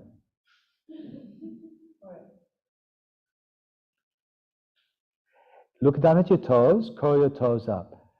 How many toes in the right foot, the first limb? 5. And what do they stand for? The yamas. Tell me about each yama. Ahimsa, non-violence, satya, truth, asteya, non-stealing, continence, brahmacharya, and the parigraha. Very good. And at the left foot, your second limb of the 8 limbs? The niyama. What do they stand for? Satya, santosha. Santosha or Santosha? Santosha. Mm-hmm. Tapas, svadhyaya, isha, pramidam. Excellent. Thank you very much. Those are her vows. Those are her commandments. She's a winged thing. She's an angel. And the crown of the one angel meets the chakra, the white light from the other crown. And it creates a ball lightning. It's like literally like a ball of, looks like an orb. Have you ever seen UFOs fly? And the UFOs release orbs? Nobody's ever seen such a thing? Oh, nobody's ever seen a UFO releasing orbs? Yes, all the time. Okay. That's the kavod. It's an orb of white light, and it shines from the crown of the one angel facing the crown of the other angel. When the priests in the temple in Jerusalem, the head priest, the head kohan, walked into the Holy of Holies, it's called Kadosh HaKadosh, they would tie a string around him, a sutra, literally a sutra. He would walk into the Holy of Holies. It was a small chamber, it had no windows. It was covered with cedar wood, on top of which was laid gold. Inside, there was two things. The Ark of the Covenant. Inside the Ark of the Covenant was Aaron's rod and the 2 stone tablets, the 10 Commandments. And then next to all this, up against the wall, was the menorah. It has 7 arms, representing 7 what? It has 8 arms. And then the shamas in the middle. No, that's the Hanukkah menorah. Okay. In the Holy of Holies it has 3 and 3 and 1 in the middle. How many in total? 7. 7 chakras.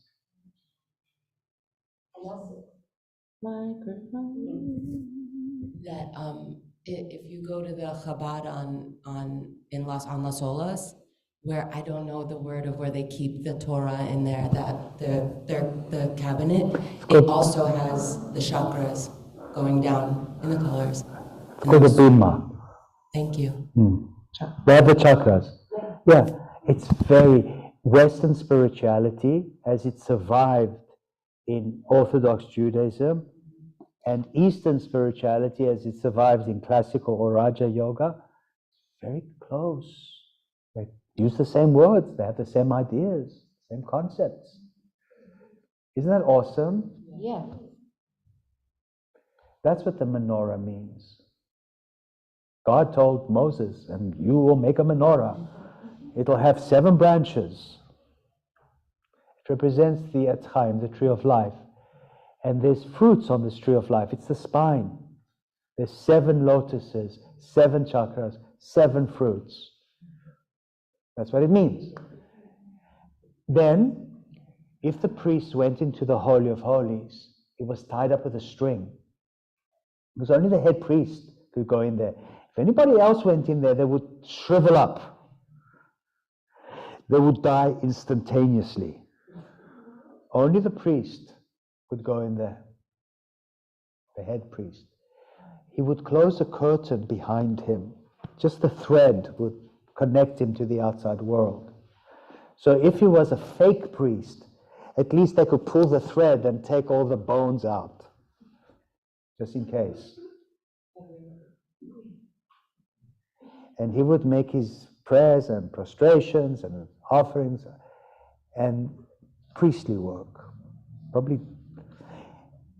And if he saw, it was pitch black in there, there was no window, the curtain was drawn, but the glory, the kavod, the tejas in Sanskrit, that shone between the crown of the 2 cheruvim, the 2 winged creatures, would light up that room. The room would light up, even brighter than these lights. Yeah. The whole room would light up. And then he would wear vestments on his chest, and he would have 12 semi-precious stones sewn into the vestment. Some say it represented the 12 tribes of Israel. Others say yes, but it also represents the 12 signs of the zodiac.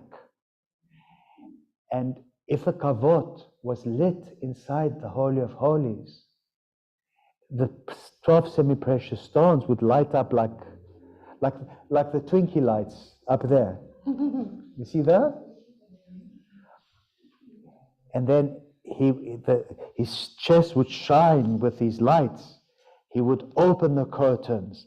He would step out of the Holy of Holies, and he would do this.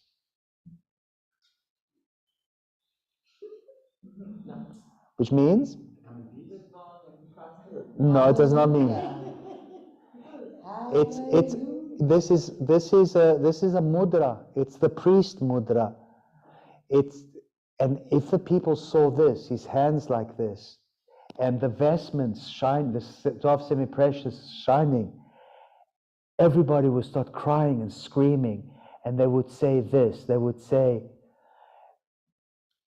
Allah is Jehovah. Alleluia. That's what it means. Hallelujah. And the sound would carry from within the courtyard to the outer, from inner sanctum to the courtyard, beyond the temple complex, into Jerusalem, and from there into the rest of the world. And everybody would be crying, Alleluia, Alleluia. It was the light of God was shining in the Holy of Holies. And then one day it stopped, and it never shone again. Stopped.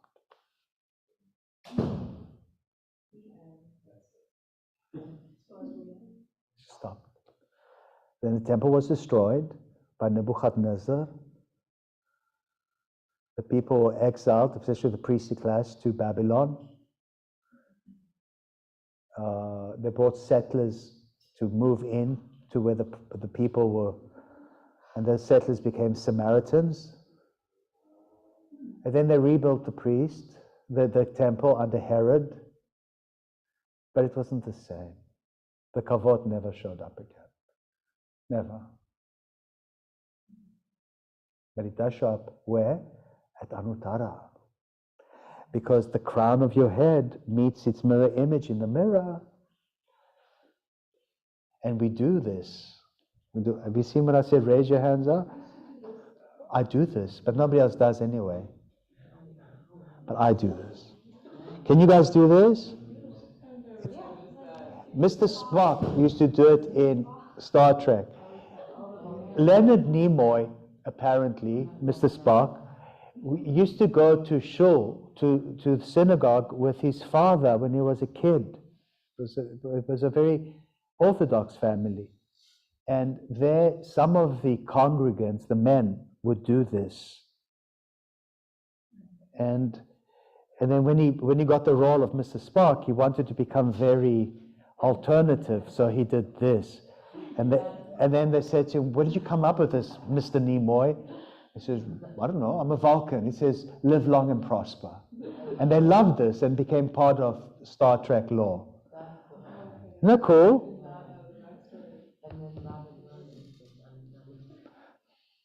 What did Robert Williams do? When he was in Morgan Mindy. Microphone. Oh, he did do it also? No, but he flipped it. Grab the mic. Comedy. Oh. So he's like, nanu, nanu. Okay, nanu nanu. I can't do nanu nanus. Okay, here you are. Anyway, these are mudras. These are all mudras, energetic seals. They are not unique to India. If you see old icons of the rabbis or the imams or the saints, Jesus does this all the time. He does this. You see them all the time. You know, this is exposition of knowledge or blessings or what have you. Mudras are universal. They are spontaneous. We have the most profound manipulative organs or limbs that more than any other creature, maybe an octopus. But humans, only humans can bring the thumb to each fingertip. Tell a chimpanzee to do it, and the chimpanzee will probably knock your head off. They get frustrated. They can't, because their thumb is too short and their fingers are too long, and they can't do this. They get upset. They go, you know how they go. Aren't they cute? Yes. What does it mean by sealing the energy through the moon? Mudra comes from the word mud. And mud means mood. It means a joyful mood. So if you do a certain yoga pose, your body releases energies. You don't want to squander the energy or lose it. You want to seal it back into the body with mudra. Each pose has a specific mudra. When you do bow, This is the mudra. It's an arrowhead. Please don't do bow like this. It's wrong. It makes you look silly. It's this. When you do hasta daidrishti in lunge twist, it's the same. It's this. It looks vaguely like what the nasties would do when they greeted the head nasty, but they probably stole it from yoga anyway, after they did everything else. Evil people cannot create anything new. They can only steal what others have created and flip it around and make it even nastier. It's always been this way. These are mudras. This is Anjali mudra, palm to palm. This is chin mudra, consciousness seal. Some people do it like this. I don't think there's a difference whether it's up or down. It depends how you feel. Gyan mudra is this. Just one. But if you're doing it in the yoga pose, the palm has to face your face. If you face it to somebody else's face, it's nasty. The nasties do it. They do it as a sign of racial supremacy. So be very careful. How many times in yoga to say the mudra faces, the palm faces your face? 1,000 times. How many times? 1,000 at least. Does it compute?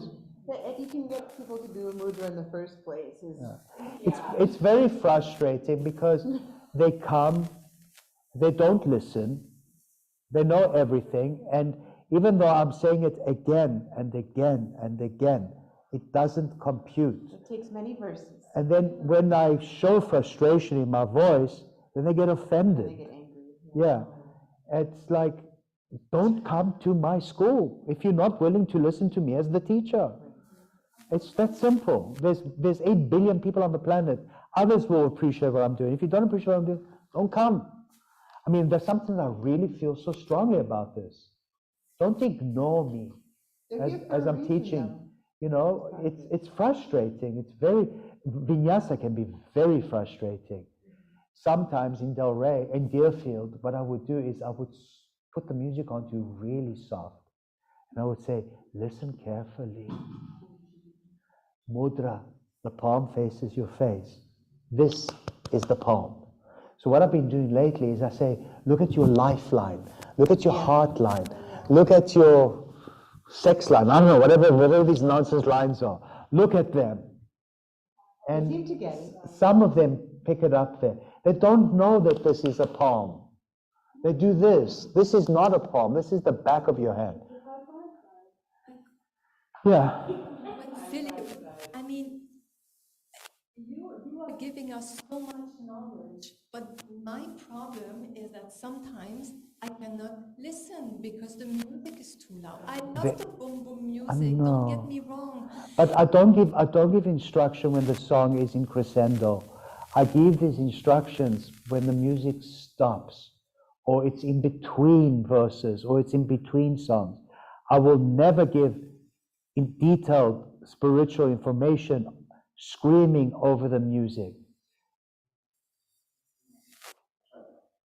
It doesn't work. It's very difficult and people don't love it. They don't love it. They want it, and when you offer it, they don't come back again. It's too hard. But they won't come. You'll have maybe 2 students. Yeah. But sometimes there's so much going on in Yes. their minds that they can't compute. There's no computing. That's what's going on. There's no computation. They're not even present. They're just going through the motions. Some of them are preempting. Others are just not listening at all. They're just going through the motions. It's also part of the practice. It is the initial ignorance, and it takes time. It takes planting the seeds and encouraging them to come back, even if. But the Gnostic seal, Jnana Mudra, is your best defense against ignorance. I'm aware. And they are displaying ignorance. They're doing it wrong, and they're not willing to listen.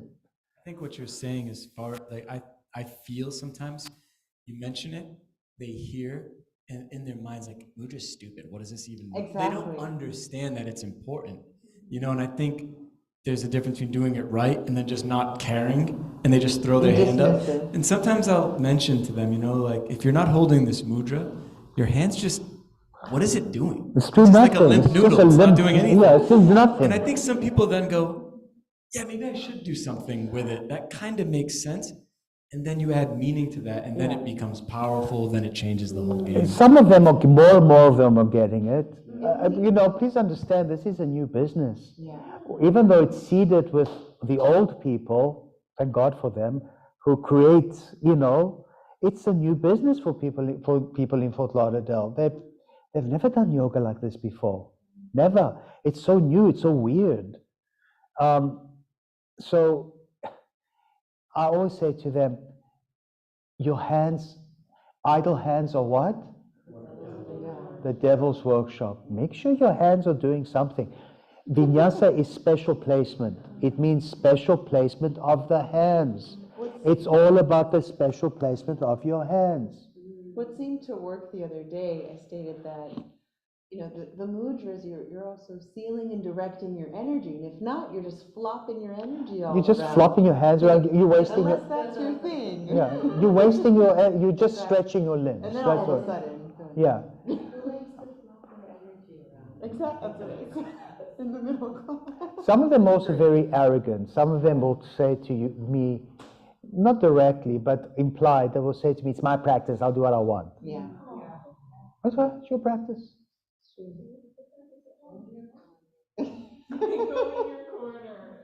They do, they go into the corner, and it's their practice, let them do what they want.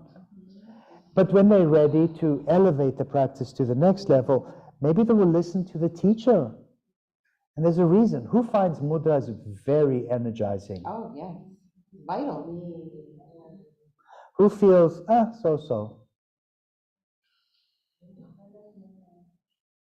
Who loves mudras? Oh, mudras are so important. I think I practiced for Microphone. 5 or 6 years, maybe sometimes in and out here and there. And only at Anuttara was the first time that anybody actually brought attention to a mudra and told you why you were doing it. So it is very, very new and very powerful. And I think it's important to come here and you follow what the teacher says. And the teacher's doing it with you, never mind saying it. Yeah. The teacher is actually showing you with mirrors and spotlights and it's like very, very like in your face, showing you. We practice what we teach. Also, what else also astonishes me is our various yoga studios will have mudra workshops. Who's ever gone to a mudra workshop? No. Have you ever heard of mudra workshops? No?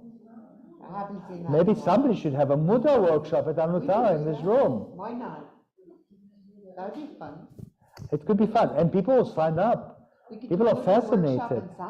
I used to, at the Barkin studio, when it was still Bikram, they would have mudra workshops, and people would go, and they would do the various mudras and what they mean and what have you, and then the same teacher the next day would not do mudras in the class. And it's like, what was the point? So you taught these people these mudras, can you put them into action so that, the disconnect was so astonishing to me.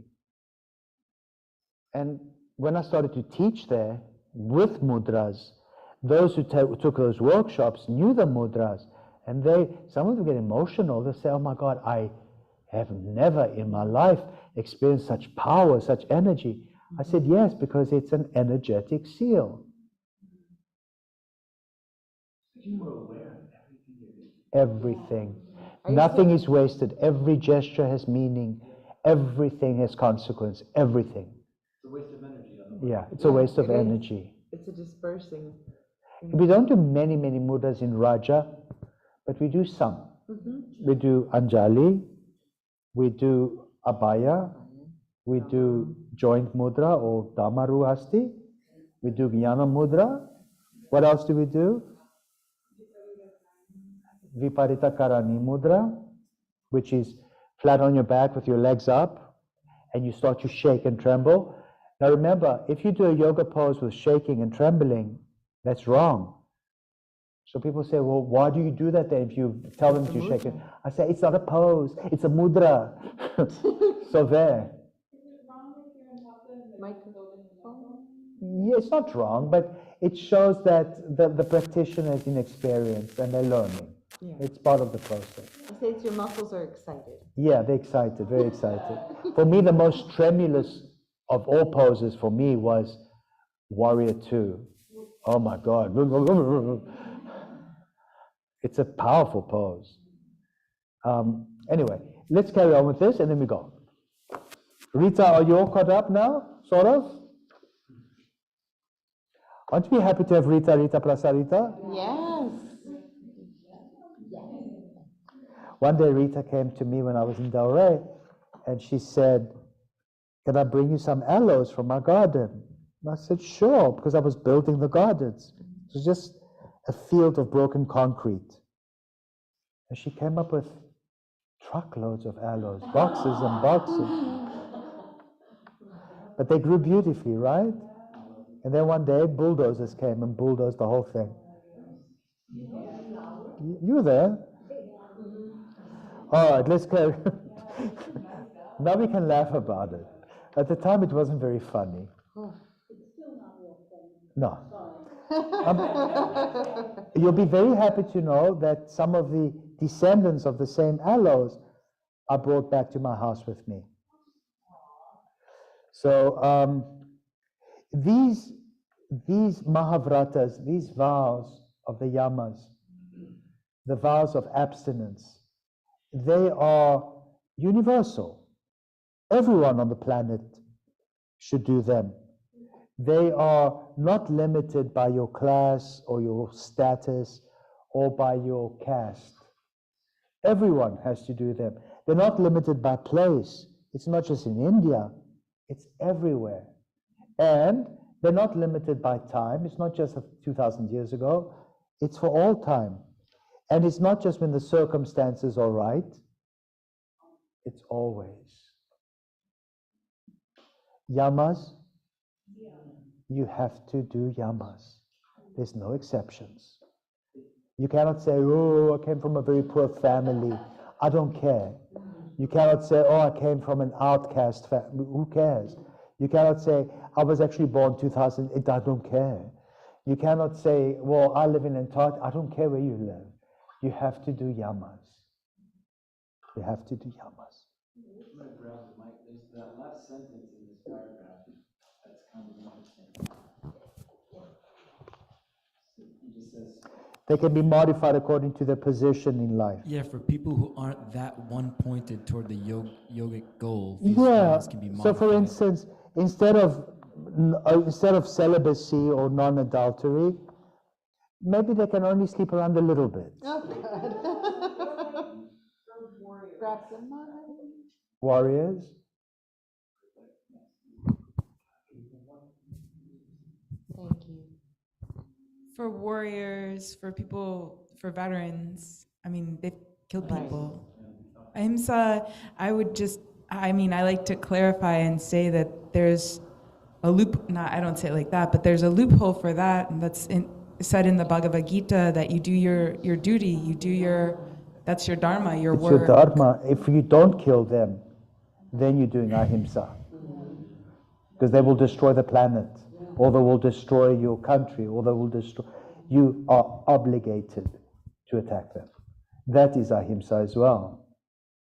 Remember again, Gandhi used ahimsa and satyagraha, non-violence and truth force, to overcome the British colonials. When the British themselves had to face the Nazis in Europe, Gandhi stopped that policy. In the beginning, Gandhi wrote a letter to the Führer, and the Führer, of course, ignored it, saying, "I'm going to listen to this skinny Indian in a loincloth."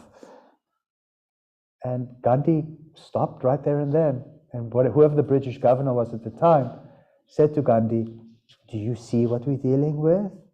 And Gandhi didn't say anything. He just nodded his head apparently and went. And that's when he started teaching from the Bhagavad Gita. He told Indian warriors to be like Arjuna. And he told them to get ready to fight. And they did. The same people who were ranting and raving against the British joined the British Royal Army and Navy to fight the Nazis. After the Nazis were defeated by the grace of God, after the death of millions of people, then they started their program against the British. They said, okay, now the wars are gone, the Nazis are gone, now maybe you can be gone as well now. Bye. And they did, they left. And the Prime Minister of England is an Indian. What's his name? Rishi Sunak, yeah. Rishi Sunak. His parents were from India. So even though Britain colonized India, I think in the end of the day, India colonized England. The British don't eat roast beef. They eat curries. Their Prime Minister is Indian. Do you see? You want to colonize other countries? Nobody has ever successfully colonized India. India colonized them. Even when the Muslims came into India and made forced conversions of people, mostly the Buddhists, the Muslim kings became Indian. They didn't become Hindus. But would you say the Muslim Taj Mahal is not an Indian? That's as Indian as it gets. But it's Muslim. Taj Mahal. You know, the Mughals, the Muslim rulers of India, they were Indian. Don't you go around calling them anything else but Indian. Did you see Mughal architecture where you went? Not so much in the south. They didn't manage to come all the way to the south. Some of the Dalits, the untouchables, converted because they were promised equality. That's about it. Let's continue. Ooh, this one has big words. Niyama, let's do niyamas now. Saucha santosha tapasvadhyaya svara pranidhana niyama. Isn't that cool? Yeah. Say it, people. You need to know the yamas and niyamas off by heart in Sanskrit.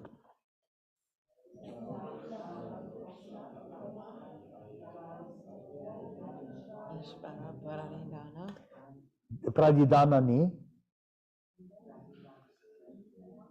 Pranidhana is pranidhana. Pranidhanani means is or becomes Kriya Yoga.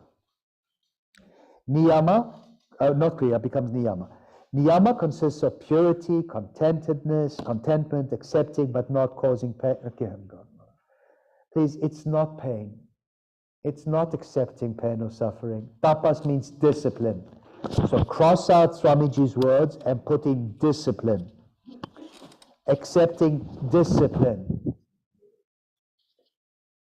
Study of spiritual books and worship of God, that is niyama. Thank you. Are you guys okay with that? 33. Vitarka badhane pratipaksha bhavanam. Isn't that cool? When disturbed by negative thoughts, opposite positive ones should be thought of. This is Partipaksha Bhavanam. Have you ever heard me talk about this in class? Constantly.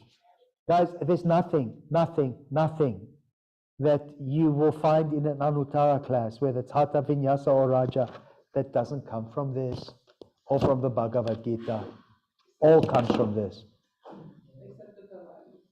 Except what? Oh, the Pilates. That does not come from the Bhagavad Gita. That's okay, I'll do that maybe once a month. Whenever my belly gets enormous, it's time to do this. If I had spaghetti that week, it's time to do this. It's crunch time. That's what it is. I mean, normally I would go running or go to the gym or something, but there's no time anymore. I'm teaching every day. So, 35. Vitarka himshadaya kirta karita nogmodita loba kroda moha purvakam redu madhyadyatmatra dukagnyanananta palati pratipaksha bhavanam. Isn't that nice? Yeah. It means when negative thoughts or acts such as violence, etc. are done, caused to be done, or even approved of, whether incited by greed, anger, or infatuation, whether indulging with mild, medium, or extreme intensity, they are based on ignorance, and they bring certain pain. Reflecting upon this is also Pratipaksha Bhavanam. What pose do we do where we explore the concept of Pratipaksha Bhavanam?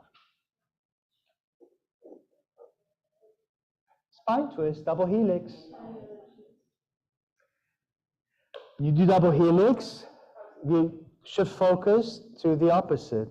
And then you do other side, Pratipaksha I call it. Or I call it out in Spanish. How do I call it out in Spanish? Otro lado. You like it when I call it out in Spanish? Yes. Sometimes I shock them and I call it out in Portuguese instead. Outro lado. Sounds exactly the same. That's it. And that's Pratipaksha Bhavana. Microphone.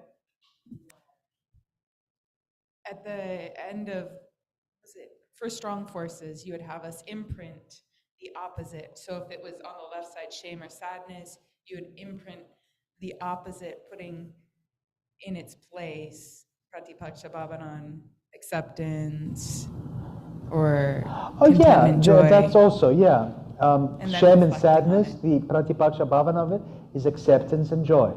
And the other one is forgiveness and forgiveness. That's Pratipaksha Bhavana also. Or you understand and you resolve it back into nature, that too is Pratipaksha Bhavana. Philip, isn't there another pose where you're creating a space and turning when you're in can't think of it. Yeah, I don't do that anymore because a lot of people said, Philip, it really hurts my hip.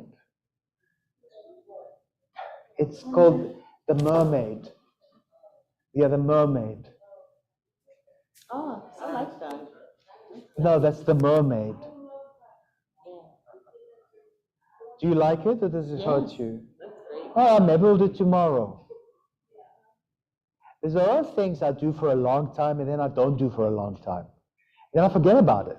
And then people show up after a long time saying, oh, I loved it when you did this and that. I'm like, what?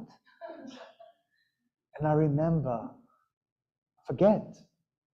But if I get complaints from people that it hurts, if they're brave enough to come to me with complaints, imagine how many are not coming to me. And my purpose is not to hurt people, but to help people. So why do something that hurts? I mean, it's the mermaid. You bring your knees like this, one on top of the other. Oh, I had a bowl of lentil soup. And then Pratipaksha Bhava. And then do you raise the arm up too? No, that's not in Raja. Yeah, that's also to stop that because it hurts the hip or it hurts their knees. And I say, bring your knees together, but they don't. They're like this. They're sliding all over. Does it matter what I say? You are next to me most times. What do I say when I see these things? Why do I bother? Do they listen to me anyways? Can people hear me say that? No. Does the whole class hear me say that? Why do I bother? I say, nobody listens to me. Why do I bother? Have you ever heard me say that? I mean, I'm seriously agitated. Right, it gets frustrating. It's Because frustrating. You pour your heart out every time. Blood, sweat, and tears, literally. Yeah. You pour your heart out And every for it to time. be dismissed, it's hard not to get frustrated. What does the music say? Boom, boom, boom, baby, baby, baby. Nobody can hear me. Just like Manon says, but Philippe, nobody can hear you. And I'm like, you know what? Just as well. Thank God.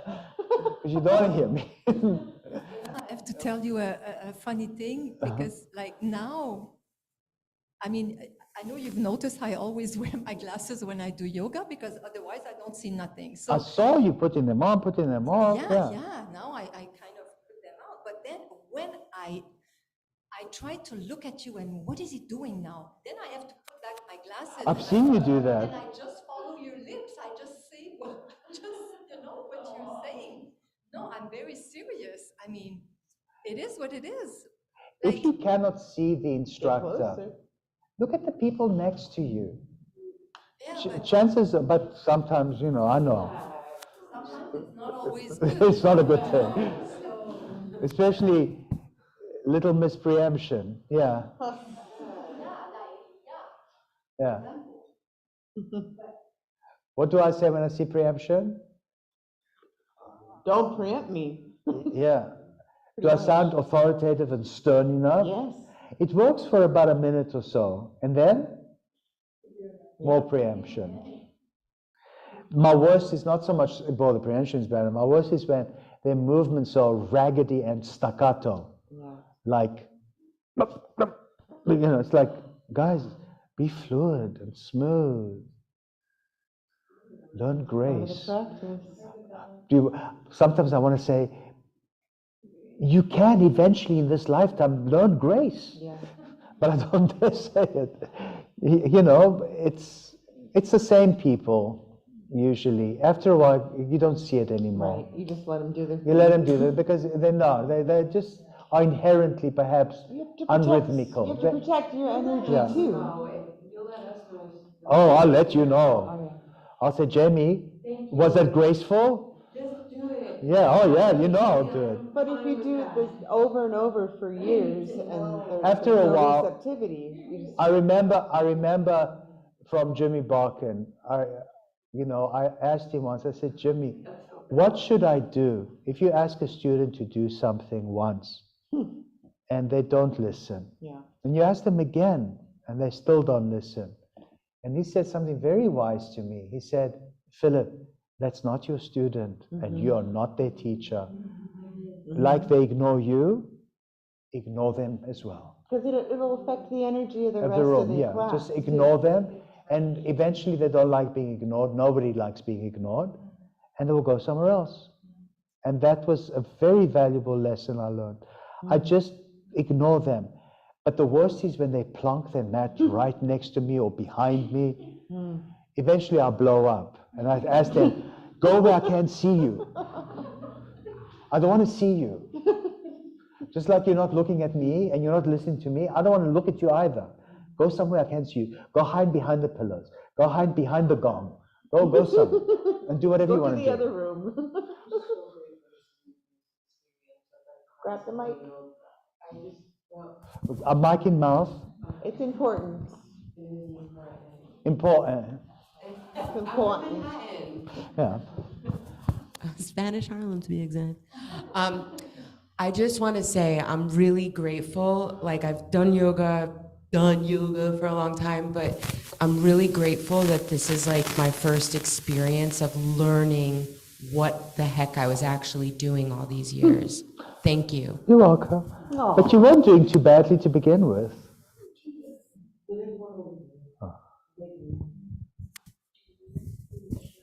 Tell us about your first time at Anuttara, Chittaputri. Chittaputri came in on a Groupon. we would say, let the Groupons in. Oh, the Groupons. That's how I found out. So, Groupon? Yeah. So, of course, I work a day job all day long. And so Where did you work? At the sewage plant. Who was your boss? Mr. Shitty Poo. Was that his real name? Yes. What was it? Mr. Shitty Poo. Where was Mr. Shitty Poo from? India. So Mr. Shitty Poo was I worked in the manager of the sewage plant. Yeah. So Did you have to actually say good morning, Mr. Shitty Poo, every day at the sewage plant? Yes. Okay. Yes. And I was his favorite person. You were? Yeah. When you went home and you told Roy, I got the job at the sewage plant, and my boss is who? Well, he wasn't the boss at the time. He was second in command. Okay. But he became first in command. About So a you year went later. home and said... He was number 2. Mr. Shitty Poo was number 2. The story is always hilarious. Mr. Shitty Poo was actually number 2 at the sewage plant. Tell us. Okay. Of course, after after the interview, like I asked his name twice during the interview, and I couldn't believe it, what I was hearing, so I went home and I looked it up on the internet, And what did and he I say? could not stop laughing. And then they called me the next day and said, "You have the job." Oh, boy. And this is shit you put was number 2? Yes, Okay. it was number 2. It was his job. So then, So- now that she had a job at the sewage plant, under I number 2, really Mr. needed Shitty Poo, yoga. Yes, I really she brought a needed group yoga. on. Yes, and I came on a Wednesday night at 6 p.m. and you know, put my mat down and got ready, and then the teacher walks in and very authoritatively says, "Now, if you do not have an advanced practice, you need to leave." And I was like, what's an advanced practice? And then I looked around, and the whole room was filling up. It was like a lot of people. It was packed. And I was like, oh my God. And then everybody was getting quiet, and he was fiddling with the music, and he's saying, "So really, if you do not know the flow, you need to leave."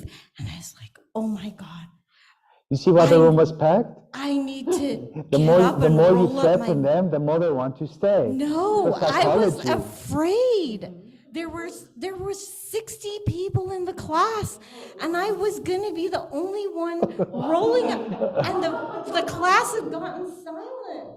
And I was like, oh my God, it's gonna be so obvious that I'm rolling up my mat and slinking out of this place. And I had gotten into second row, and I would have had to like step over all of these people to get out. And then the music started. But tell me about the music. It was boom, boom, boom. And my heart started going boom, boom, boom. And I was shaking.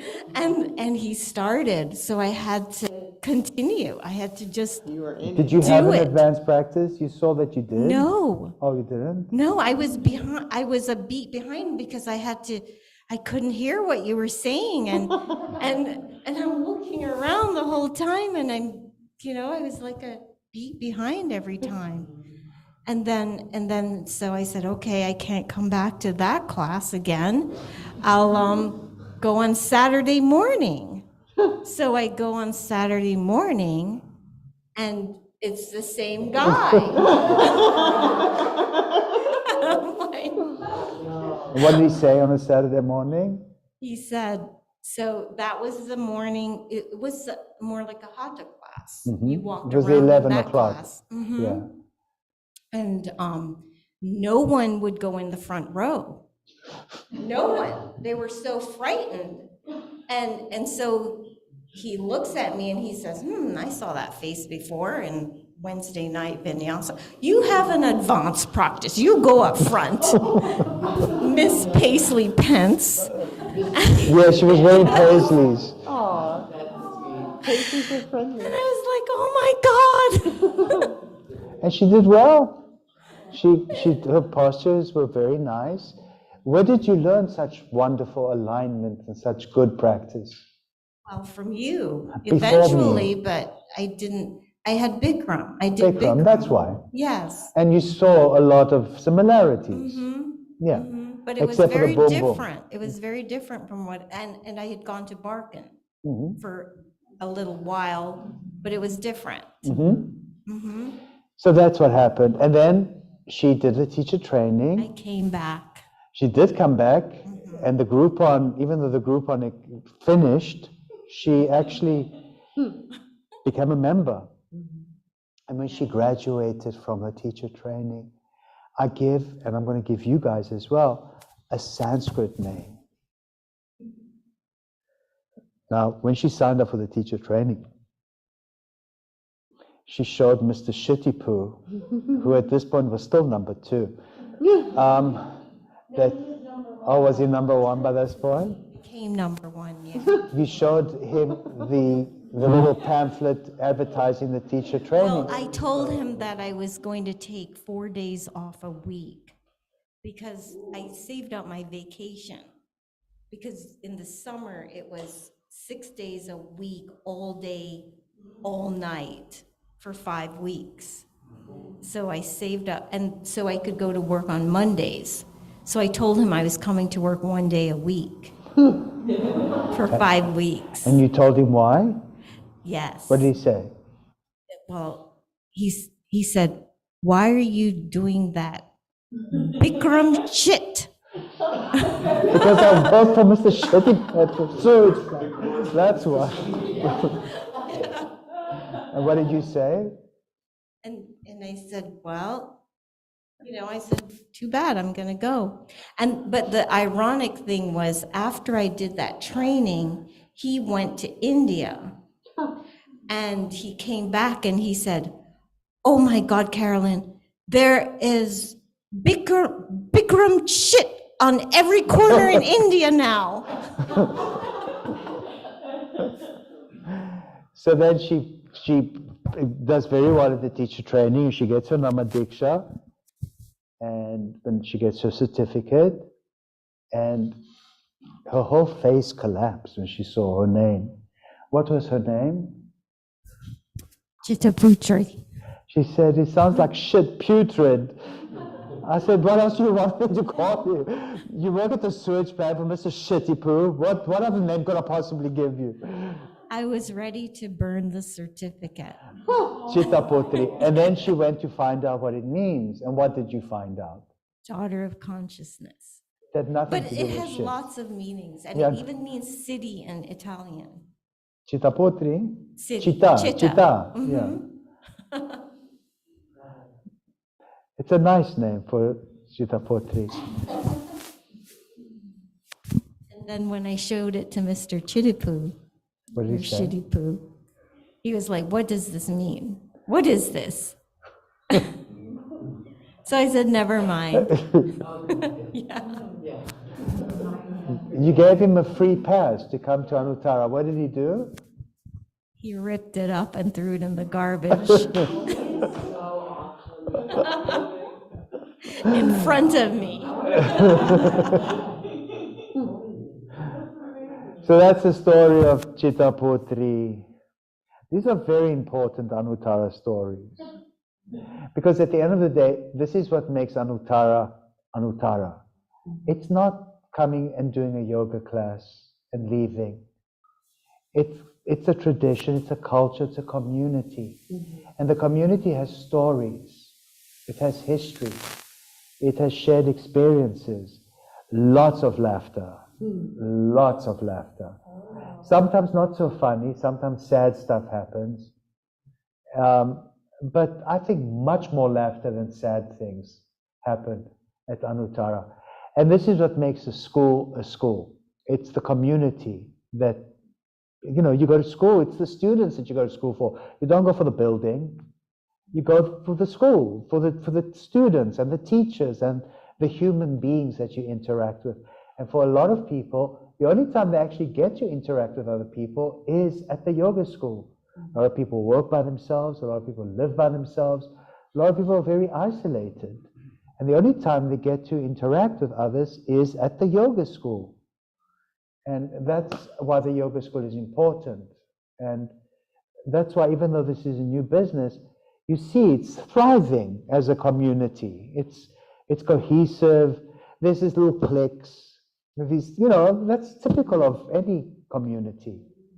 Some of us go way back, like Roy and Chittaputri, and we go way back. Some of us go way back even more. And some people, when Deerfield closed and we had to move to Delray, I didn't see a lot of the Deerfield people again. No.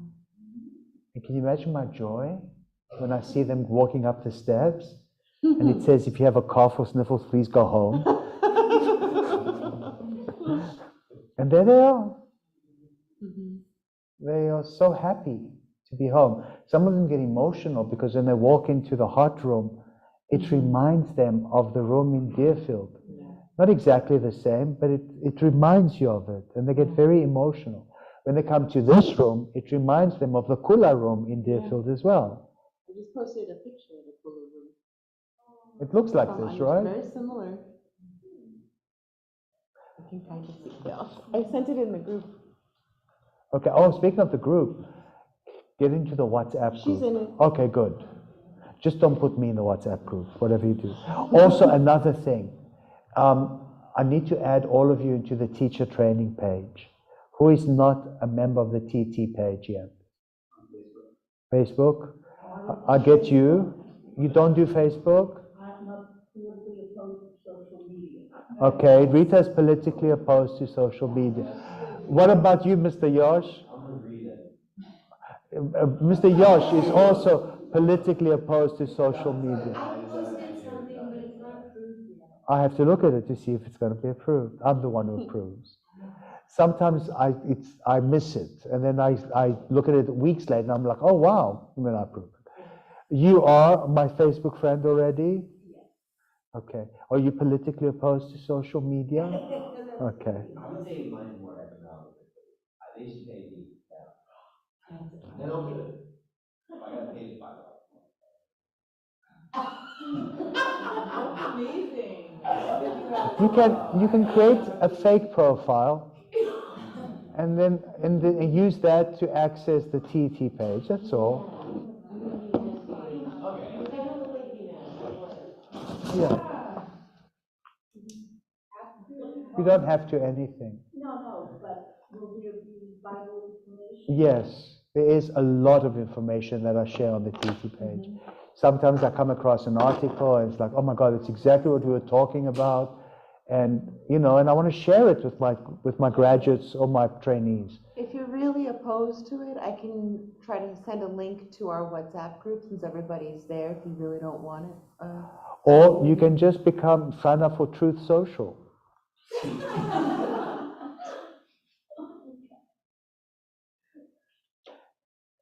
Facebook is better at this time. Yeah. Create a fake name.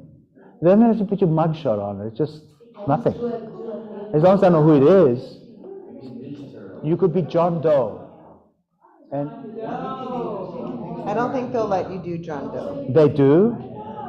Because oh, I'm sorry. I didn't know that. John Doe. I think like when I tried to do it years ago,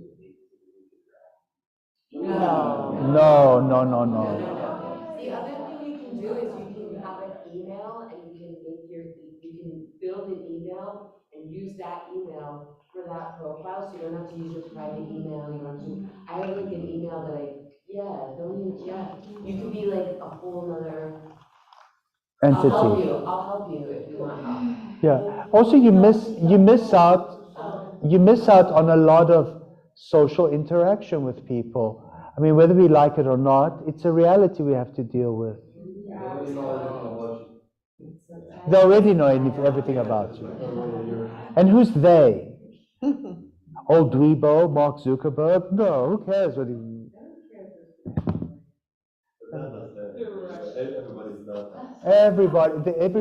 Everybody has everybody else's data. Forget about privacy. There's no such thing anymore. Become an open book. Become a Facebook. What do you have to hide? That's the best ad for Facebook. Become an open book. Join Facebook. Are you videoing this? Yes. All right. We finished. It's bedtime. 35. 34. And we can go home. And let's go home. And tomorrow we finish chapter 2. After we finish it, I will chant it out in Sanskrit, the whole thing. And then we're going to read it out in English, the whole thing. And I hope you can understand it. The second chapter is the most important one because it tells you how to practice yoga. What have we learned so far? We learned that we practice yoga through Ashtanga, the eight limb path to liberation. Then he's breaking down the eight limb path into yamas and niyamas. And he elucidates, he breaks it down even further. Not only that, I'm going to put it on the board so we have it in a diagram, which is easy. You take a picture of it, you put it in a book. It's important, very, very important that you know these things. It's very important that you know these things. And you'll be shocked how many, so many people who practice yoga or purport to teach yoga don't know any of this. And you ask yourself, what exactly are they teaching? You know. Exactly, they're Just asana posing and posturing. Yeah, posing and posturing is not a good thing. Yes, with the mic in your mouth. There's a teacher I teach with who shall not be named, and she studied vinyasa and she got her certification, and she doesn't know what hatha is. What? And it just blew my mind. What do they know? How to do I poses don't- and posturing? I guess so. Yes. She didn't understand what hatha is. Could you That it's explain? Not really. I mean, yes. Where do you but start, right? I don't know. It just blew my mind, Okay. really. Yeah, I mean, that's why we are here, because my mind got blown as well. She did come to my yoga class, and I did talk to her about it a little bit. All right. Thank you for this sweet thing that you gave me. Who got it for me? From all of us?